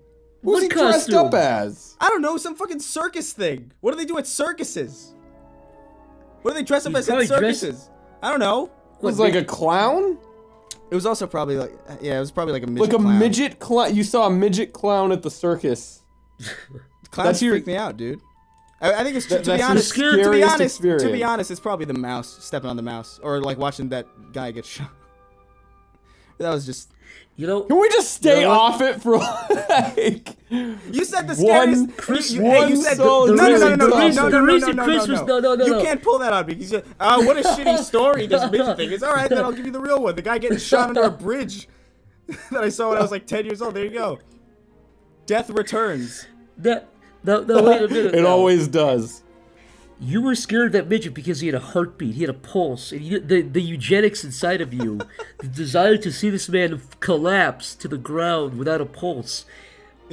That's what compelled Maybe you. if this was like me we're talking about, but I don't think there's a eugenics bone in Chris's body, especially when it comes to height. Yeah. It is. It's called his penis bone that he kills women with when he has sex with them. He does have a pretty tall penis. He removes women from the gene pool once he fucks them. It's like a routing snake in it.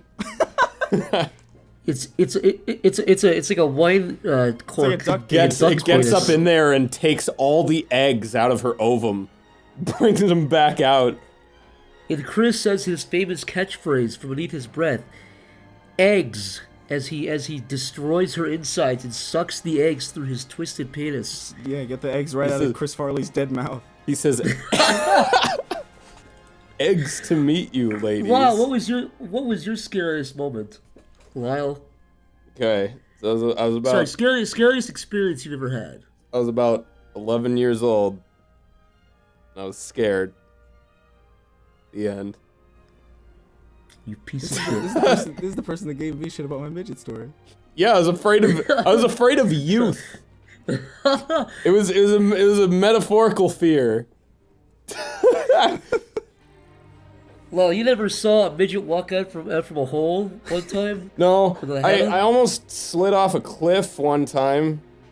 A cliff? Yeah, I was doing some extreme sports, some winter games. As you do. Extreme sports, and I almost slid off a cliff, and then I didn't do any more winter games, extreme sports. Now, are you filming me? Are you fabricating this? You almost fell off a cliff? It's a very uninteresting story, but I just hit a patch of black ice and I couldn't stop myself from sliding, and I almost like wait, you hit a bunch over of black cliff. eyes? Yeah. Yeah, black ice is terrifying. They're notorious. Really terrified they're of black notorious- ice. Notorious for congregating on mountaintops. Yeah. Yo, man, what's up? How you doing? God bless, man. Have a good night. Lyle comes tumbling into these men. Their little circle. Their little circle is this. Yeah. Cobain Monty asks Chris, "What will you accept God Emperor Shia LaBeouf as your Lord and Savior? If not, why not?" I'm pretty sure didn't Shia LaBeouf die? He died of AIDS. Yeah.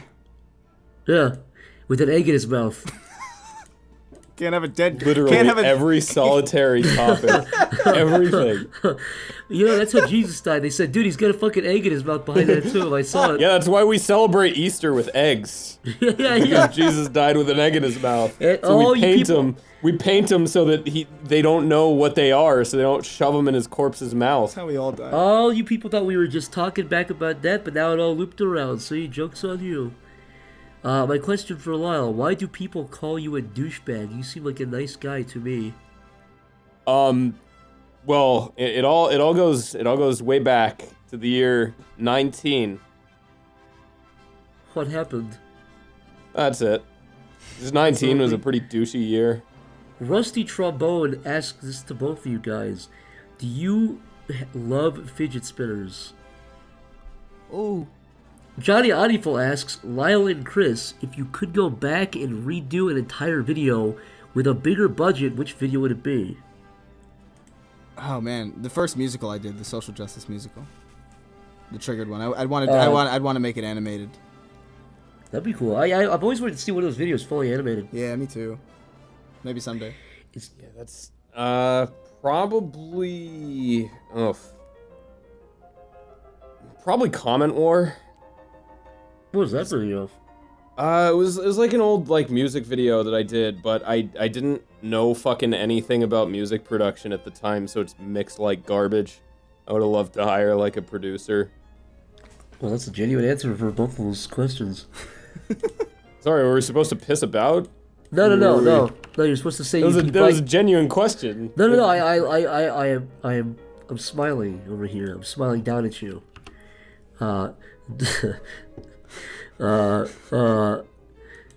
Brandon Ruff, as I like to call him, says, if you had to choose one classic horror movie character, 70s, 80s, 90s, etc., to be best friends with, who would it be and why? I feel like Freddy Krueger would be a piece of shit, so don't nobody say Freddy Krueger. That guy would be not cool to hang out with. Yeah, he would be fucking coming into your dreams all the time unannounced. Like he'd be like that friend that's always inviting himself over. I feel like hey man, what are you doing tomorrow? That's what he'd say to you. He would also be like, yeah, Scream's got that silly face. Yeah, he seems like he's a happy-go-lucky guy.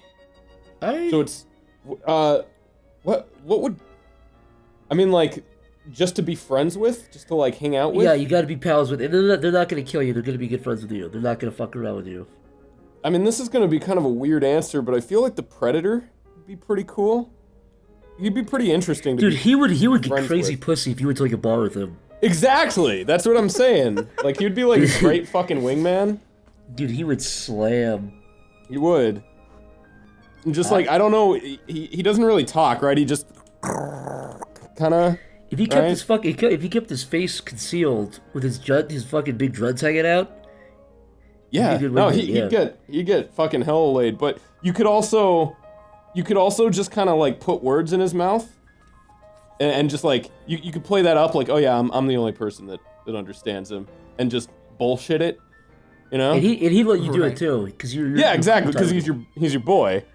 As long as you're not making him say anything crazy. No, but like as long as you don't say, man, he just said he was really waiting to see. He's dying to see young Sheldon on NBC. As long as you don't say that, he's not gonna fucking be upset with you. No, but like, okay, you take him to a bar and you go, yeah, what's that? You piece of shit, and you give him like a soft like jab in the arm. Like, this is becoming how really fucking real cool? How fucking cool would you come across to like everybody? You're just the dude that gets to pal around with the Predator. With the only guy who understands him too, allegedly. Exactly. Dougie asks, Chris and Lyle, what are your biggest comedic influences? That's what he says to you. Oh man. Oh shit. Yeah, that was hard. I don't really. I kind of like fell into this, so I didn't really like go in like this person inspired me. Stewie Griffin is funny. Pretty epic. Oh fuck you. I have a shirt from Hot Topic where it says Stewie Griffin would with Don't finish it. Don't finish it. I don't know, like probably like Carlin and Bill Burr and people like them. Norm Macdonald, I know, is pretty big. Norm Macdonald. Big Norm Yeah, Macdonald. But I didn't really. It wasn't like I went out of my way to inspire. Like as far as like content, I'd say like Jontron is probably a pretty big. Yeah, I'd say. That's it. I definitely have influences for like moment to moment stuff. Like if I'm like, oh, okay, yeah. I really liked how this did this, so I'm gonna try to go for that same vibe. But I, like, not just in general. If that makes sense. Yeah. Like there's nobody that I would like hang a portrait of up. Right. So you told me you would never own a Hot Topic shirt of Stewie Griffin? No, I did own one of Bart Simpson though. Was it him spreading his ass and to face the front of the shirt? Yeah, and he said, "You'll know who Zach is one day. That's why I'm spreading my ass." And I was like, "That's the perfect shirt." I bought it. I don't know why. I just gravitated towards it. Check out the shit inside my ass and look how it's kind of like stringy up and down because it's very goopy. So Bart Simpson said. Season 2, Bart the General is the exact episode. Classic Bart Simpson quote. You are a fucking blight on humanity, Zach.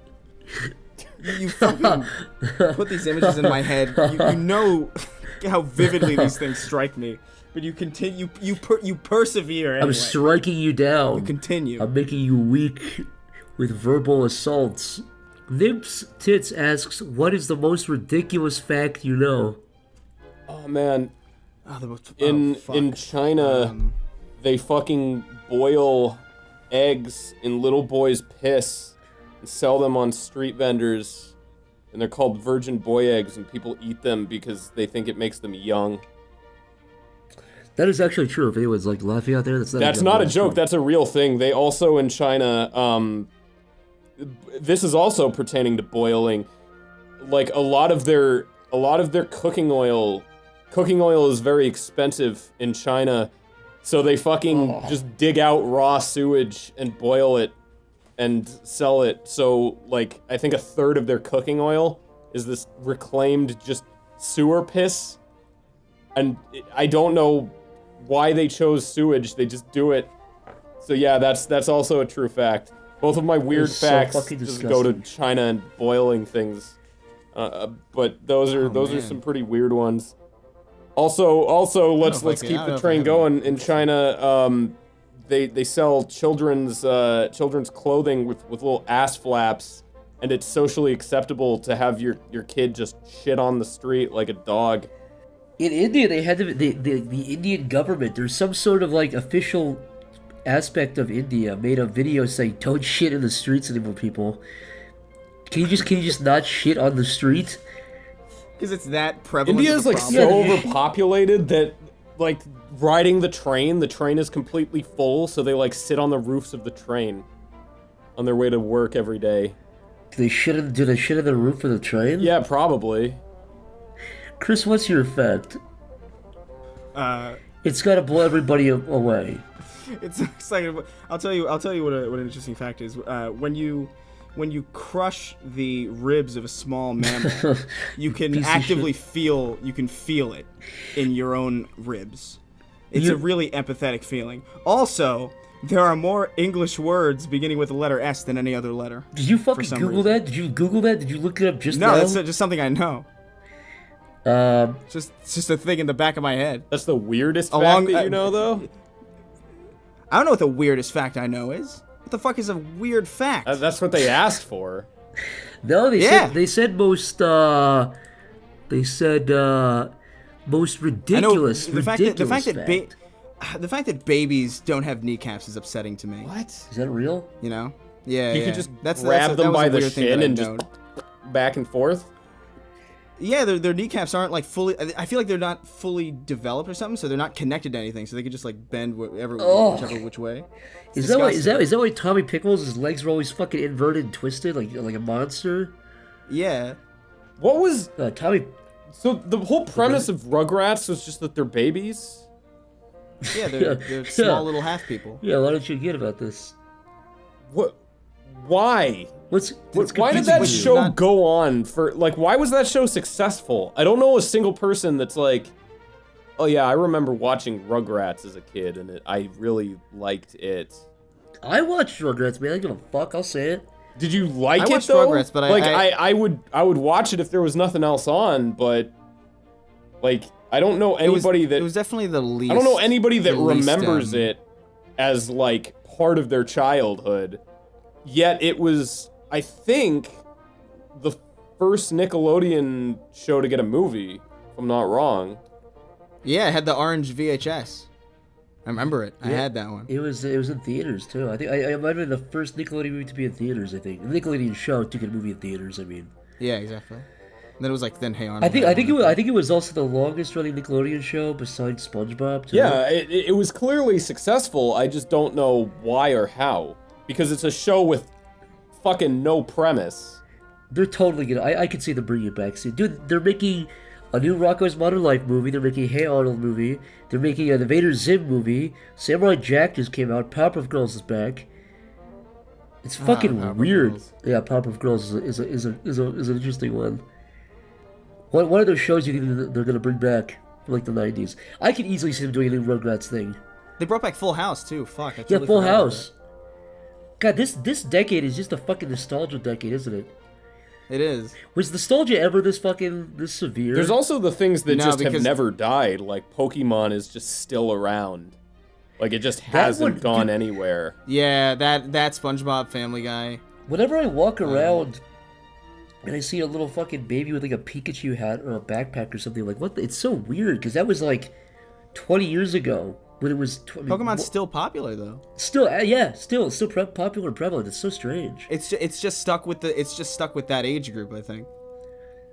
Scooby-Doo is a weird one that survived for a long time somehow. I like Scooby-Doo. I used to like Scooby-Doo, but it's weird that it's been around for like 50 years. Yeah, that's true, isn't it? I mean, The Simpsons is 30 years old almost. Yeah. Oh, yeah, actually, it's over 30 years old now. The Tracy Ullman. Well, I think so. Scooby-Doo has had like series breaks, but that might have been around. It keeps getting rebooted. Yeah, that's The Simpsons is the longest running animated show of all time, I think. Period. Yeah. I think. I don't think anything's past it. Dude, one of the main voice actors is gonna fucking die soon. I think that's what it's gonna take to end it. Yeah, that's unfortunate. I got an idea, friends. Let's do it. Let's improvise. You guys ready? All right. Here's the improv situation. Lyle, you are an infant, a little baby. You can't speak even. Chris. Right. You. Yeah. Are a slightly larger baby who also can't speak. Okay, go. Zach, you are such a fucking pussy hole. I just achieved the miracle of speech. I'm the speaking baby. You can't do that, baby. I'm the speaking baby from the hit movie Speaking Baby. The baby speaks. About once every 2 years, a baby is able to speak, and they make a movie where the baby speaks. So congratulations, I'm the speaking baby. Oh gosh, I'm playing with my fake kneecaps. My kneecaps aren't really here. Yeah, he's also a speaking baby, and his kneecaps aren't real. Oh gosh, I'm twisting my leg around like a fucking fidget spinner. Oh, look at me. Guys, I actually do have something to close this out. I wrote a song for you guys, and you can't. Oh, I know, but you gotta listen to me. It's because I care about you guys. And I'm gonna play the music. I'm gonna overlay the music. You can't hear it now, but there's gonna be music attached to what I'm singing to you. Okay, and it's gonna be a magical experience. It's the song of my people, honestly, to tell you the truth. Here it goes. All right, so settle down.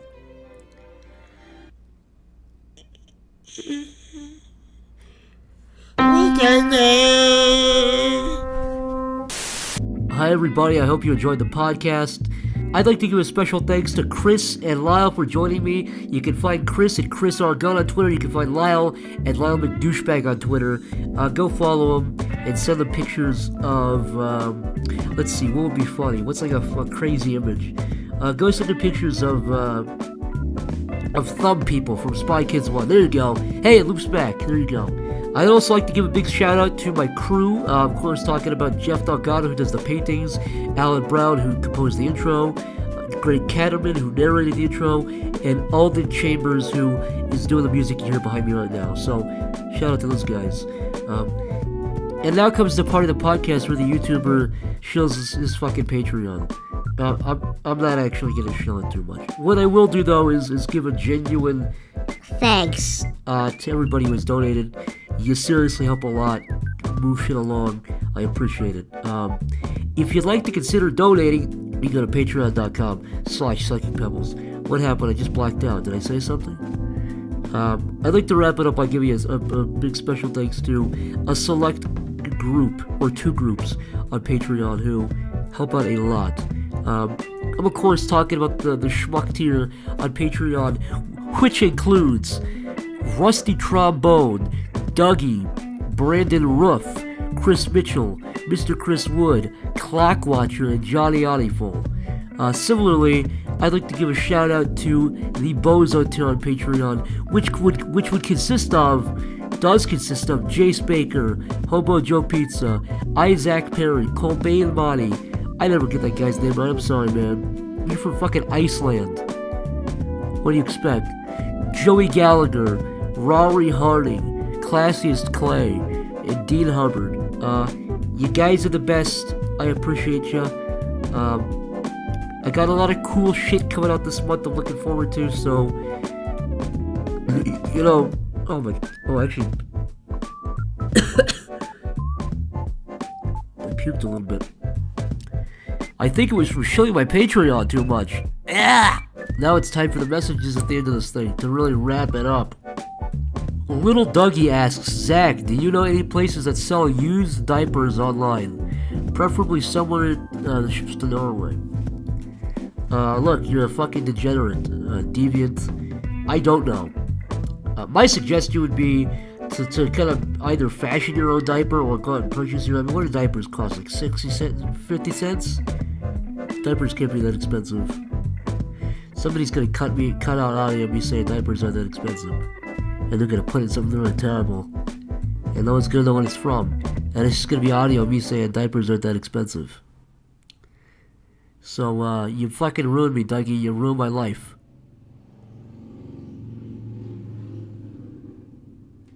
Get out of here! Stop driving your motorcycle so loud! You're nothing! I walked Bob Dylan up on stage! Hey, the final message comes from Johnny Oniful, who says, play this video. Alright.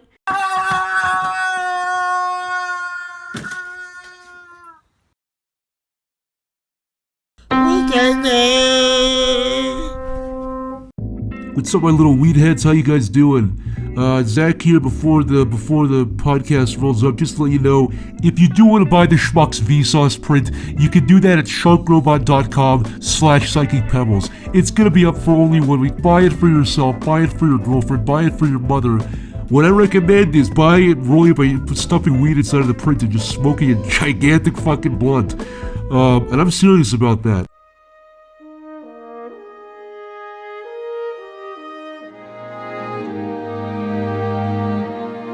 Since the dawn of mankind, humans have gazed at the stars and asked themselves questions as the stars gazed back. Why are we here? Are we alone? How will it all end? However, out of all the questions man has asked over the millennia, there remains one that trumps all others. What if a nasally online web animator started a podcast where he shot the shit with a guest for an hour or two while you sat there with your gut hanging out? While most of man's questions remain unanswered, I do have an answer for that last one. right now. Schmucks.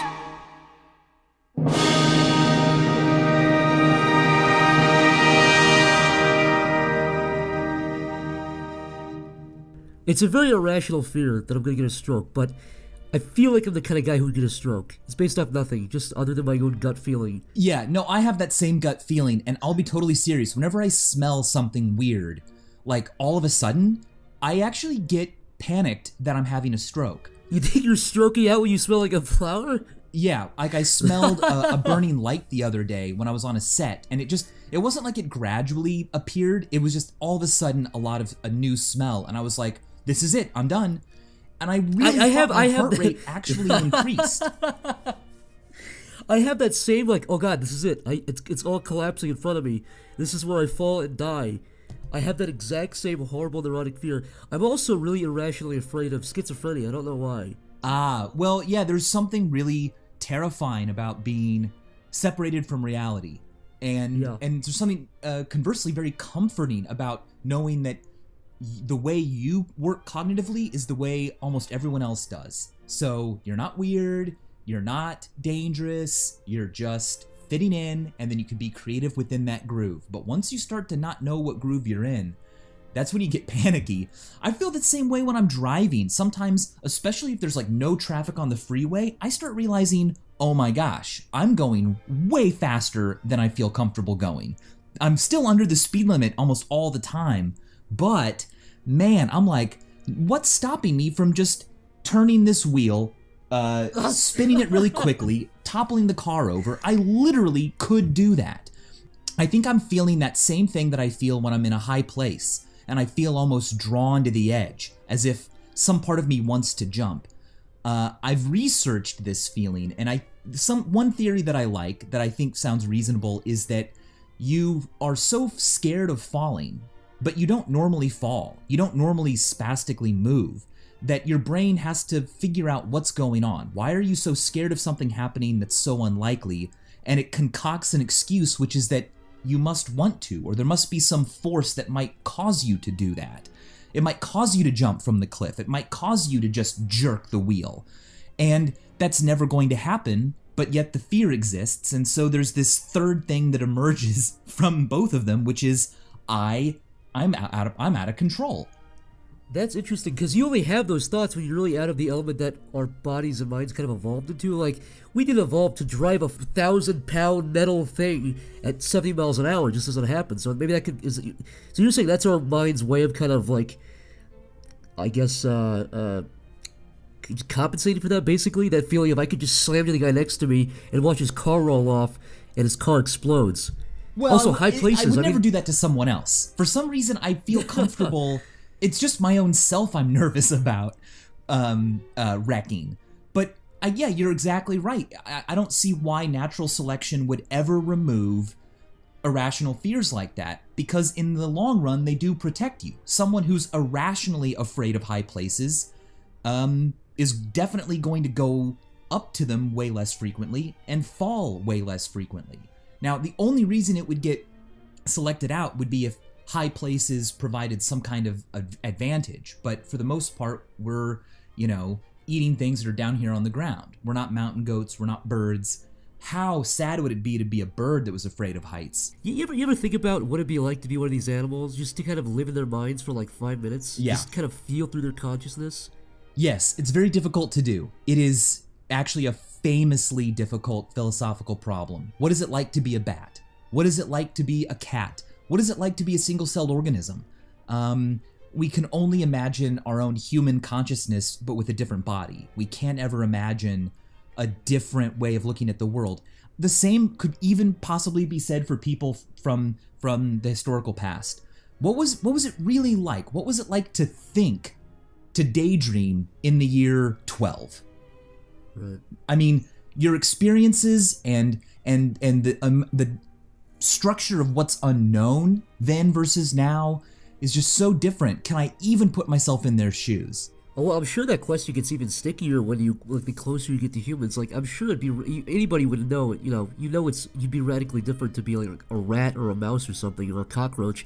But if you're talking about like a Neanderthal or humans like 40,000 years ago that are just kind of on the edge, That'd be weirder to me, honestly, because if you're a bat or a mouse or something, it's obviously radically different.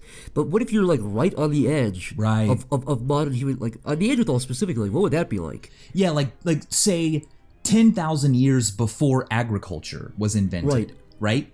Like you're still biologically a human. You are a Homo sapien sapien.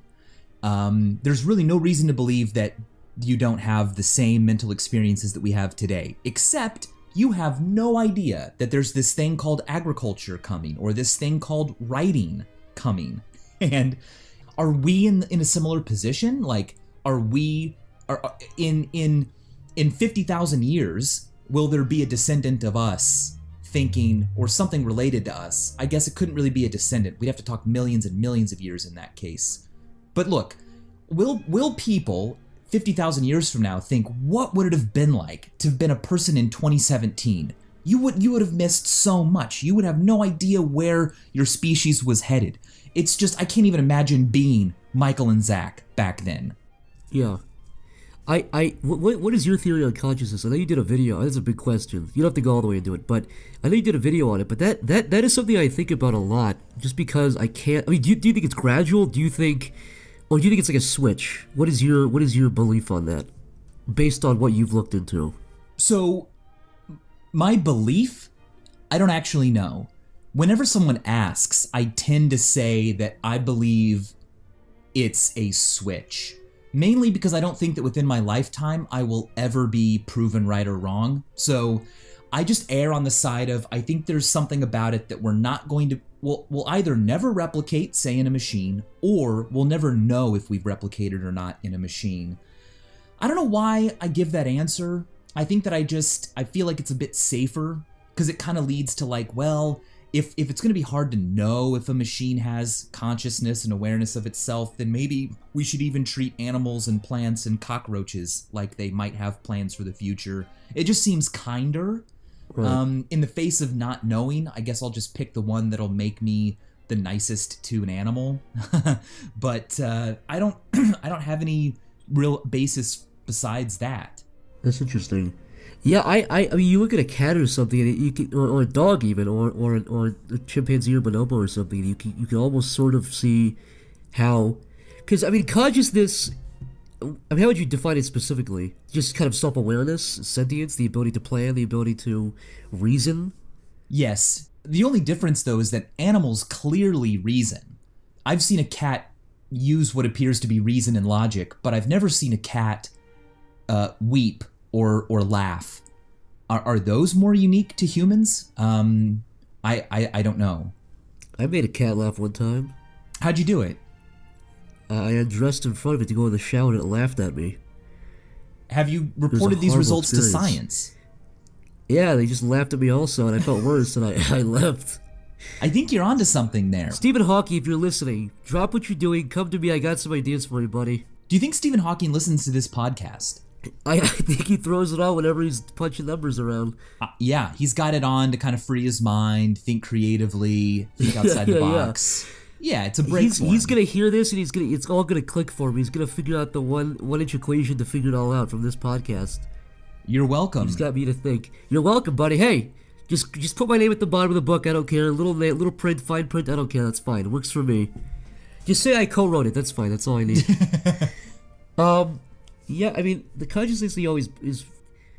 Something in me says it's gradual, that it's like a slow kind of like a layered process almost.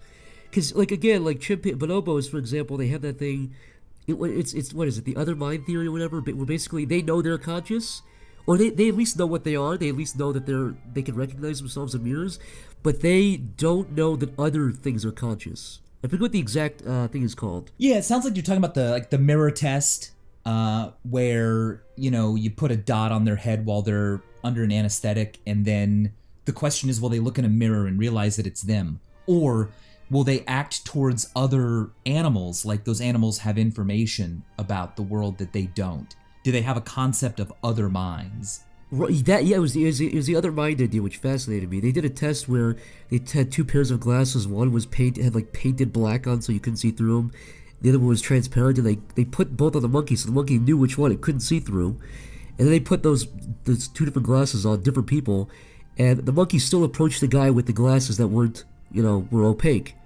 He still like asked the guy for something. He still thought the guy could see him. Right, yeah, I've heard that. I actually talked about a similar study in one of my TED Talks, but rather than having glasses that were blacked out, it was a bucket that went over your head.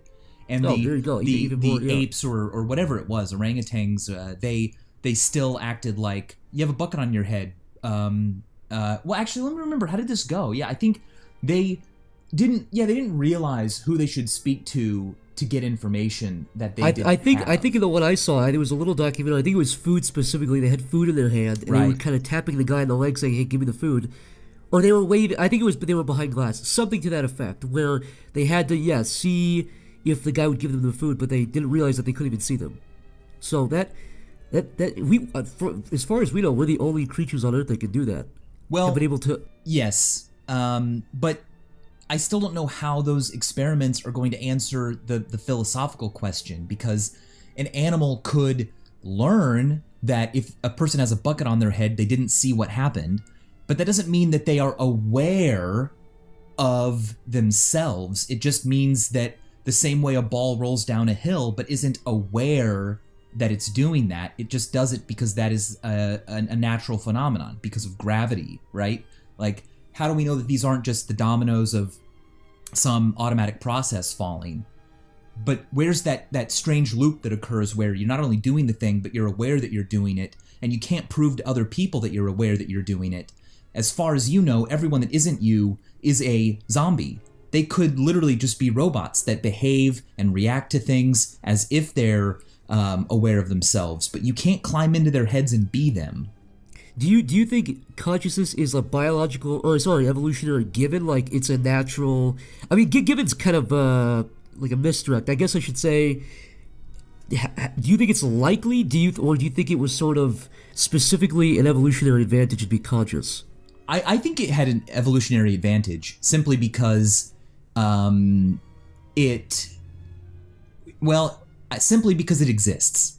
That's a kind of lamer answer. It's just like, well, of course it's the way things are, and so therefore it must have been to an advantage. I think it impacts too much of our lives to just be some ancillary byproduct or arbitrary thing that occurred. I really do think that our self-awareness allows our DNA to replicate itself more, meaning our species can survive better than, say, cows, if we assume that cows are not aware of their own selves, that we can think we have a better sense of time as well in the future, and what the future of our planet is, the future of our species, what benefits technology and research today will have in for a time that we won't be alive for as individuals. So, I mean, if you look at everything as just a trait that allows DNA molecules to keep replicating, then I could see why consciousness would be to their advantage. I mean, you could argue, yeah. I guess my question kind of answered itself. It's like, if consciousness wasn't an evolutionary advantage, we wouldn't be asking if it was an evolutionary advantage or not. You know what I mean? Like, of course it is, because it's here. We're asking the question if it is or not. Yeah, exactly. And I think, like a lot of things that emerge from evolution, it has downsides as well. I mean, could you make the argument that there's a burden consciousness brings, that there's like an existential fear that maybe a lot of other animals don't have, that can lead to things and behaviors that are counter to reproduction? Certainly. But in the long run, I would assume that it's been advantageous because we're here and we appear to be thriving. Now, we also, of course, are developing things and doing things that could literally put our entire species in jeopardy. But, alone amongst Earthlings, we are the ones who can also stop those things. How do you feel about that, actually? I'm curious. What is your personal belief? I mean, kind of throw everything else out the window for a second. What is your personal belief? Do you think we're going to wipe ourselves out? Well, it's a really good question. And of course, I don't have any reason to believe any particular answer. So I'm trying to figure out which answer I want to believe. Want to believe, but also just gut feeling. Just looking around the world, wanting to believe, and just kind of based off the information you have, but also very kind of gut feeling, not very scientific at all. I think that we will exist for a very, very long time. But that depends on how you define we. Does it count if we wipe out our own species, but some, DNA from some organic tissue is launched into space and billions of years later lands on another planet, and all of a sudden it starts being able to reproduce itself? Maybe it's not so much from us, but it's from a virus. Does that still count as Earth life continuing? I think there's a lot of promise in some of the things we're looking at in terms of diversifying our habitat. Like, why don't we start looking at other planets? Why don't we start looking at building places in orbit around our sun or other suns that are, not, that could be good homes if Earth were to become uninhabitable. That's all far future stuff, though.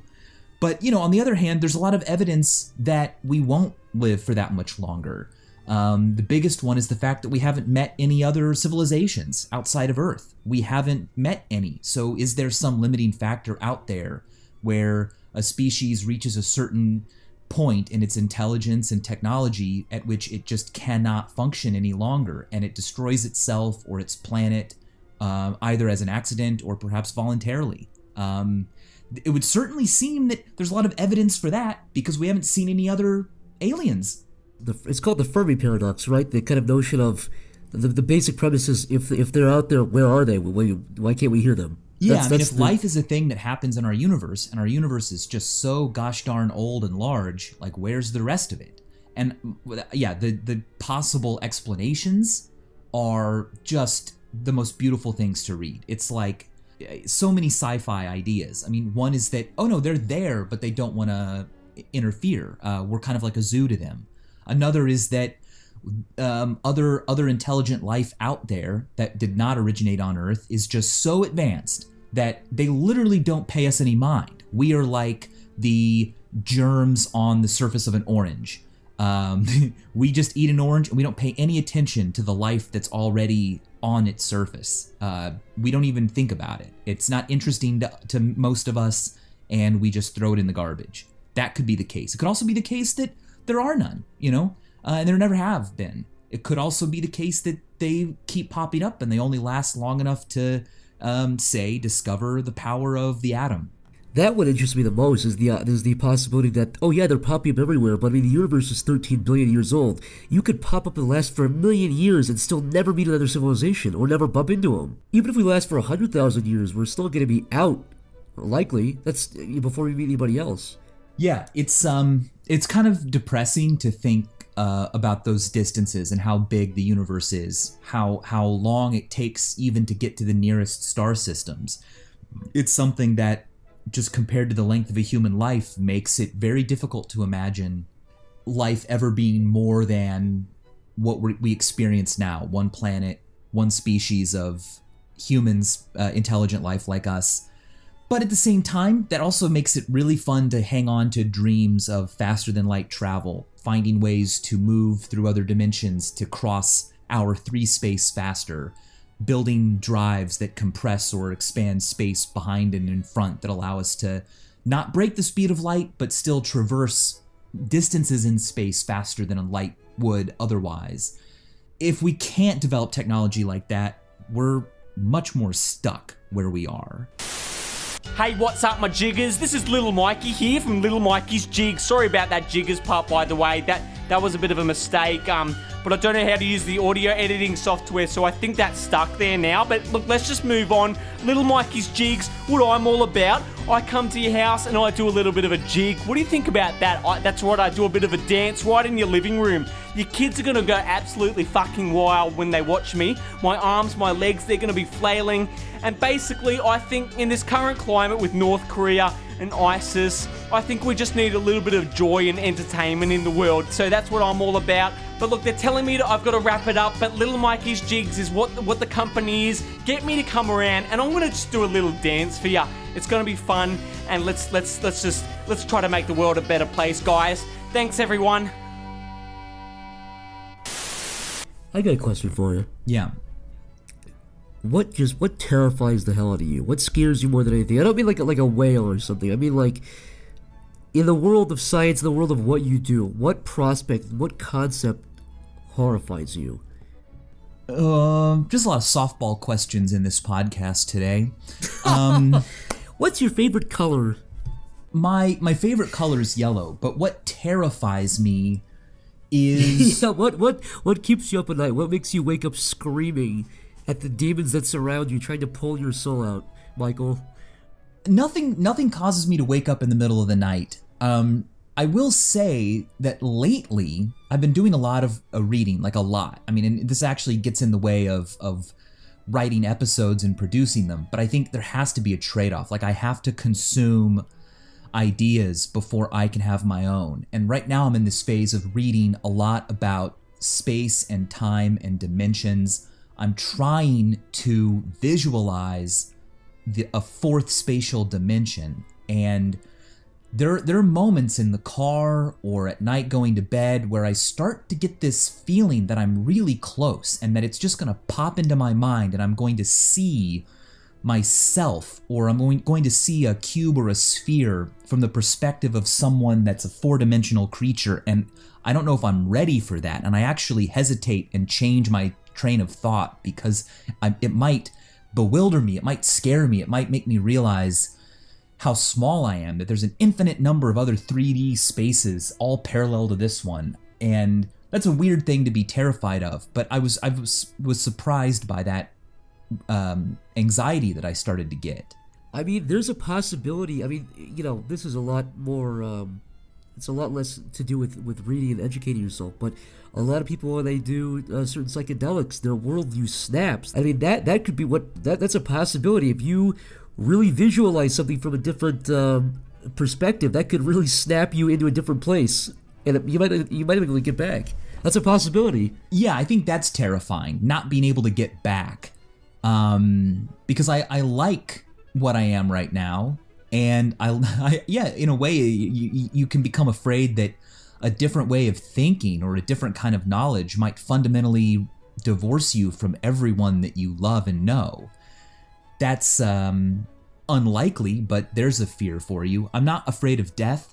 I'm afraid of pain. I don't want to get hurt. But I remember being asked at Bucharest Comic-Con by someone in the audience, you know, if you could live forever, would you? And I said, no, I think it's important to die.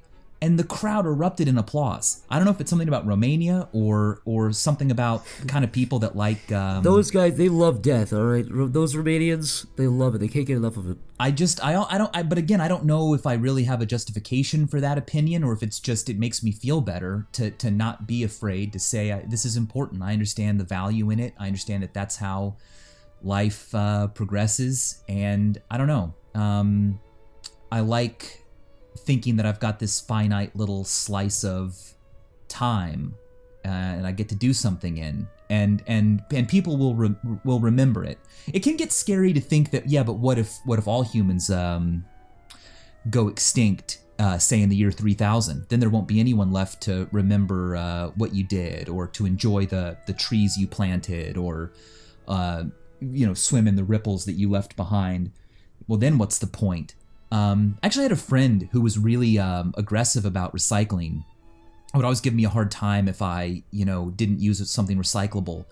And then something happened years later, and I joked about how, oh, hey, I've got this, I forgot to recycle the can. Are you mad? And he was like, what does it matter? Like, our sun's gonna burn out eventually. Like, we may as well. God. And I was like, whoa. Jesus. He thought in the short term it's good to do these things, but in the long run, like, we're gonna eventually reach a heat death where energy is completely spread out and no work can be done any longer in the universe. So what's the point? And I was like, dude, you're talking about like a thing that's a Google years in the future. Like, this is maybe not something to worry about. But I'm also reminded of my favorite quote from a book, Tess of the D'Urbervilles. And the quote it's just another one of those kind of comforting thoughts that I haven't seriously investigated, but the quote was something like, the magnitude of a person's life isn't measured by their external displacement, but by their subjective experiences. Your impact isn't what measures your worth, but it's your own experiences internally. Are you big on like impact? I feel like that. Do you ever kind of like? Would you want to watch your funeral? You know, Tom Sawyer style, just observe it. Oh man, if there's anything I could wish for, it would be to see my own funeral, and also to hang out and like see what people say about me. You know, years and decades after I've passed away. But I think that's actually not a good thing to wish for, because what you'll realize is how infrequently people talk about you. Life goes on, and it's the same old world. So yeah. But being concerned about impact and ambition and legacy, those are what are those but grasps at immortality? Yes, maybe I won't be alive any longer, but a book I write will be, or my videos will still be on YouTube, or my kids will still, have lessons they learned from me that they'll pass on in some way to their kids. And so really, like, I'm still around. And so, but I think if you get too wrapped up in that, in external displacement and impact, you start to, it's a losing game, and the only thing you can really be certain of is, what, I'm really enjoying the way it feels to be with these people right now. And if that's all it takes, then check that off the box. I'm good. No, my hope would be that I have some sort of legacy, not because I want a legacy, but because it means I hopefully did something good. Like that, I want that not as a goal, but as a byproduct of a good goal, if that makes sense. Like, you pretty much get a legacy two ways. One way you do something good, the other ways you do something bad. You're either Hitler or like, George Washington. That's a weird analogy. The point is, though... yeah, you get to be one or the other. Pick. There's no other option. You have to pick it at birth. My point is, he didn't do what he did because he wanted to be known. He did it because he was an asshole, but he was known for being an asshole. Does it make sense? So, I mean, hopefully if you're remembered for a little bit afterwards, it means you did something that at least people were like, oh, that was new. Yeah, and of course, we're talking about being remembered by, like, lots of people who never even personally met you. That's a certain kind of remembrance and fame. But I wonder what fraction of humans will even attain that kind of legacy. Yeah. I think I may have tried to do this, like take the 100 billion or so humans who have ever existed and then figure out how many of them were quote unquote famous and for how long, and figure out what the chances are that any baby born is actually going to be remembered longer than, say, 100 or so years after its after its death, rather. Here's a good experiment. On the street, ask somebody, how many people can you name that have been dead since before 1950? Yeah. You could probably name 100, really. I mean, it's really, and that's out of 100 billion people, 190 billion people who've ever lived. Yeah. It's 100, maybe.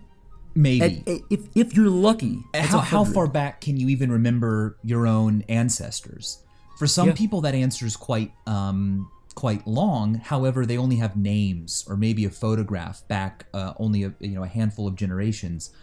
Some people can go really far back, but this is a fantastic video idea. What's the equation that describes the decay rate of your memory after your death? Because I've been reading, like I said, a lot of books about the dimensions, and a lot of this gets into ideas about the shape of the universe and things like that. And when you read a book from like the early 1900s, they're mentioning scientists who are not mentioned any longer because their theories turned out to be not exactly in line with observations or are now debunked, but at the time they were just really significant, really respected. And only a few continue past that point, either because they have stood the test of time in their correctness, or they were so wrong that they became famously wrong. Are you saying the ether is that proven fact? I don't believe you. You still believe in a universal ether that... I refuse to drop the idea of an ether. I believe in it. I don't care what the evidence says. Well, it might seem like it's not worth reading what people said about ether and things that we no longer found we never found experimental evidence for. But to follow their lines of reasoning, you really become amazed by people and how smart they are, even when they're wrong. I think it's Charles Hinton who wrote. Let's see, I've got his book right here. Well, I've actually got a selection of his works edited by Rudy Rucker, and he was explaining how the ether is actually we're actually a 3D universe that's on the surface of some 4D thing, and ripples in that surface is what describes the ether. And the thing is, it's a brilliant and elegant theory, but it just turned out to not be necessary, and it didn't describe things quite as well as relativity. And this is going beyond the purview of what I understand or can wrap my head around. It's been years, and I still don't understand many of the things that people in the early 1900s were able to understand. That is, yeah, it's interesting to go back and look at their line of reasoning, because that's a really eloquent theory. That's not stupid. That's a really elaborate concept you probably put a lot of man hours into, and it just happened to be wrong. I remember I read or I saw a video or something. The gist of it was they tried to do experiments to prove the ether, and they were proven wrong. And the guy was like, "Oh, the instruments must be messed up." Like instead of just going, "Oh, well, I guess the ether's not real," instead he was like, "Okay." I think it was actually two people who tried the experiments. I'm sure somebody in the comments is going to correct me. But the basic, I think it's interesting. Instead of, because it was so accepted at that time, instead of just going, "Oh, I guess it's wrong," they thought the experimentation was broken. They thought the instruments were broken. They thought they were doing it wrong, and they did it a couple times, and it was the same result every single time. Yeah, and I also don't know the history well enough, and that's what's bad about being on record saying things, because then people will correct you. But I believe I heard that after the Michelson-Morley experiment, which probably isn't even the name of it. I'm probably getting that wrong too. The names. Yeah, of the, whatever. They can cry about it. Whatever. We'll take it as an invitation to go do your own research and learn. You're welcome. But anyway, yeah, they weren't finding that the speed of light was different if it was moving along with the Earth or perpendicular to the Earth's motion through space. And then people like Lorentz perhaps came along and said, well, you know what? Maybe your instruments are changing their size as they move through the ether in different directions. And Einstein was like, hey, maybe there's no ether and this just happens, and maybe space and time are the same thing, and time is really just it kind of emerges because of your relationship to the speed of light. And everyone was like, say what? And we're still right. saying what? and playing around in that space, and it's just fantastic. And I don't know if we're ever going to reach some kind of unified theory of everything, a theory of everything. There's a great book I want to read. I don't even want to bring this up because I haven't read it. I have nothing to say about it, but it's called The End of Science, and it's a very controversial book that's now decades old, but it was kind of about that idea of like, when is science going to reach a wall where experimentation and observation can no longer go any further and everything else is just faith?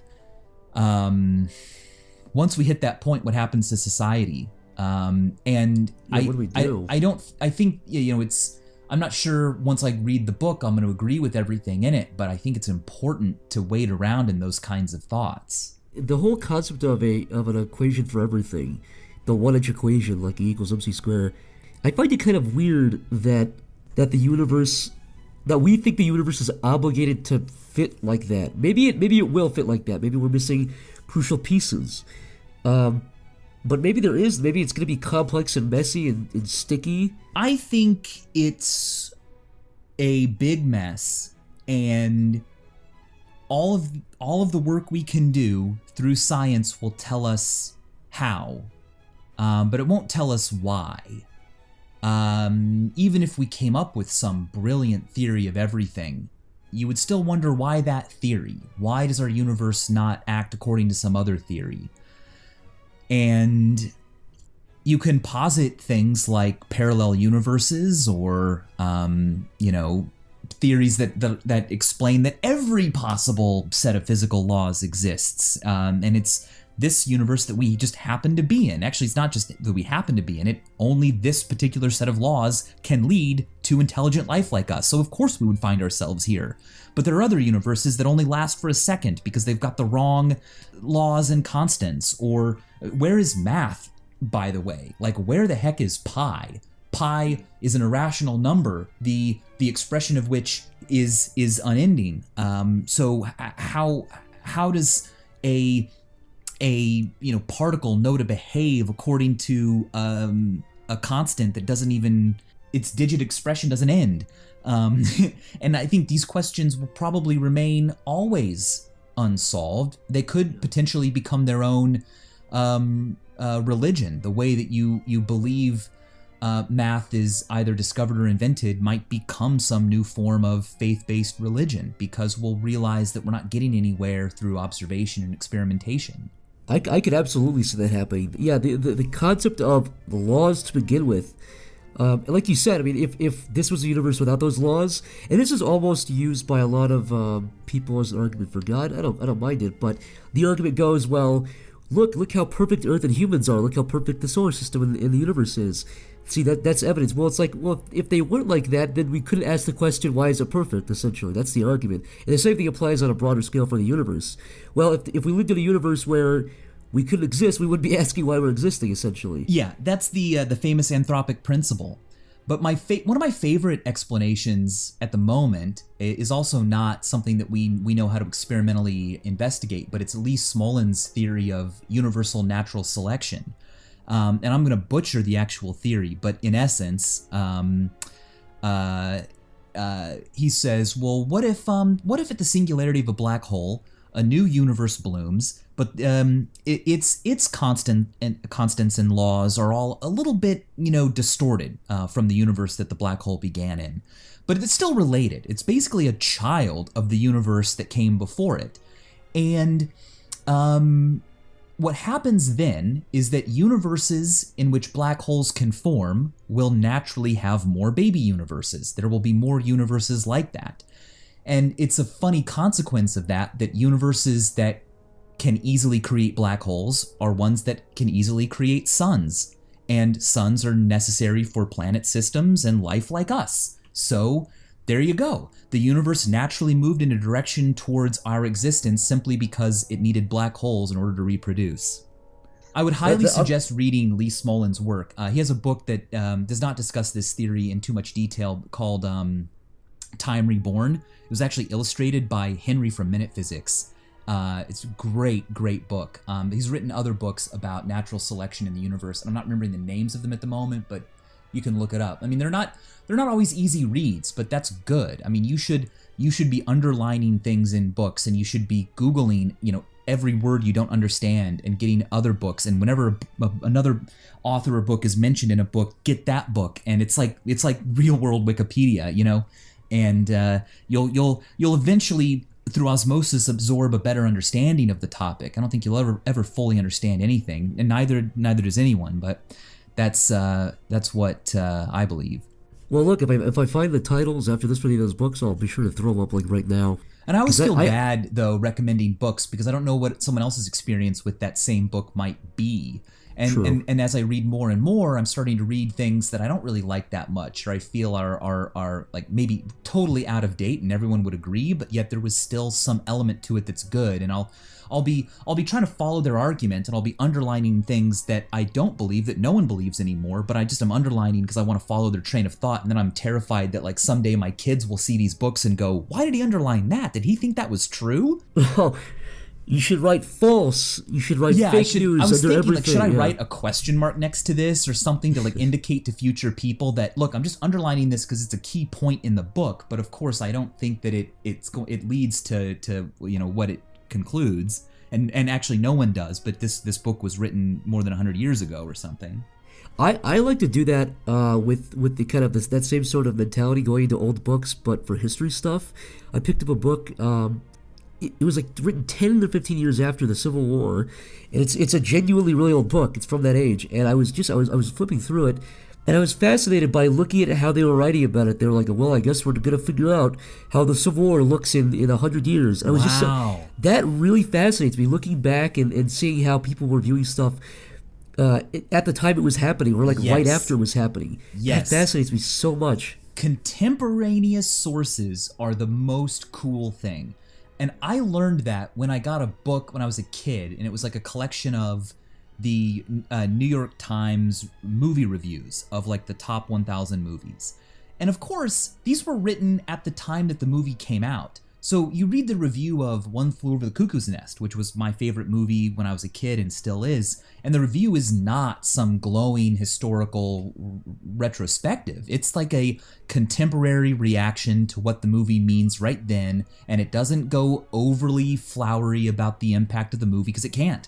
And yeah, to read also, like, you'll hear about people in the past and you just do not understand their thought processes in retrospect. So you need to read their letters and read the newspaper coverage of events from the past written at that time, and you still can't put your head in their heads, but you get closer. I like to just really focus and try to put my head in the mind of somebody in terms of like comedy, like joking.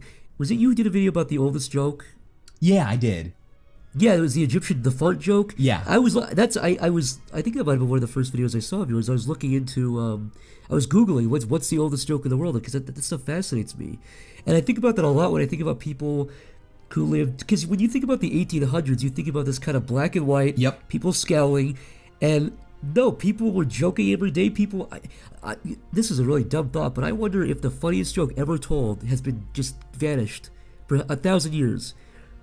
Like, what was the funniest circumstance ever that we just missed out on because it was never recorded? Yes. Or the funniest joke ever told? There could have been a perfect joke. It's just gone. I would, interesting. Now, I was going to counter that how you define a good or perfect joke keeps changing. But that still doesn't mean that there wasn't at some point a joke that in the context of its current time was that was funnier than any joke that's happened in the last 100 years. I could buy that, and by funny I mean caused people to laugh out loud.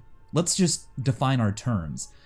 But that also means that, I think I covered this in a video once. I tried to calculate out the likelihood that you have heard the funniest joke that caused you to laugh the most yet in your life, and it was very much based on why it's best to keep living, because one, you probably haven't heard the funniest joke yet unless you're under a certain age. I don't know how I possibly could have calculated this, but I also said even if you're super old, there are a bunch of people who still have not heard the funniest joke that they will ever hear, and they could hear it from you. So I'm glad you're all here.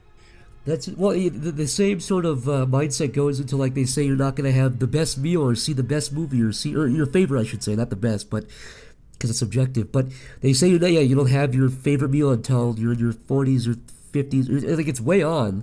The same thing goes for the joke thing. But I do wonder there had to be a point in 10,000 BC when guys were pissing themselves laughing at just a weird concoction of a situation. Yeah, and no one's ever laughed like that. No brain has ever had that reaction to a joke since. And if we heard the joke today, we wouldn't react that way because we're too different, and our world is too different, our society. I got a Kindle years ago, and there was a free joke book I could download from 1880, and not only were the jokes not funny to me, they weren't even sensical to me. I actually remember one of them. The joke was, what is the same between a baseless quarrel and a radio conversation? They're both words over nothing. See, if you would have told that joke 500 years ago, you'd be stoned to death for being a witch. They wouldn't even understand. Yeah, and if you tell the joke today, you're not stoned to death. It's just people roll their eyes and say, oh my gosh, what the heck is he talking about? So the joke is only funny for this little slice of time in this little context. And now, it's time for some questions. All right, now for the crazy question time. The first one comes from Hobo Joe Pizza, who says, "What is the scariest experience you've ever had in life? Thank you for answering."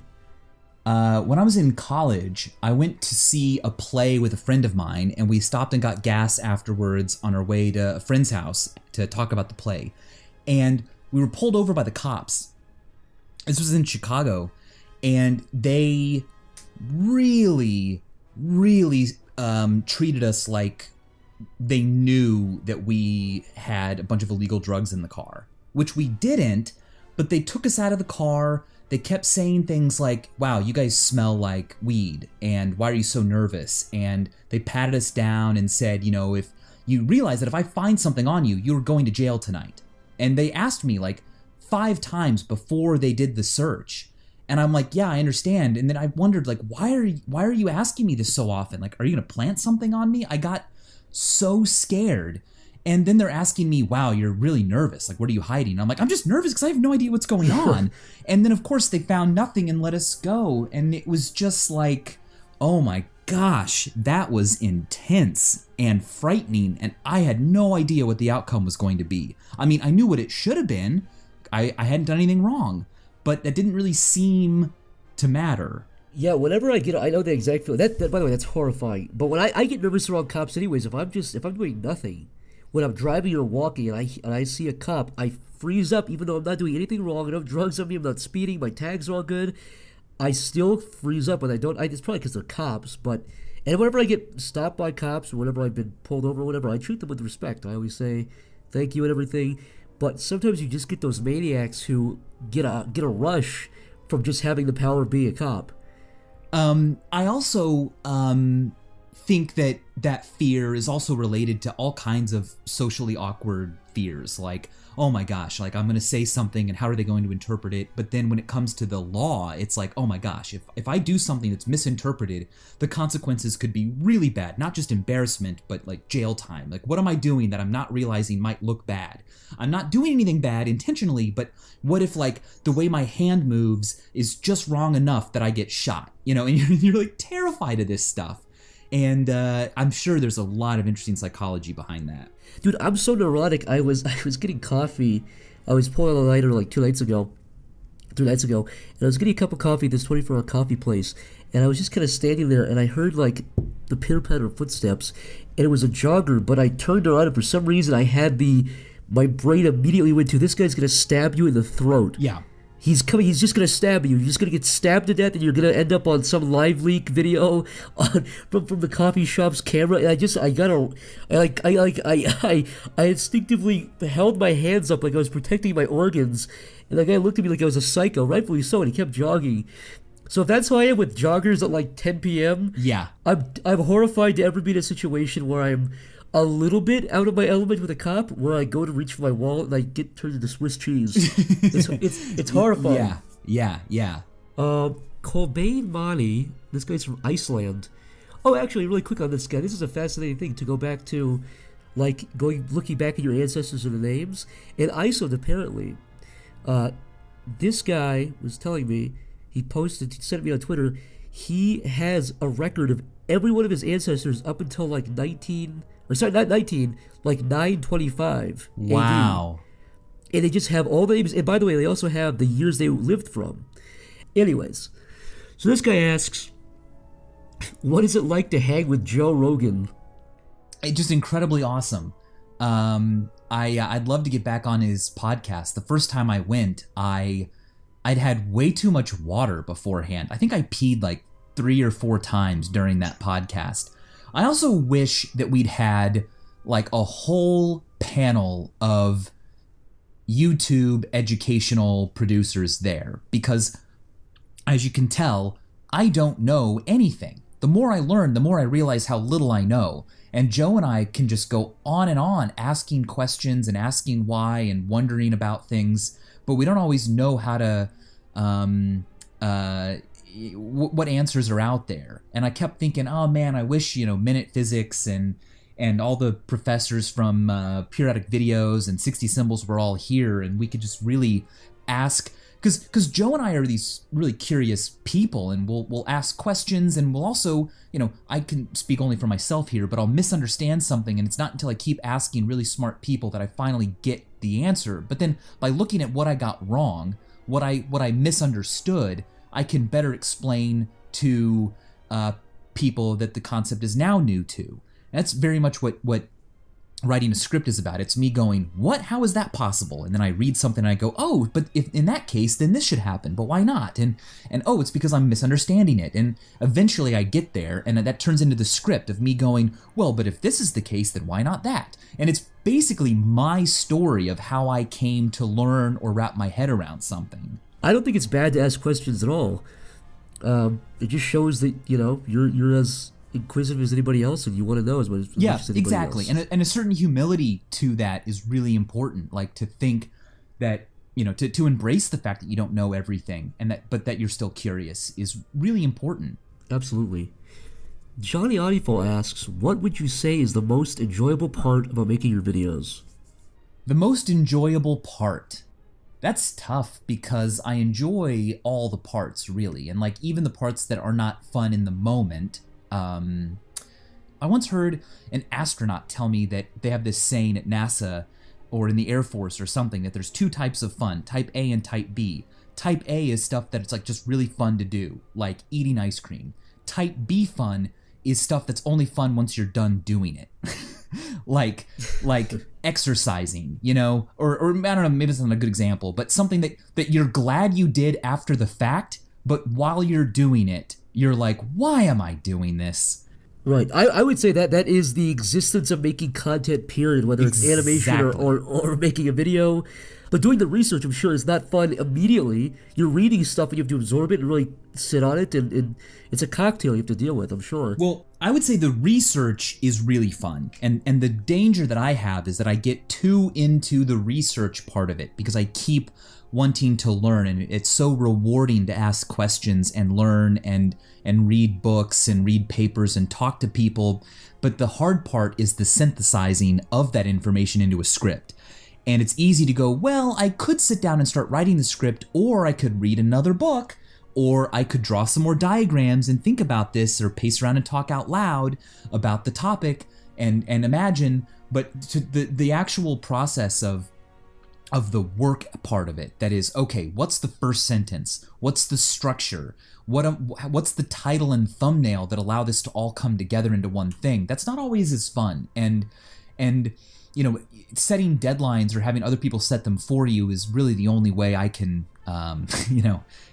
move on from but I can learn more. There are other angles I can approach this from. And the episodes, as you can see, just get longer and longer. But, I hope people appreciate the work that goes into it and the necessity of that work.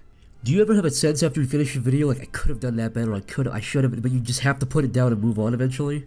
I do, but not immediately. I wonder why this happens, but sometimes, I'll work really hard on a topic and I'll get pretty close to what I think is a good explanation or a good new way to visualize something or explain something. And then months later or a year later, I'll be forced to explain the thing again, and I'll do it in a way that I just wish I had done in the actual video. Gyroscopes is one example. I was just thinking, I need to be prepared to explain why a gyroscope stays up, and in case it comes up in this interview I did. And I was on a plane thinking, and I just came up with a really quick explanation that I was really happy with. And I'm like, man, I wish I'd thought about that during the video. But I think it took time. I had to learn it and then not think about it for a while, and then I'd come back to it and do a good job. In the moment, it can be really difficult to distill a lot of information. Dougie says, most regrettable video you put out. I don't think he means regrettable as in the literal sense of regrettable. I think he means in terms of what would you have changed, or what would you have just not released for whatever reason. Okay, so not released at all. I think there are none that I would want to, that I regret making. There might be particular things that I regret, or I could have said better, or not at all. And sometimes it's just kind of boring, like I think that in the Bonaktarsky video, I could have explained how the points are placed onto a sphere better, and I really wish that I'd said that differently. I think other than that, like a lot of the more kind of goofy and silly stuff that I did in the past was also, served some positive purpose. Making people wonder about the universe is important, but just making them laugh is also just as important. And Mario Farts is a classic example of that kind of dumb thing that you might think is dumb, but actually, like I said, I've seen a cat use logic, but I've never seen them laugh. And so when you make someone feel joy and you make them laugh, like, you're doing something very special. So yeah, that's a long way of me saying I don't regret any videos. I might think I could do a better job today, but I didn't ever think, I gotta delete that. That's a perfect way to put it. I think I could have said it better myself. Deather Dan asks, how do you feel about all the memes with your YouTube videos where they change your YouTube titles and views? I've never heard of would you call it a meme? Yeah, I think it's this little picture where it's like there's text at the top and bottom sometimes. How do you spell it? M-E-M-E? M-E-M-E? I think it's called a meme or a meme, I'm not sure. It could be a meme. Interesting. Let's go with All that. right. Yeah, skip this for now. I'll send you some memes later if we can find them. I'm curious about this. Yeah, send me some. I've never, and they're on the net. Yeah, I think they're on that deep web. Oh, that sounds scary. It's a really scary place. I don't know what to think about it. It's giving me shivers up my spine thinking about these memes on the deep web. Yeah, let's be careful. You know what? This is probably all going to be cut out. I don't want to get FBI knocking at my door. Chris Moore asks, in episode 1 of Minefield, I said Minefield. In episode 1 of Minefield, you lasted 3 days in the room.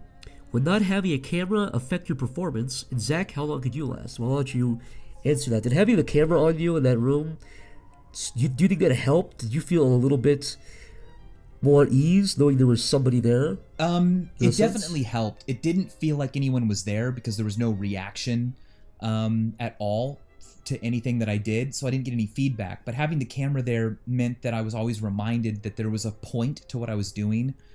And so feelings of wasted time never happened. I knew that like every moment was being captured and the experience was being recorded and was sort of worth it in that respect. So it was completely different from someone who's actually locked up in solitary confinement. It couldn't be further from that experience. Same with solitary confinement being used as torture, or when someone's imprisoned against their will, or even society's will. It's so different. The cameras allowed me to, know that what I was doing had a goal. I think you even said it in the episode, which, by the way, it's a great series. I don't think I've finished all of it, but I think I got up to episode 5 or 6, just because I didn't have the time, but it's a great series. But I think in that episode, you said, you or somebody else said, if you locked like a different animal, like a mouse or a cockroach, into solitary confinement, they wouldn't be affected by that. But because we're social animals, that's like torture. That's the worst torture you could get, basically, in a social setting, because we're social creatures. That I never even clicked it that way. Why solitary confinement was so bad? Yeah, we develop in a social world, and when you cut that stuff away, you're not in an environment that you evolved to thrive in. In a short duration, just 72 hours, which is, short, I put that in quotes. In that period of time, I think the lack of social interaction has less of an impact as the lack of circadian rhythm cues, not knowing what time it is, not knowing if it's day or night or when to sleep or when to eat. That was immediately jarring. And so in a lot of ways, I gave myself this extreme jet lag, and I hadn't been aware of how connected to the earth I had to be to function normally. That was the biggest surprise. How long after you left that room were you kind of out of it for? Did it take you a little bit to kind of get back in step with stuff in terms of your sleep pattern and kind of just absorbing people's reactions and stuff again? No, it was actually really immediate because, that night I stayed up really late talking to my wife about the whole experience, and then I slept a little bit, woke up the next day, and it was just an amazing sense of freedom. And I went to bed that next night, and it was very, very normal. But I definitely learned how to meditate to alleviate anxiety, how to be alone with yourself and be okay with that, and just allow your mind to wander, to allow yourself to sort of daydream, to experience waking dreams, to kind of pass the time and not become frustrated or anxious. I do not think it could have lasted as long as you did, even with the camera there. I'm a weak soul. You're a strong man for enduring that for 72 hours. The only two moments that were scary were the one when I closed the door when I first got in, and I realized, holy cow, what have I gotten myself into? I've got a long time to wait. And the other scary moment was when I stopped being able to tell the difference between whether I was awake or whether I was asleep and dreaming. Because all of my dreams took place in that room for some reason. Oh my God. So Wait, things would happen in a dream, and they would be very normal things. And then I'd wake up and I wouldn't know if it had really happened or not. It wasn't even what's real and what's not that was scary, but it was also duration of time and how I did not have any concept of time passing. I couldn't tell you how long ago I had been on the bed or how long I'd been pacing. I couldn't tell you how long into the future it would be before I should eat or before I would get out. And I started to perhaps feel like a bug might feel, that, death isn't scary if every moment is exactly the same and there's no progress and there's no past. Good Lord. Yep. And that was only 72 hours. I cannot imagine being locked in solitary confinement for weeks or months. Oh, yeah. I mean, there a whole different set of variables come into play. Because although you may have in solitary confinement lights that go on and off, you have a sense of days passing, you have meals delivered, so you at least have that kind of pacing, but you also have a door that you cannot open. You're not there voluntarily. And that is completely scary in a way deeper way. It's especially scary when you realize you hear stories, I mean, not super frequently, but you hear stories about people getting thrown in there by accident, or like innocent people, tossed in there. On that light note, let's see what else.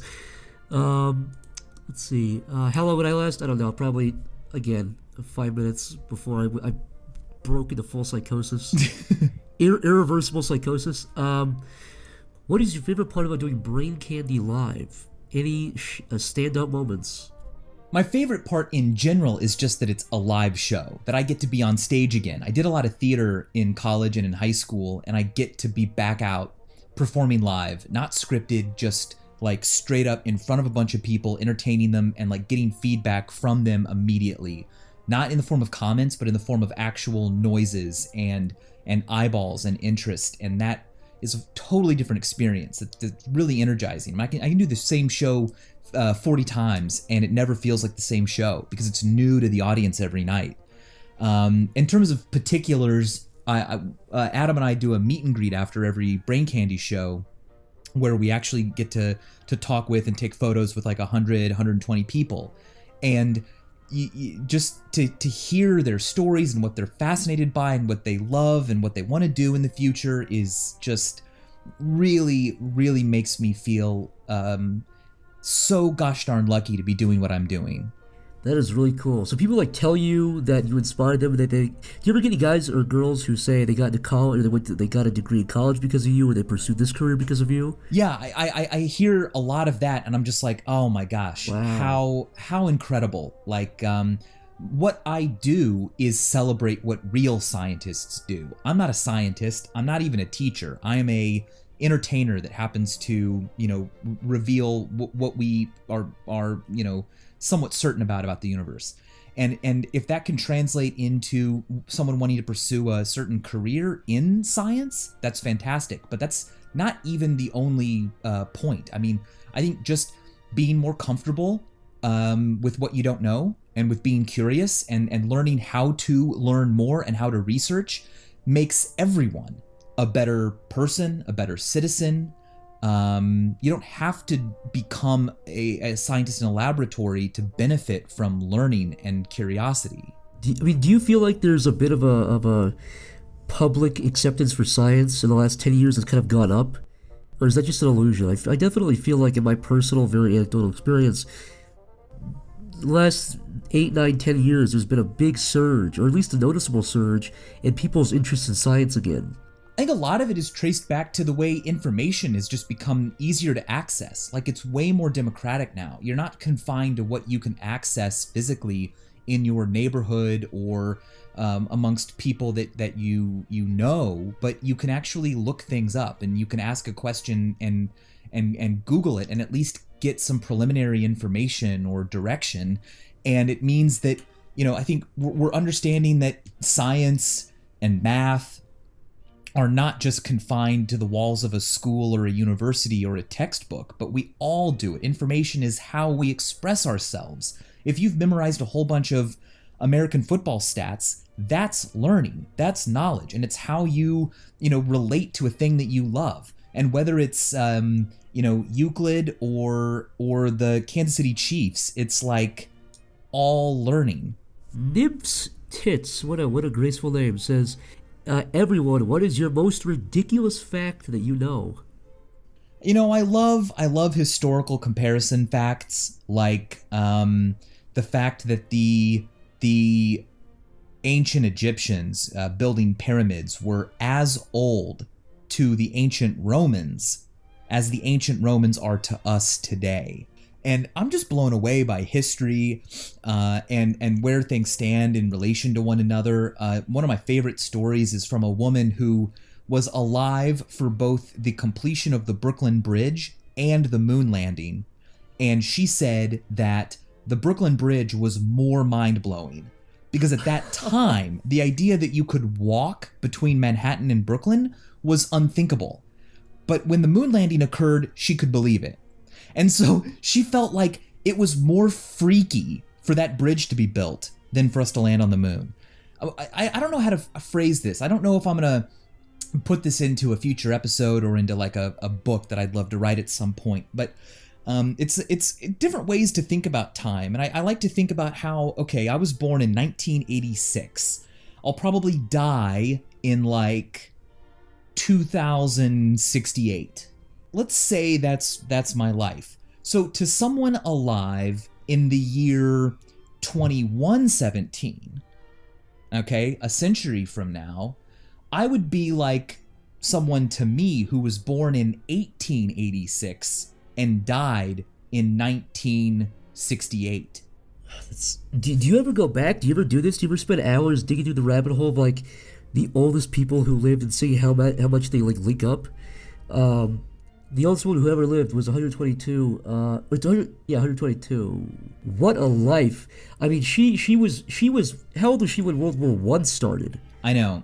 30. There was a woman, Emma Moreno, and she was the last known person alive to have been born in the 1800s. So there are no longer any people from the 19th century alive today. What's really cool about that, though, is, so, I mean, you're my grandparents, probably, give or take, 10, around the same generation, 1910s and 1930s, around there, I'm assuming.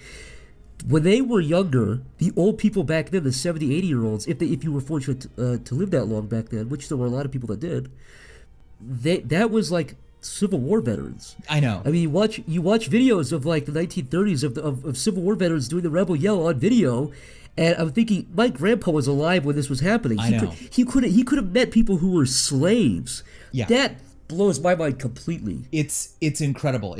History is so much more compressed than we think. We think that things are so distant, but you don't have to go back that far to find people arguing over how funds should be allocated to Civil War veterans groups. And you have to go back even less far to see those groups dissolve because they don't have any members any longer. I have a friend whose mother remembers going to a parade and a Civil War veteran was in the parade. And I'm like, wow, that is way more, it has an influence on our lives more than we think. Had you ever seen that video of the witness to the Lincoln assassination being interviewed in the 50s on TV? Yes, I've actually talked about that guy in a video. It might be the Narrow Slice one, but yeah, this guy goes on TV. Like, television exists in his time, and he's like, oh yeah, I'm famous for the fact that I was in attendance at Ford's Theater the day Lincoln got shot. He was like 9 years old. And it's just like, what? It's easy to think of the past as like a story, like some kind of fairy tale, but it happened. And the people that were the characters in those stories are just like you today. Another great little anecdote in relation to that is I was curious one day. I thought, what is the oldest person, or what's the earliest born person caught on camera? That's a very poorly worded question, but you know what I mean? Like, what is the earliest somebody was born? Yeah. That was caught on camera for the first time. Not just the first photograph of a person, but the oldest. Yeah, right. The person who was born the longest ago that we have a photo of. Have you done research Yes, into this? I have. And I forget which video it was, but I showed the first selfie, and I showed what's believed to be the first image of a person. But then I think there's a photograph of a very old woman, and she's believed to be the oldest, the earliest born human that there's photographic evidence of. And I don't remember when she was born. Oh, I don't even know what video this was in, but that is such a cool question. I sometimes I'll go on binges where I'll just watch old videos. I think I did research one time, and the earliest video I could find, from what I found, was one of the popes. I think he was born in 1800. But just look into it; it's really cool. Yeah, I know. I want to like figure it out now. The woman I think you're talking about, if it's the same person, I think I found a forum. I think where it was like a woman from born in the 1790s or 80s, if I recall correctly. I might be dead wrong. So I just Googled oldest photographed person, and the first result is Conrad Heyer. He was photographed in 1852 when he was 103 years old. God. Born 1749. And you look at him and you're like, yeah, you know, besides the fashion, you know, you could just be an old guy today. But you were born in 1749. There was no America. There was no USA. For another couple decades. Yeah. Zachary T. Knoll says, if a cataclysmic event was to wipe out all digital data in the world, but you were given a 5 terabyte hard drive to save whatever information you wanted, what would you save? And that could be videos, articles, scientific data, etc., he says. All right. So I did a video on this called Messages for the Future. And the question is, if humans are also all going to die, we need to make sure that we include stuff on that drive that will allow potential future intelligent civilizations that stumble upon it to read it. And that's a whole other thing. But I would want to preserve basically the contents of the Golden Record that are aboard Voyager are pretty much in line with, I think, what we would want to do. We want to preserve the variety of experiences on Earth from all types of people, all types of animals, and you know, maybe put my face, like a nice big digital copy of my face as an example of what a human is like. But besides that, you know, besides your name and saying that you were the creator, you were the god of this planet, besides those two things. Oh, right, yeah. You know, you could create your own story. You could say, yeah, we're from the planet Michael Stevens, and he was the king of the world. He was really handsome, and also here's the Library of Congress. Yeah. But Michael Stevens created that too, so don't worry about that. Yeah, Michael Stevens wrote all these books. Enjoy. He did it for fun. Wow, yeah. That'd be a lot of power to have. I would just probably say, yeah, I think the Golden Records on Voyager 1 and 2 have me beat. Actually, you know what? I would delete all of the audio of all the humans saying hello, and it would just be me talking. Just you talking with different accents, pretending that you're different people. Oui. I also think that, you know, we shouldn't ignore recent recordings, and we probably wouldn't. But today, to like go outside and just film the streets and stuff around your neighborhood would seem really boring. But watching today, like footage from the 30s, or even HD footage of New York from the 90s, which does exist, is fascinating, and I'm so glad it exists. One of my favorite subreddits is called The Way We Were on Video. I think I got that right. And it's just home movies. It's not recordings of special, extraordinary people. It's just, 1984 Beverly Hills High School graduation. And you're just like looking at these people, and it's like a wormhole connecting two different points in space-time. And you're getting to, I don't know, I can't put into words what you gain from that. But there's those interactions. There's a very famous video on YouTube that's like a night at a 7-Eleven. I was just going to bring that up. I love that video. I was just going to bring that up. Look, this is a special 7-Eleven. It comes equipped with dancers for your entertainment. No cover charge. Well, she's not really dancing. She's just standing next to the frozen food. Hi, sir. How are you this evening? Are you really taking pictures? Oh, it's not on. Don't worry about it.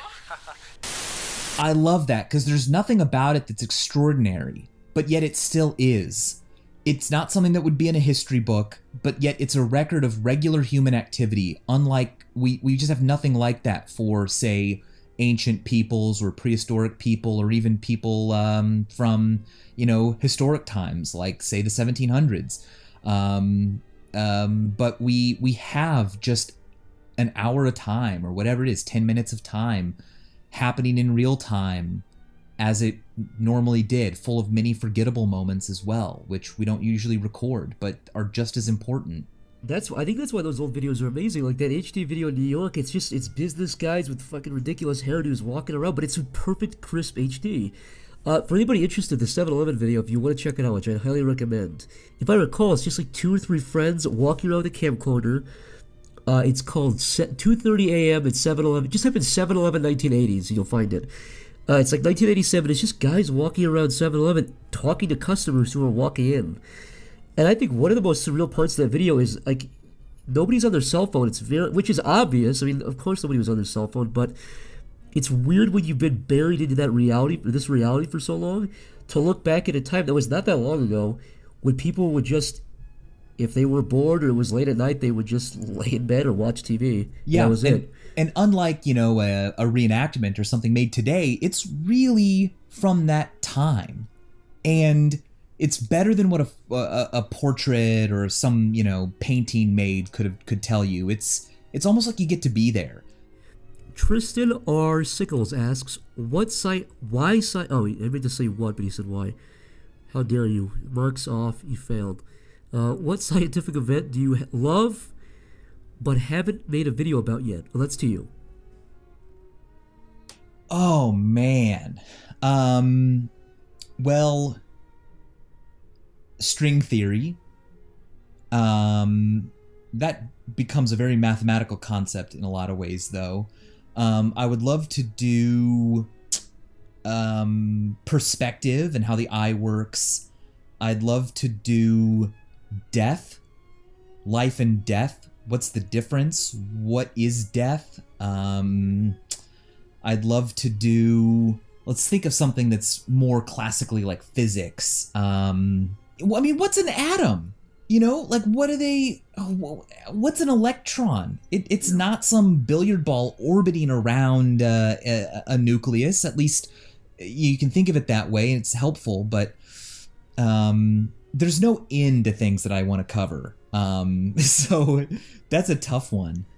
I think something you're great at is taking a concept like atoms are a great example. Like any kind of like really tiny thing I think about, I always think about the classic like billiard balls orbiting each other. I know it's not that's not what it is, but I still can't wrap my head around that. So I think I've always thought you've been great at doing that, kind of like taking a weird, strange concept and kind of cramming it down into a neat package. So I think anything like that would be great to see you cover. That's what I'm trying to do with dimensions and higher dimensions beyond the 3 or 4 that we live in right now. But until I feel like I've done more than what's been done so far, I won't have anything to release. The Dimension one, I'm sure everyone's seen the classic Carl Sagan Cosmos bit where he takes the apple on the flatland. I tried to visualize it at some point, but the closest I could get to going, okay, I don't get it, but I get how I could is the same way that an apple with ink on it on a piece of paper is a cross section of a flat plane, is what we are. Like a fourth dimensional creature traveling through this universe would appear like a 3-dimensional creature. Yeah. In the same way, an apple would look very strange, would grow and shrink and have different shapes. Yeah. To 2 dimensions. That is the furthest I can get to going. Okay, I get that, but I still don't get it. Yeah, and I'm trying to figure out a better way to visualize that, and a lot of it comes down to you really have to intuitively understand what it's like to be a creature in Flatland, and how confusing other directions would be. Another really fun link is mirror reflections. When you look in a mirror, you're actually seeing what our universe would look like if it was rotated in 4 dimensions. It would come back as a mirror image. And if you think of creatures on a flat plane, and you could look at it from above or below, you would be looking at them the way they think they are, and also them as a mirror reflection. And they would not understand how you could possibly see them in a mirrored. But there might be something there that can help.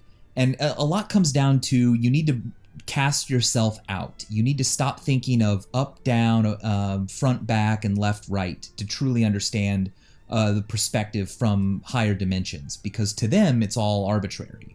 To them, your left and right hand can be turned into each other by just looking from the other side. I never even considered the mirror part. That's really interesting. Yeah, I mean, you can think about taking a little square on a flat plane and rotating it in three dimensions, meaning like, spinning it in a way that it could move itself, and laying it back down, and it would go, holy cow, I am a mirror reflection of what I used to be. There's no way I can move in the 2 directions I know to put my body into this position, and you just did it. And that's what a mirror does to us, because a mirror reflects only front and back, but there's no rotation you can do in 3 dimensions that allows you to flop 2 sides and leave the other 2 where they are.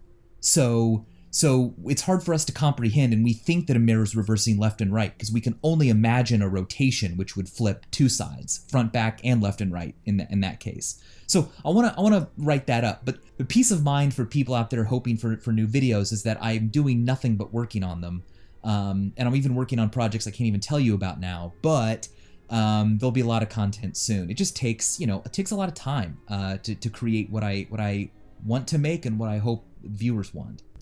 The last question is from me to you. Yeah. And this question is, if you were walking down the street and you heard a rustle from the bushes, and you saw a silhouette of a little figure running after you full speed, as fast as it could go, and it's grabbed onto your leg violently, you're shocked, the breath sucks out of your mouth, and you look down, and it's a naked little creature, not like a human, but humanoid, and it has a face resembling yours, but it's biting at you.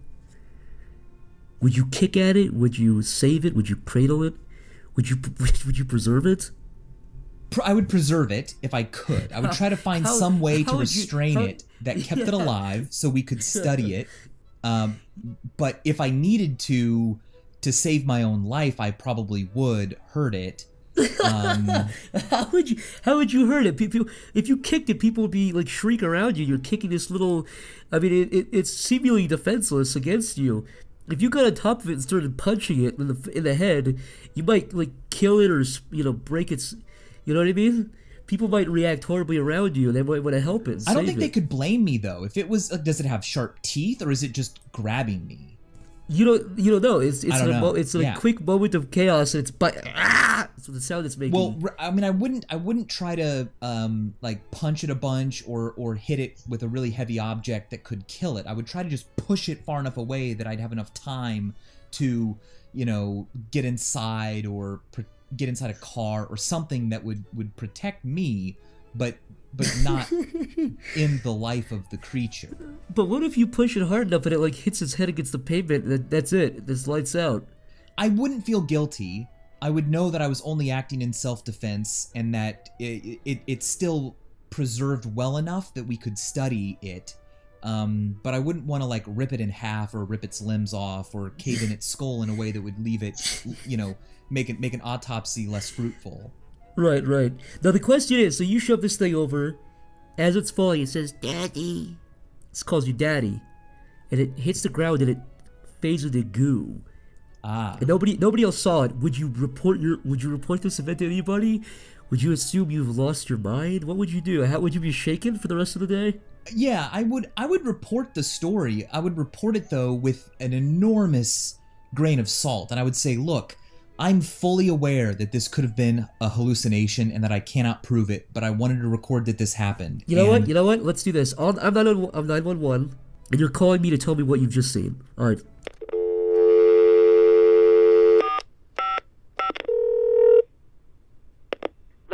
What's your emergency? Okay, yeah, I just wanted to report something that I don't understand what just happened, but some sort of small creature, not like a child, but it was like a human, jumped out and grabbed me, and I pushed it away and it disappeared. Now that sounds crazy, I know. If you ignore this call, that's fine, but this, I'm telling you, this happened. Sir, people are in real trouble. You're holding up the lines with this. What do you mean it disappeared? Could you send an officer to my location? There might be other evidence that this thing existed. There might be scratches or bruises on me, there might be broken twigs, but it dissolved. You want me to take valuable officer power?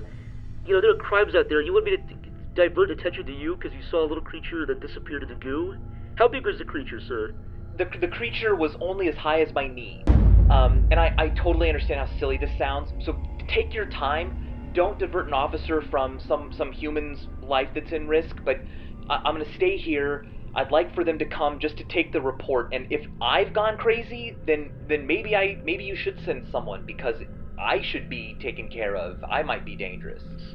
Sir, a bomb just went off in Capitol Hill, and you want us to come send our valuable manpower to help you with this little man? Just send you know, a rookie officer when they have time. You know, how about we send you a little officer the size of your knee? You know what? Don't call this number again. This is a crime, sir. Have a nice day. All right, have a good day.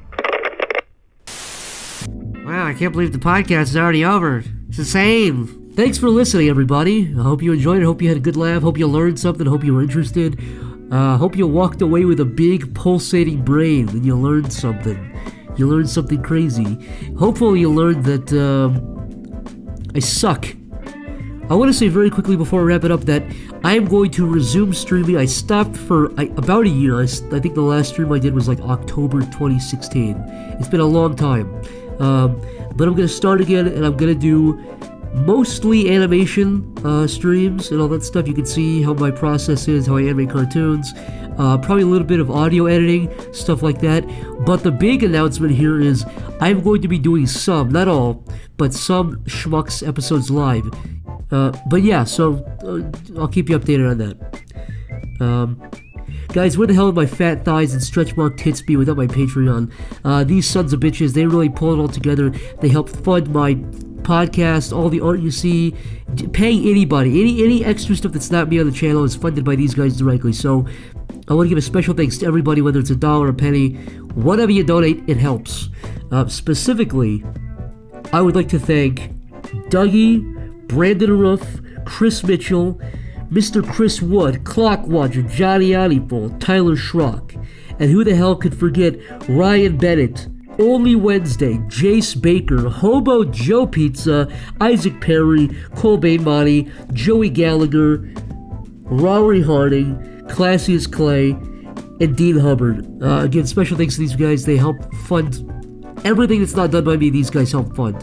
If you're interested in becoming a Patreon, there are some perks, like you can ask questions to the podcast guests. You get a big fat dump. I'm going to be dumping the raw flash files, so if you want to dissect and pick apart the cartoons and see how my Jimmy Neutron brain really puts things together, you can do that. So there's some perks if you're interested. Also, if you haven't already, be sure to smash that subscribe button like you'll be smashing a real girl instead of jacking off to a few pixels on screen.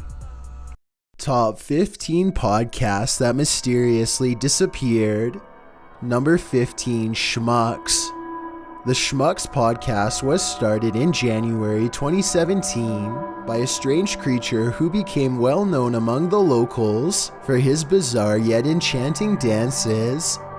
However, the being and its podcast mysteriously stopped uploading in September 2017 after just 4 episodes.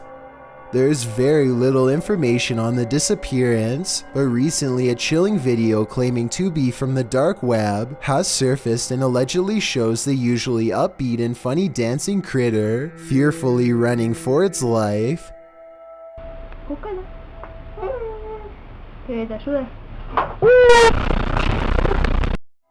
Honestly, if I saw that damn thing in my living room, I'd stomp on it until it was a small brown stain. One thing is for certain, despite some recent sightings here and there, no one is sure if the creature or its podcast will ever return.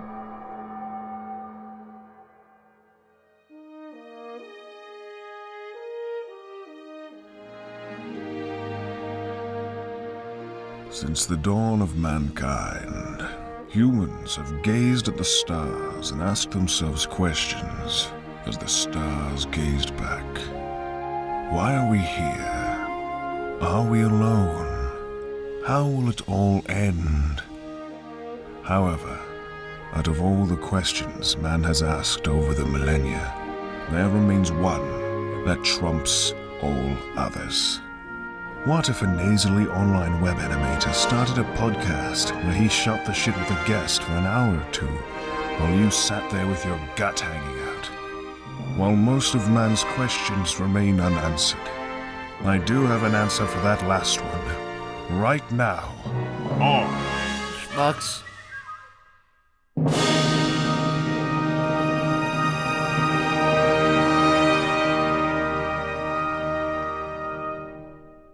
Hello. Oh boy, it's been a while, hasn't it? Oops. Well, listen up, alright? Thank you for staying patient.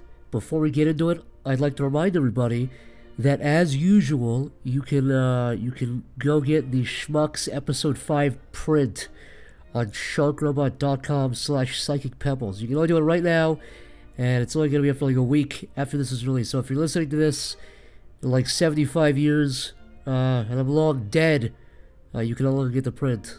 Anyways, I am joined here by Finn Wolfhard, who's been in such thrillers as Stranger Things on Netflix and the movie It, you know, with the clown and the boy in the boat. He's neither the boy nor the clown nor the boat, but he is in the movie. I'm also joined by his older brother Nick Wolfhard, who's a voice actor and has been in stuff like Beyblade Burst. So to start off, you know, I'd say a lot of people that listen to this podcast, not all of them, but I'd say an amount, a chunk, a big old fat chunk of people who listen to this, you know, are aspiring voice actors or artists or musicians or actors or whatever it is. So I guess my first question would be, what do you guys individually recommend in terms of like to get into like art, like to get into the arts and stuff? Yeah, talk about how you got your start. I guess that's a good place to start. I mean, it kind of obviously, like with anything that has to do with film, like you're obviously, you know, if you're obsessed with film, it's because it started when you were watching film, like from when you were a really young age. And so that's kind of how it started for me when I was really young. I watched so many movies just on repeat over and over and over again. So that's where it kind of started, and a lot of it came from Nick, actually, because Nick's 5 years older than me and kind of showed me everything that I kind of needed to know with all that stuff. He showed me, you know, The Simpsons and South Park and Saturday Night Live and, you know, movies like, I don't know, what movies would you show me? Like, I don't know, Jurassic Park and, like... Goldmember? Yeah, he fucking Austin Powers 3 and Goldmember. Team America World Police. Die Hard. Die Hard. Yeah, just like a bunch of these movies. So I was always into like the idea of film, and I didn't really know what to do until I kind of was like, okay, well, my plan originally was like, because I'm a person that loves to have like a really set future plan, because I love thinking about the future. Like some people hate thinking about the future, and I love it. And you know how I kind of got my start is like first of all, it's luck. A lot of it's luck, but also most of it's hard work. I was telling someone the other day, like, even if I hadn't made it or gotten a show or gotten anything, I still would have been working just as hard. Like I think that's the thing that I pride myself, is that like I'm a genuine hard worker, like no matter what I do. Persistence is a big part of it too. I guess that goes into hard work, but I feel like there's a feeling in the entertainment world where it's like, and I think it's true, where basically if you work hard enough and long enough, you really do get your day eventually. You know, there are people who I think, you know, don't make great stuff, but they get a whole TV show. Yeah. And you know, if you're ever home and you watch a show and you don't like it very much and you think, God, this is like bad. How did this get made? It's because that dude was around for 30 years and they went, all right, you can, like, my point is, if you're really good at what you do and you work really hard, you'll definitely get somewhere someday. But even if you don't and you're just persistent, like, persistence is the biggest thing. If you're easily discouraged, that's a death sentence. Yeah, like for example, like I just did a callback, and the voice director, he told me after I was done, he was like, dude, some of the reads you did, none of the other actors had ever tried doing that yet. That's like really good, and neither of it, like, even if he was saying that, which I doubt, even if he was saying that in like a bad, like not no, a bad way. It wasn't a like, bad way because he was like, no, I'm saying like even if I went in to an audition and did it completely different, but also kind of wrong. Do you know what I mean? Like wrong in their eyes. Like a different take. Yeah, like he still would have like respected. From their eyes, it's wrong because that's not how the writer wrote it. You know what I mean? But that's still exactly. But I'm saying like it's still respect. But here's the thing. I think it's happened before. I think it might have been my first gig, but like there was a line that was supposed to be read a certain way, and then I read it a different way. I don't remember if it was by mistake or not. And they were like, you know what? No, that sounds better than what we had. You just Sometimes never that know. Happens, yeah. You gotta like experiment. You gotta. Dude, I recorded a series of really quick. I want to say this. I recorded I voice acted for a show in this place called Carmen San Diego, and the show called Carmen San Diego. Yeah, the show called Carmen San Diego. I recorded that, and I just like, obviously, you know. It's so hard, man. Voice acting is so hard for me. I was gonna say, what's the difference for you? Because you've done both. I've only done a little bit of voice acting. I've never acted before. If you're on camera acting, like you can change up the script a little. You know what I mean? Like you can improvise a little bit. You can improvise a little bit. Like it's all kind of up to you. But in voice acting, it's like none of that shit. Like it's down to the T. You can't slur your words. Yeah. Before you go on, I used to think that regular acting was harder than voice acting, especially when I started out. It's the opposite. Now, yeah, voice acting is definitely harder than regular acting, hands down. You have to emote so many different ways for so many different lines, possibly, and you don't notice it when you're actually watching something. You don't use a lot of acting is like using your face, like a lot using your eyes. And if you look authentic when you're acting, it sells it. But you can't look authentic when you have to sound authentic, which is harder than it sounds. You have to sound, yeah. But I don't know. Yeah, that's how I stand on voice acting. I still love it. I'm just. How much voice acting have you done compared to like? Acting? I mean, I've done this show, and I've done. What have I done, man? I used to do like voice acting classes, and I did for commercials. Yeah, for commercials and stuff. And I recorded the show for a pretty long time. I recorded for like a year. So, yeah, I mean that's where I stand on voice acting. I think it's great. It's just really hard. Any tips from either of you guys on how to voice act better besides just practice? Yeah, for any aspiring voice acting folk out there who might be listening. Yeah, I do actually. Go to conventions, get it, collect as much advice as you can. Yeah, that's what we did. We went to Seattle. We went to some anime convention in Seattle. SoccerCon.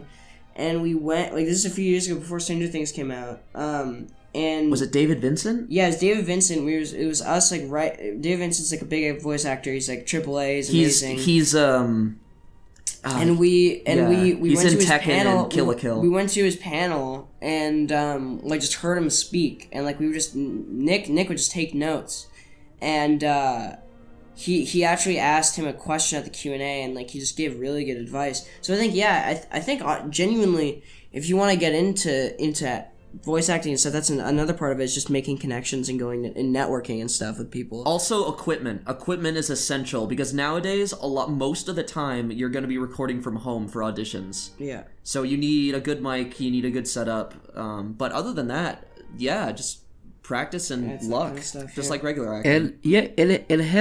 And this is something I look for just when I'm listening to people who send me voices. Don't do a cartoon voice. You know what I mean by that? Don't do what you think a cartoon character would sound like. Think about the best voices in cartoons. The most iconic ones are people throwing stuff at the wall, Like, I'll give you a really quick example, like Grim from Billy and Mandy. That is a weird Jamaican voice. That is the last... If somebody said do a skeleton voice or a Grim Reaper voice, that's the last voice I would do. But it's voices that you wouldn't... If you looked at those character designs, you would not expect those voices to come out. Yeah, exactly. I mean, sometimes you want to play it safe because they'll specifically tell you to do it a certain way, but you can always experiment. Yeah. Like, if they tell you to do it safe, do it safe. But my point is, like, again, this is just something I've noticed. When you listen to the people's stories of people who worked on shows, the biggest thing I hear over and over and over and over is everybody was doing the same voice when they came in, and then one person did this one voice. Like SpongeBob, I think that voice was people were doing kind of like a nerdy voice, and he did a little bit of that, but it was also there's a different element to that. So my point is, like, look at the character and do what they want you to do, but also throw something out there. Don't be afraid to try new things. yeah, exactly. Like, sometimes I'll throw in like 2 different takes, and I'll ask my agent, like, hey, I've got like a different take that they didn't really ask for. Do you think they'd be okay with it? And they'd be like, oh yeah, absolutely, throw that in there too. So you never know, really. Never be afraid. Basically, do what you need to do, but also don't be afraid to throw stuff in. Yeah. Don't replace what they want you to do with new stuff, but do the bare minimum, do what they want you to do. I mean, go above and beyond, but then throw extra stuff in there that you're kind of workshopping on your own. Yeah. That's never a bad idea. Yeah, exactly. The Schmucks podcast is proudly sponsored by Dollar Shave Club. Many of you may be familiar with allegations that I, Zach, of the Schmucks podcast, am unshaved, unkempt, and smell, quote, weird. But this could not be further from the truth. I am smooth and also strong because Dollar Shave Club provides not only great shaving products, but also products for showers, oral care, skin, hair, and even butt wipes. Who I will reiterate is Zach of the Schmucks podcast, have fallen in deep and passionate love with the butt wipes. Not only do they ship directly to your cozy little home, but the more you buy, the more you save. They call it their handsome discount.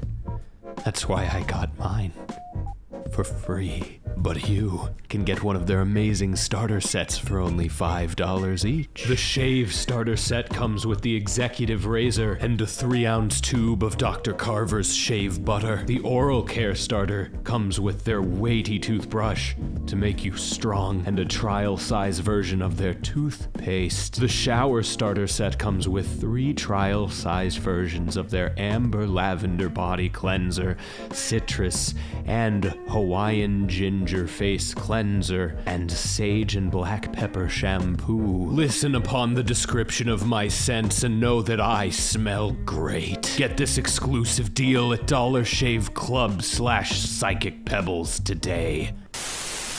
Welcome back to the Schmucks podcast. I'm here with Finn and Nick Wolfhard. We have some questions now. Some questions from the audience, from the patrons, from the Patreons. Johnny Audiful asks, if you had the choice to be a part of an older movie when it was first made, what would it be? And for you, Nick, that would be TV show voiceover.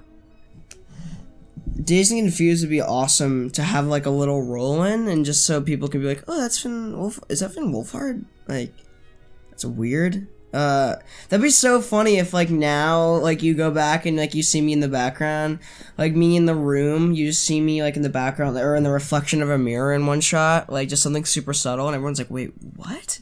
Wait, go back. How is that Pause possible? He looks the same age. What? Yeah. I guess in this reality, basically I don't think you time travel. Basically, I think it's what if you were born in that to be time the age you are now. Yeah, exactly. Yeah, I'd love to be in Dazed and Confused. That'd be sick. That'd be awesome. That's a simple answer, but I had it. That movie is like really weirdly fetishy. Like half that movie is just like getting paddled, getting food spilled all over people. Yeah, that is weird. I didn't Wait, notice food that spilled until on people. How is that a fetish? Is food being spilled on people a fetish? I mean, dude, there's a fetish for anything. Probably, I don't know. You know what? You're right. People like climbing in foxes' pregnant stomachs and swimming around doing backstrokes. Okay, enough with the fucking Tumblr DeviantArt. You don't like Sonic the Hedgehog eating you? All right, let's see. Chris Moore asks, he says this is a very important question. If they made a Jimmy Neutron live-action movie, would you play the role of Jimmy? who else would you want to cast? Oh, Finn. Yeah, okay. I think, genuinely, I think I want to take some weird turns. So if I was Jimmy Neutron, sure, why not? Whatever. We cast, who is Carl? Oh, who's the guy from Spider-Man Homecoming? Danny DeVito. Yeah, Danny DeVito. Yeah, He's Carl. yeah, let's go. Danny DeVito as Carl. And then Barbra Streisand as Miss Fowl. That's easy right there. Yeah. And then John Goodman as the dad, just because I like John Goodman. Just because John Goodman. And then That's a shocking twist. The dad's a very skinny man. John Goodman's a big hefty fellow, but he's a good actor. I think he can pull it off. I want to see a darker version. Dude, yeah, I just imagine like a super ultra violent. You'd have blood. You'd have blood. Ultra Lord Finn. Hold on, let me think for a second. The Rock. Schwarzenegger. Are you kidding me? Arnold Schwarzenegger. No, Sylvester Stallone. Sylvester Stallone would be so old. Like those Stallone, guys are Stallone older. is better. Yes, for I know Ultra it's Lord. older, but that's the point. That's what would make it 'cause it's funny. funny. Yeah, exactly. Yeah. Okay, well that's If our, you get, that's like- our answer. He's like a washed out action hero. Yeah, well, no, because like you could get a guy in like a mascot suit. Yeah. And like in the movie when they go to Ultra Lord. No, Retroland, where they go to Retroland. Don't fucking start describing the Jimmy Neutron movie. Dude, you never seen it, dude? Like, you know the movie, like 28 minutes in, like the end of Act 1. In Act 1, start of Act 2. 1, Scene 4, where they meet Ultra Lord. Where the parents get sucked up into the sky, and now it's only the kids, and now it's the party, and Now were you guys... Was Jimmy Neutron right around you guys' time or a little bit after? Yes, Exactly, dude. exactly. I think I reran that tape so many times that it started to go slow mo. Yeah. When it was like I saw it in the theater and then I saw it. I did too. I saw the movie in theaters. We shared that bond. a pact of Jimmy. Yeah, but we loved it, Zach. We're different from you. We loved it so much that we made our mom buy it on VHS. We made her watch it. Yeah, I had a VHS too. Yeah. You know, I think I've said this before on Sleepy Cats or something else, but I watched the movie Ants over and over, and I'm not joking. What's over the ant bully over and over again? Why the ant bully? What the hell is interesting about the ant bully? Well, okay, nothing. But let me tell you this: It's made by the same people who made Jimmy Neutron. Two computer animated films that had to do with ants in a span of 7 years. Finn, relating to ants. That is kind of suspicious. I don't like that. No, Finn. You know what's? That's not suspicious. I'll tell you what's suspicious. A Bug's Life and Ants coming out in a few weeks. That's between fraud. each That's other. fraud. That's And then the ant bully. Also, Finn, I can't believe you just talked trash about the ant bully. It's I'm made not by the talking creator. trash about the ant bully. It's made by I the. just told you. I didn't say anything. It's made bad by the about creators of Jimmy Neutron. You dare speak against the creator of Jimmy? Next question. All right, enough dude. of this stuff. Yeah. Enough. Well, actually, I'm gonna jump off. I'm gonna piggyback. Crazy Frog live action. Go, make this one quick. Well, both you guys, who do you cast? It's not you, but you're directing. Okay, I don't know. Danny DeVito. I'm thinking Michael Cera. What do you guys think about that choice? Michael Cera as Michael Cera. What about Jesse Eisenberg? Yeah, that'd be good. Farewell, my little chickadee. Is that a quote from one of his movies? It's from Batman vs Superman, I think. I was like, I that was in some part of my mind, and I was like, I repressed that fucking terrible movie. I haven't seen it. This question is stupid. Yeah. Let's get off Michael Cera And Jimmy Neutron. or Jimmy And Crazy Frog. All right.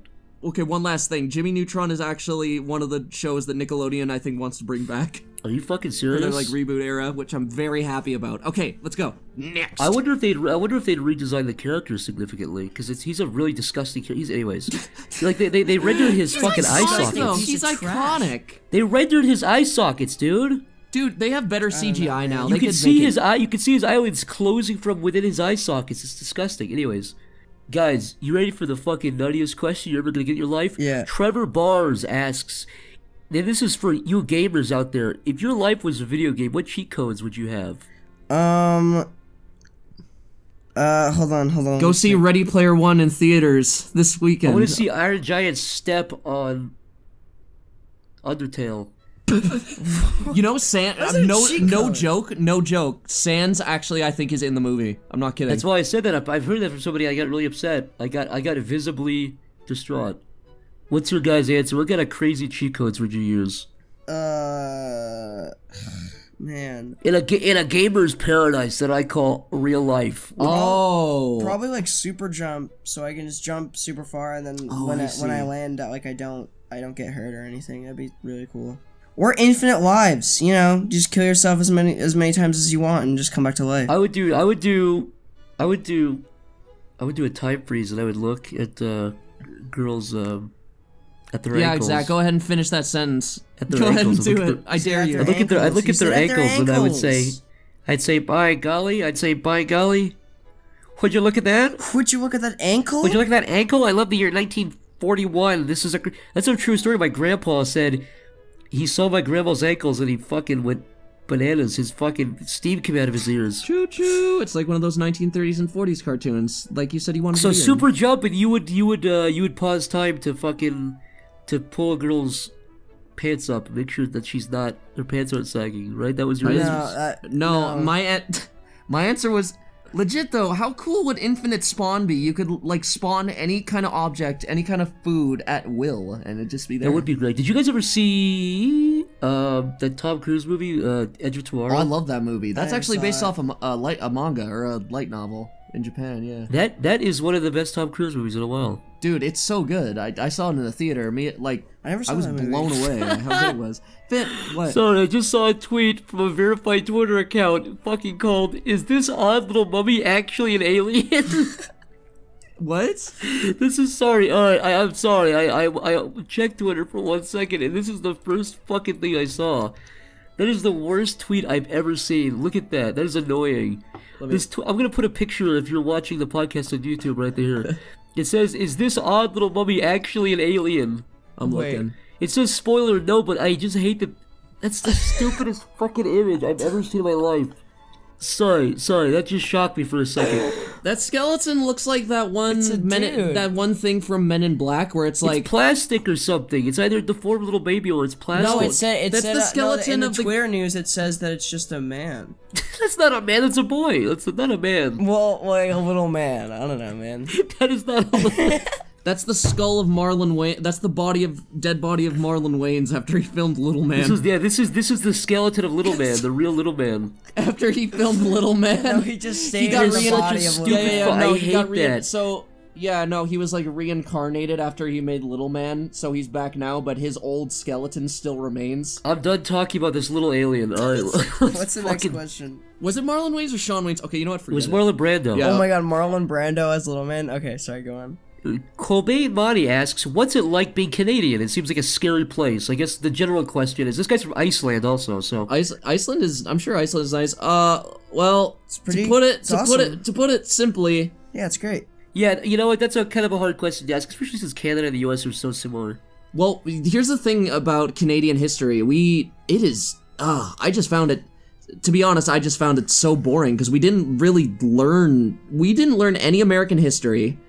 We just learned Canadian history. Pretty much just Canadian history, yeah, and it's. To make a long story short, being Canadian is good. Canadians are nice people. I never met a fucking evil Canadian. The stereotype is true. All stereotypes are real. That's the lesson here. Every stereotype about everybody is true. Okay, move on. Go ahead, Zach. Spaghetti Time says, "What's your dream project? What's your dream project? You have full reign over it, so you can do whatever you want. I guess, what's your pie in the sky for both of you guys?" To direct a movie that I wrote with my friends and to direct it with my friend. Probably the thing I'm working on right now. Yeah, it's the thing I'm working on right now, yeah. Yeah, what about you, Zach? Yeah. I talked to some folks today. We don't want to get too much into it. I have a couple projects I'd like to do, without saying the name. I'm working on something right now with Michael Cusack. Yeah. I'd like to make a musical down the line at some point, a standalone, maybe animated, kind of more. You'd be good at musicals. I think I'd like it a lot. It'd be fun. I'd like to do a kids show at some point, and a genuine kids show, not like something that everybody could enjoy, like a Gravity Falls or a SpongeBob. What was that book idea you had? Melvin Rinky and the Long Pinky. Melvin Dinky and his extra long pinky. Yeah, I'm actually almost done with that. Are you actually is it like legit or yeah, was it real. just a shit? It's real. It's not a gag. It's not a gag. It's real. The funniest visual and the funniest. Well, I gotta tell you, Zach. Well, thank you. Those visuals are horrifying, and so I don't funny, see how dude. that's they're how so they're gonna. Funny. What is it? I don't see how that's gonna be. How kids are gonna be What's the name gonna again? want that. Something about long pinky. It's called Melvin Dinky and his extra long pinky. Have you seen the image for it before? Yes, I've seen it. Yeah. It's the best, man.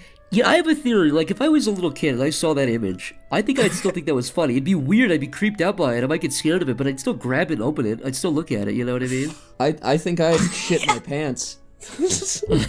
But you still look at it, though. You still eyeball it. Yes, I would look at it, but I'd be afraid, Zach. Open Dinky and his extra long pinky. I'm still thinking about that title in general. I'd probably buy Guys, buy it on Amazon.com. Buy the physical copy and make your 5-year-old have warp their brain. I actually legitimately would probably buy it just out of complete, like, morbid curiosity to see how much it could frighten me. I'm as a hoping kid. most people buy it for that reason. Well, if you buy it, I'll give you...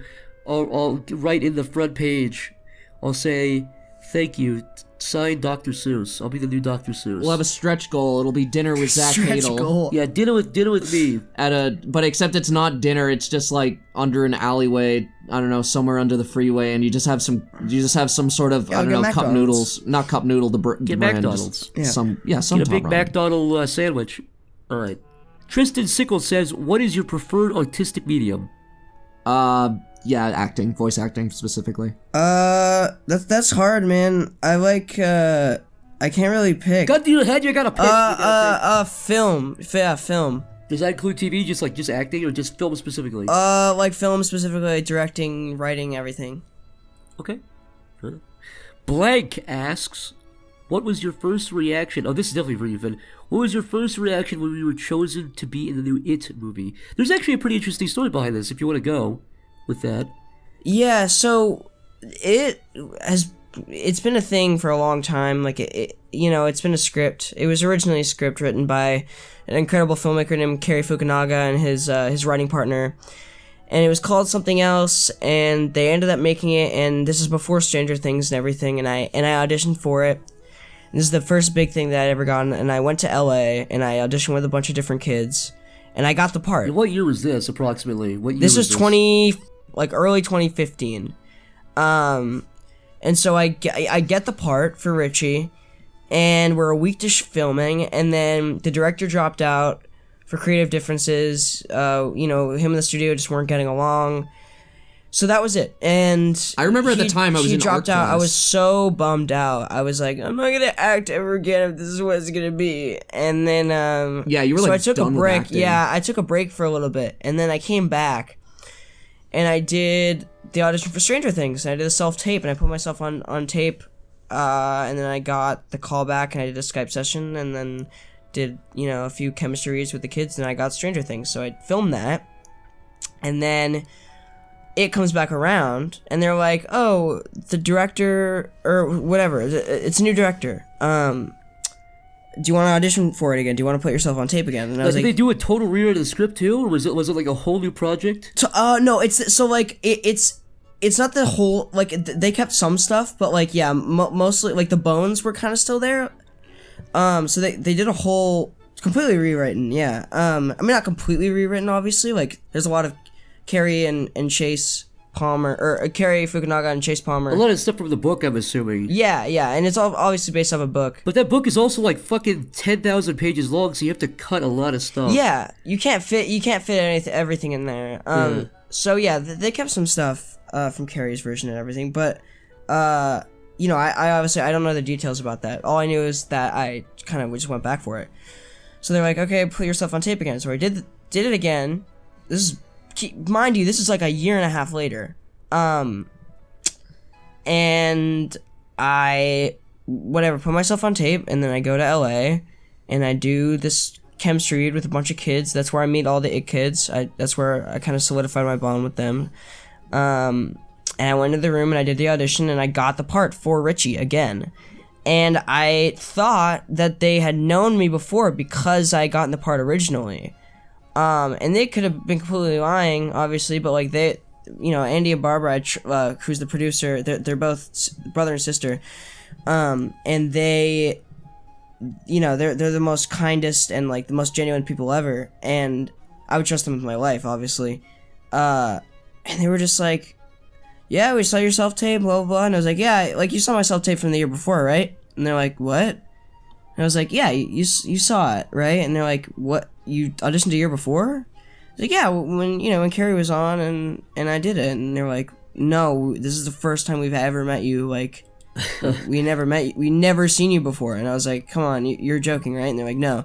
I went up to the producers. I was like, "They're lying to me, right? They're messing with me." And they're like, "No, this is genuinely the first time they'd ever seen you."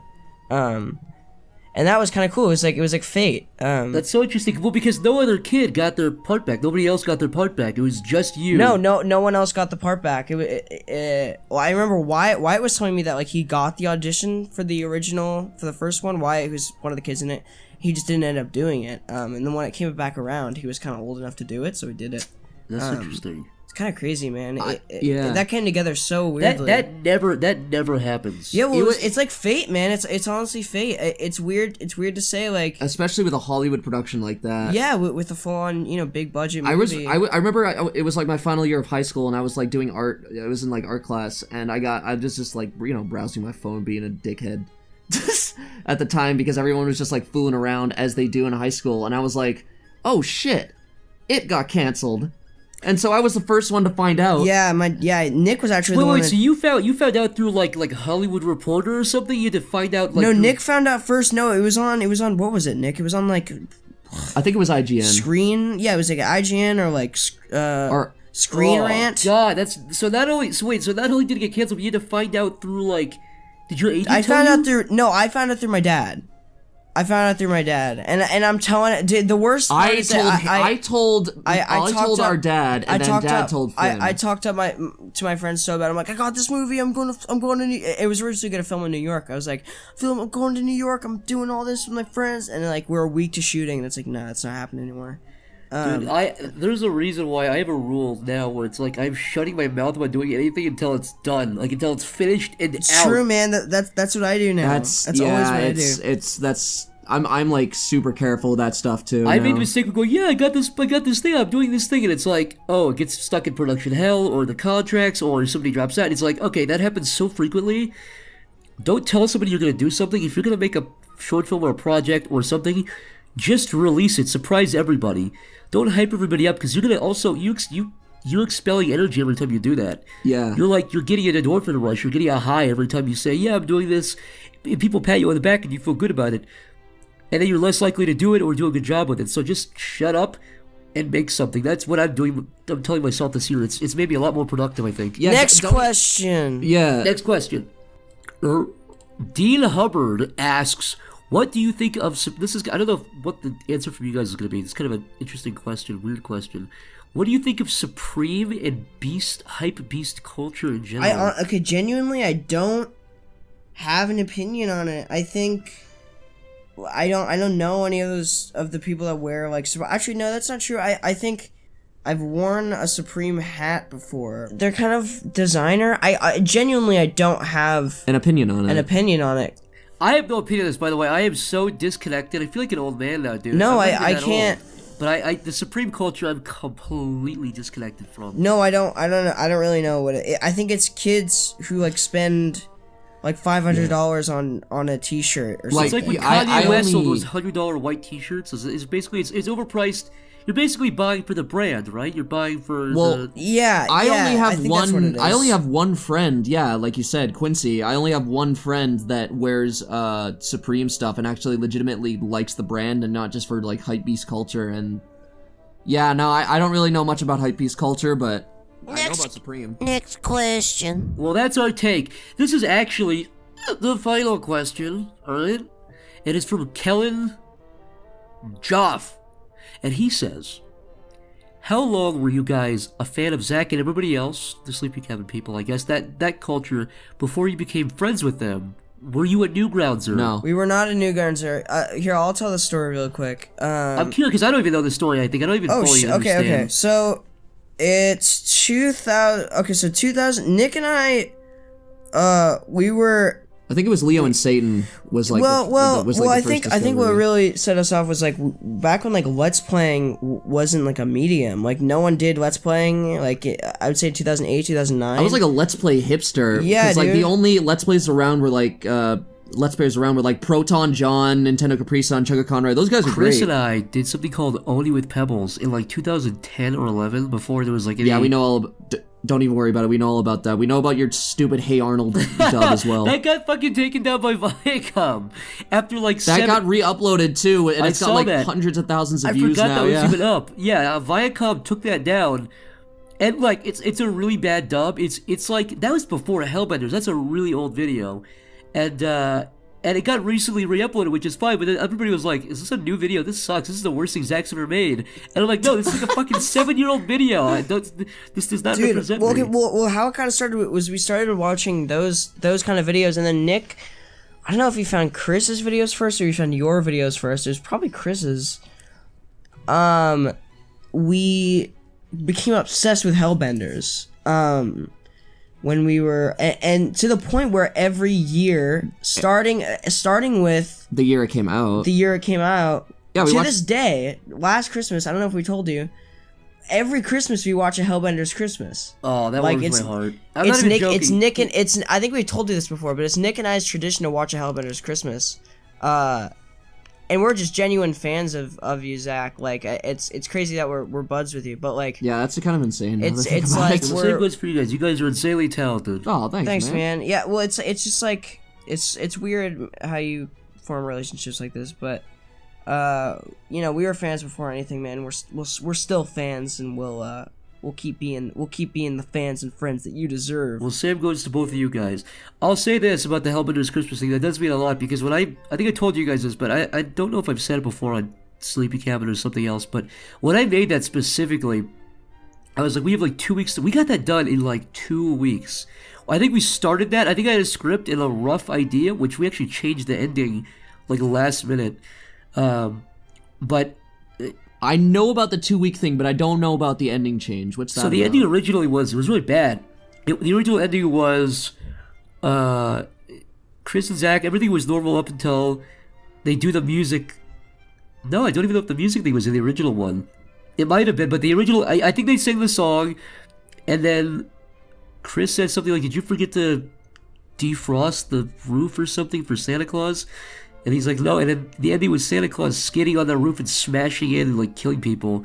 But yeah, so we animated that in like 2 weeks. But anyways, to get back to that, enough rambling, I specifically made that and said, I want this to be something that people watch with like, Rudolph and stuff and all those other things, A Christmas Story. I want it to feel like something that you've already been watching for your whole life. You know what I mean? Like, yeah. I want the atmosphere to feel really Christmassy and warm. We did it, man. So it's cool that you guys say that, basically, is what I'm saying. I guess it worked. It worked, man.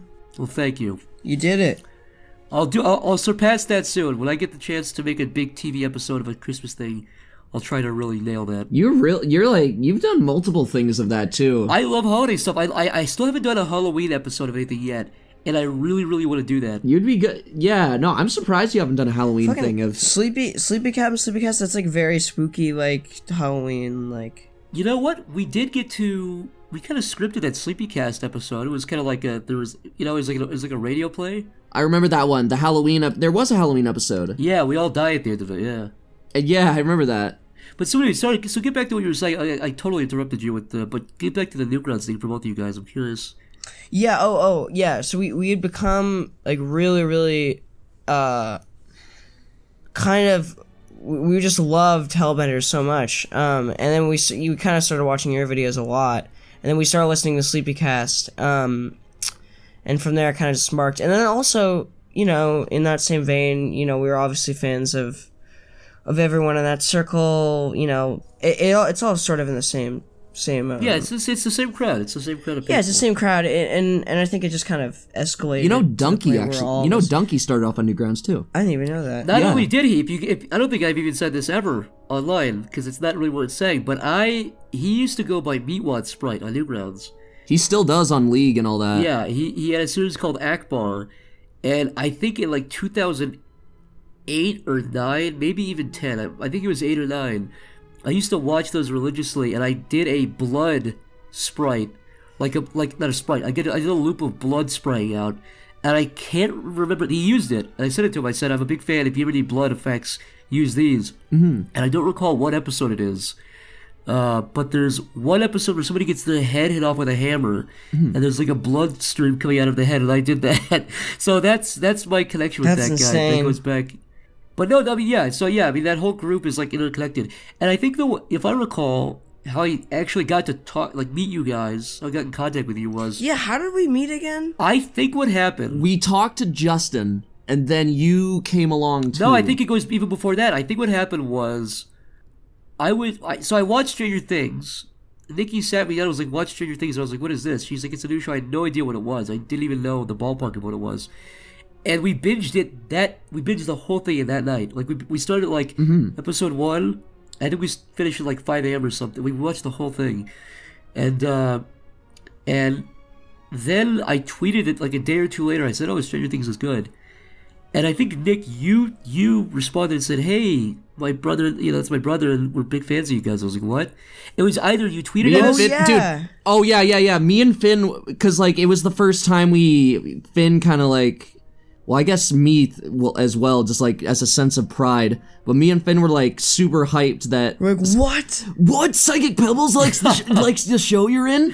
Yeah, and so we were like, dude, we're huge fans. And, yeah, and that's basically either you reached out on Twitter or, like, in a stream or something. It was one of those two. Oh, I was in the streams, like, before any of that. Who did I talk to? It wasn't Nikki. It was Sabtastic. That's who I talked to. Interesting. Sabrina, yeah. Sabrina was like the first person we ever talked to out of any of you guys. It's super interesting. I think we all started talking to you guys around the same time. And then I think about a year ago, I met you guys at Justin's house. Yeah. I think I reached out. I don't even remember, man. I reached out to Justin. And we were just talking. I was like, hey man, we're gonna be in LA for a little bit, and I know. Oh, that's what it was. I was like, I know you're friends with Zach. Yeah, that's right. So we should all hang out. And so we just all ended up hang out. And you guys, what's funny is, I wouldn't be where I'm at now with comedy. Like my comedy taste has changed so much in the last three years, because Zach was the guy to show me like Stella for the first time. I'd never seen Stella before. I've recommended it, but I can't. If you guys don't know what it is, look up Stella. It's by Michael Ian Black, Michael Showalter, and David Wayne. Those guys also worked on Wet Hot American Summer. Dude, but Stella, the comedy shorts, and also the TV series. Some of the episodes of that are some of my favorite stuff. It's really like quick, rapid fire stuff. And that's actually Stella is one of the things that inspired Hellbenders. I was like, God, I'd love to make something that just quick. Well, we were watching. Well, that night was really fun because we were just watching like super stupid videos. Yeah. We were going back and forth on stupid stuff. We were trying to watch. I was trying to show you guys a really terrible Hallmark movie, and it was like getting you guys depressed because it was so bad. It was making you guys like really uncomfortable too. Because they wrote the dialogue as if it was supposed to be like 17-year-olds, but the entire cast was like 8 years old. It's like, oh, this is gross. Do you remember that? This makes me feel gross. Yeah, they were talking like adults. It was fucking creepy. It was so weird, dude. It was like that episode of South Park where Kenny like gets a purity ring, and then they all start having dinner with like these people who also have purity rings, but they're all 8, and they all talk like they're 40. Yeah, and they all just talk about Grey's Anatomy. But that was as a joke. This was like legit. This is like for it's real. Yeah. You should plug that. What's that movie called again? Dear Dumb Diary. Dear Dumb Diary. That's Dear Dumb Diary. Go watch it with a group of people. It's really fun. It's genuinely a fun movie. It's genuinely like, yeah. But what was I gonna say? Oh yeah, and then also you couldn't find it, but I remember you were so persistent about it, and you never ended up playing it, and it was. Was it that animated thing? No. It was you. It was Zach over and over again, being like, "I want to show you this video where this guy literally falls into hell." What? He falls into hell? Or he falls in a hole or something. It's like a Russian dude, and like there's like a portal to hell or something. What the fuck? Yeah. I don't remember this either. This was a nightmare you had. No. This is a video that you were trying to. It was like a weird video from Russia, and you kept trying to show us, but you couldn't find it. No, I feel like I'm going insane right now. A Russian man falls into hell or a hole. It wasn't animated. It was definitely live action, right? No, it was live action. It was like a video that you kept. Here, wait. Let me Google it if it's real. It was like a shitty hoax video. Yeah, it was a hoax video. Yeah. Guy falls into hell. Was I trying to show you? The people dig into hell and there's audio of it? Yes. Oh, that wasn't. That's the fucking stupidest video. I know exactly what that is. Oh, that's exactly what it was. That's what it was. Wait, yeah, let me look it up. Let me type in, What was it? It was I can't remember. You anything kept trying to about pitch it to us, but you couldn't. Like, and Justin, was- what are you talking about? Yeah, and you were I like, probably was as well, but I can't remember a thing. No, about it was. It Wait. I think I found it. The sounds of hell recorded by a miner in Siberia.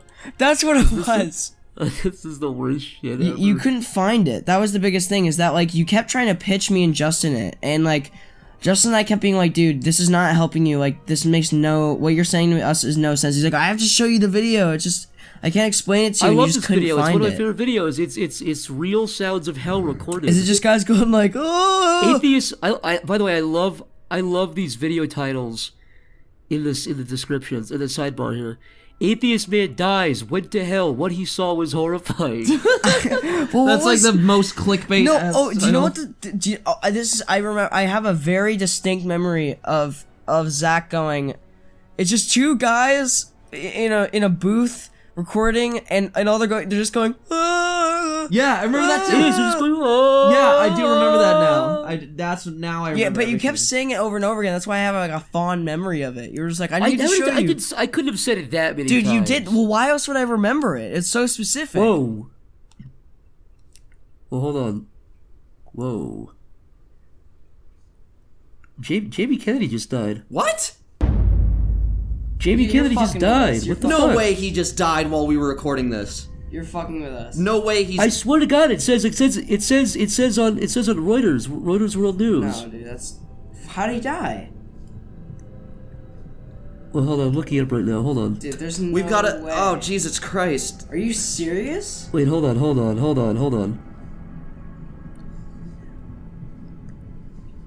What the fuck? Is this like a... No, it's not a prank. This is Reuters. What?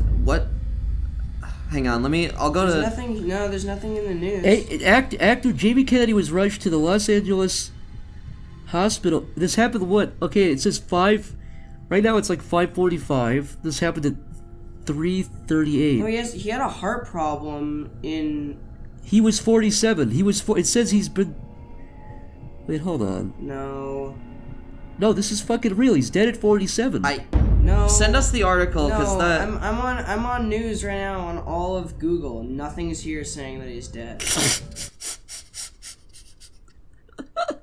Are you fucking with us? No, He's laughing. Dude, fuck you. You're fucking with us.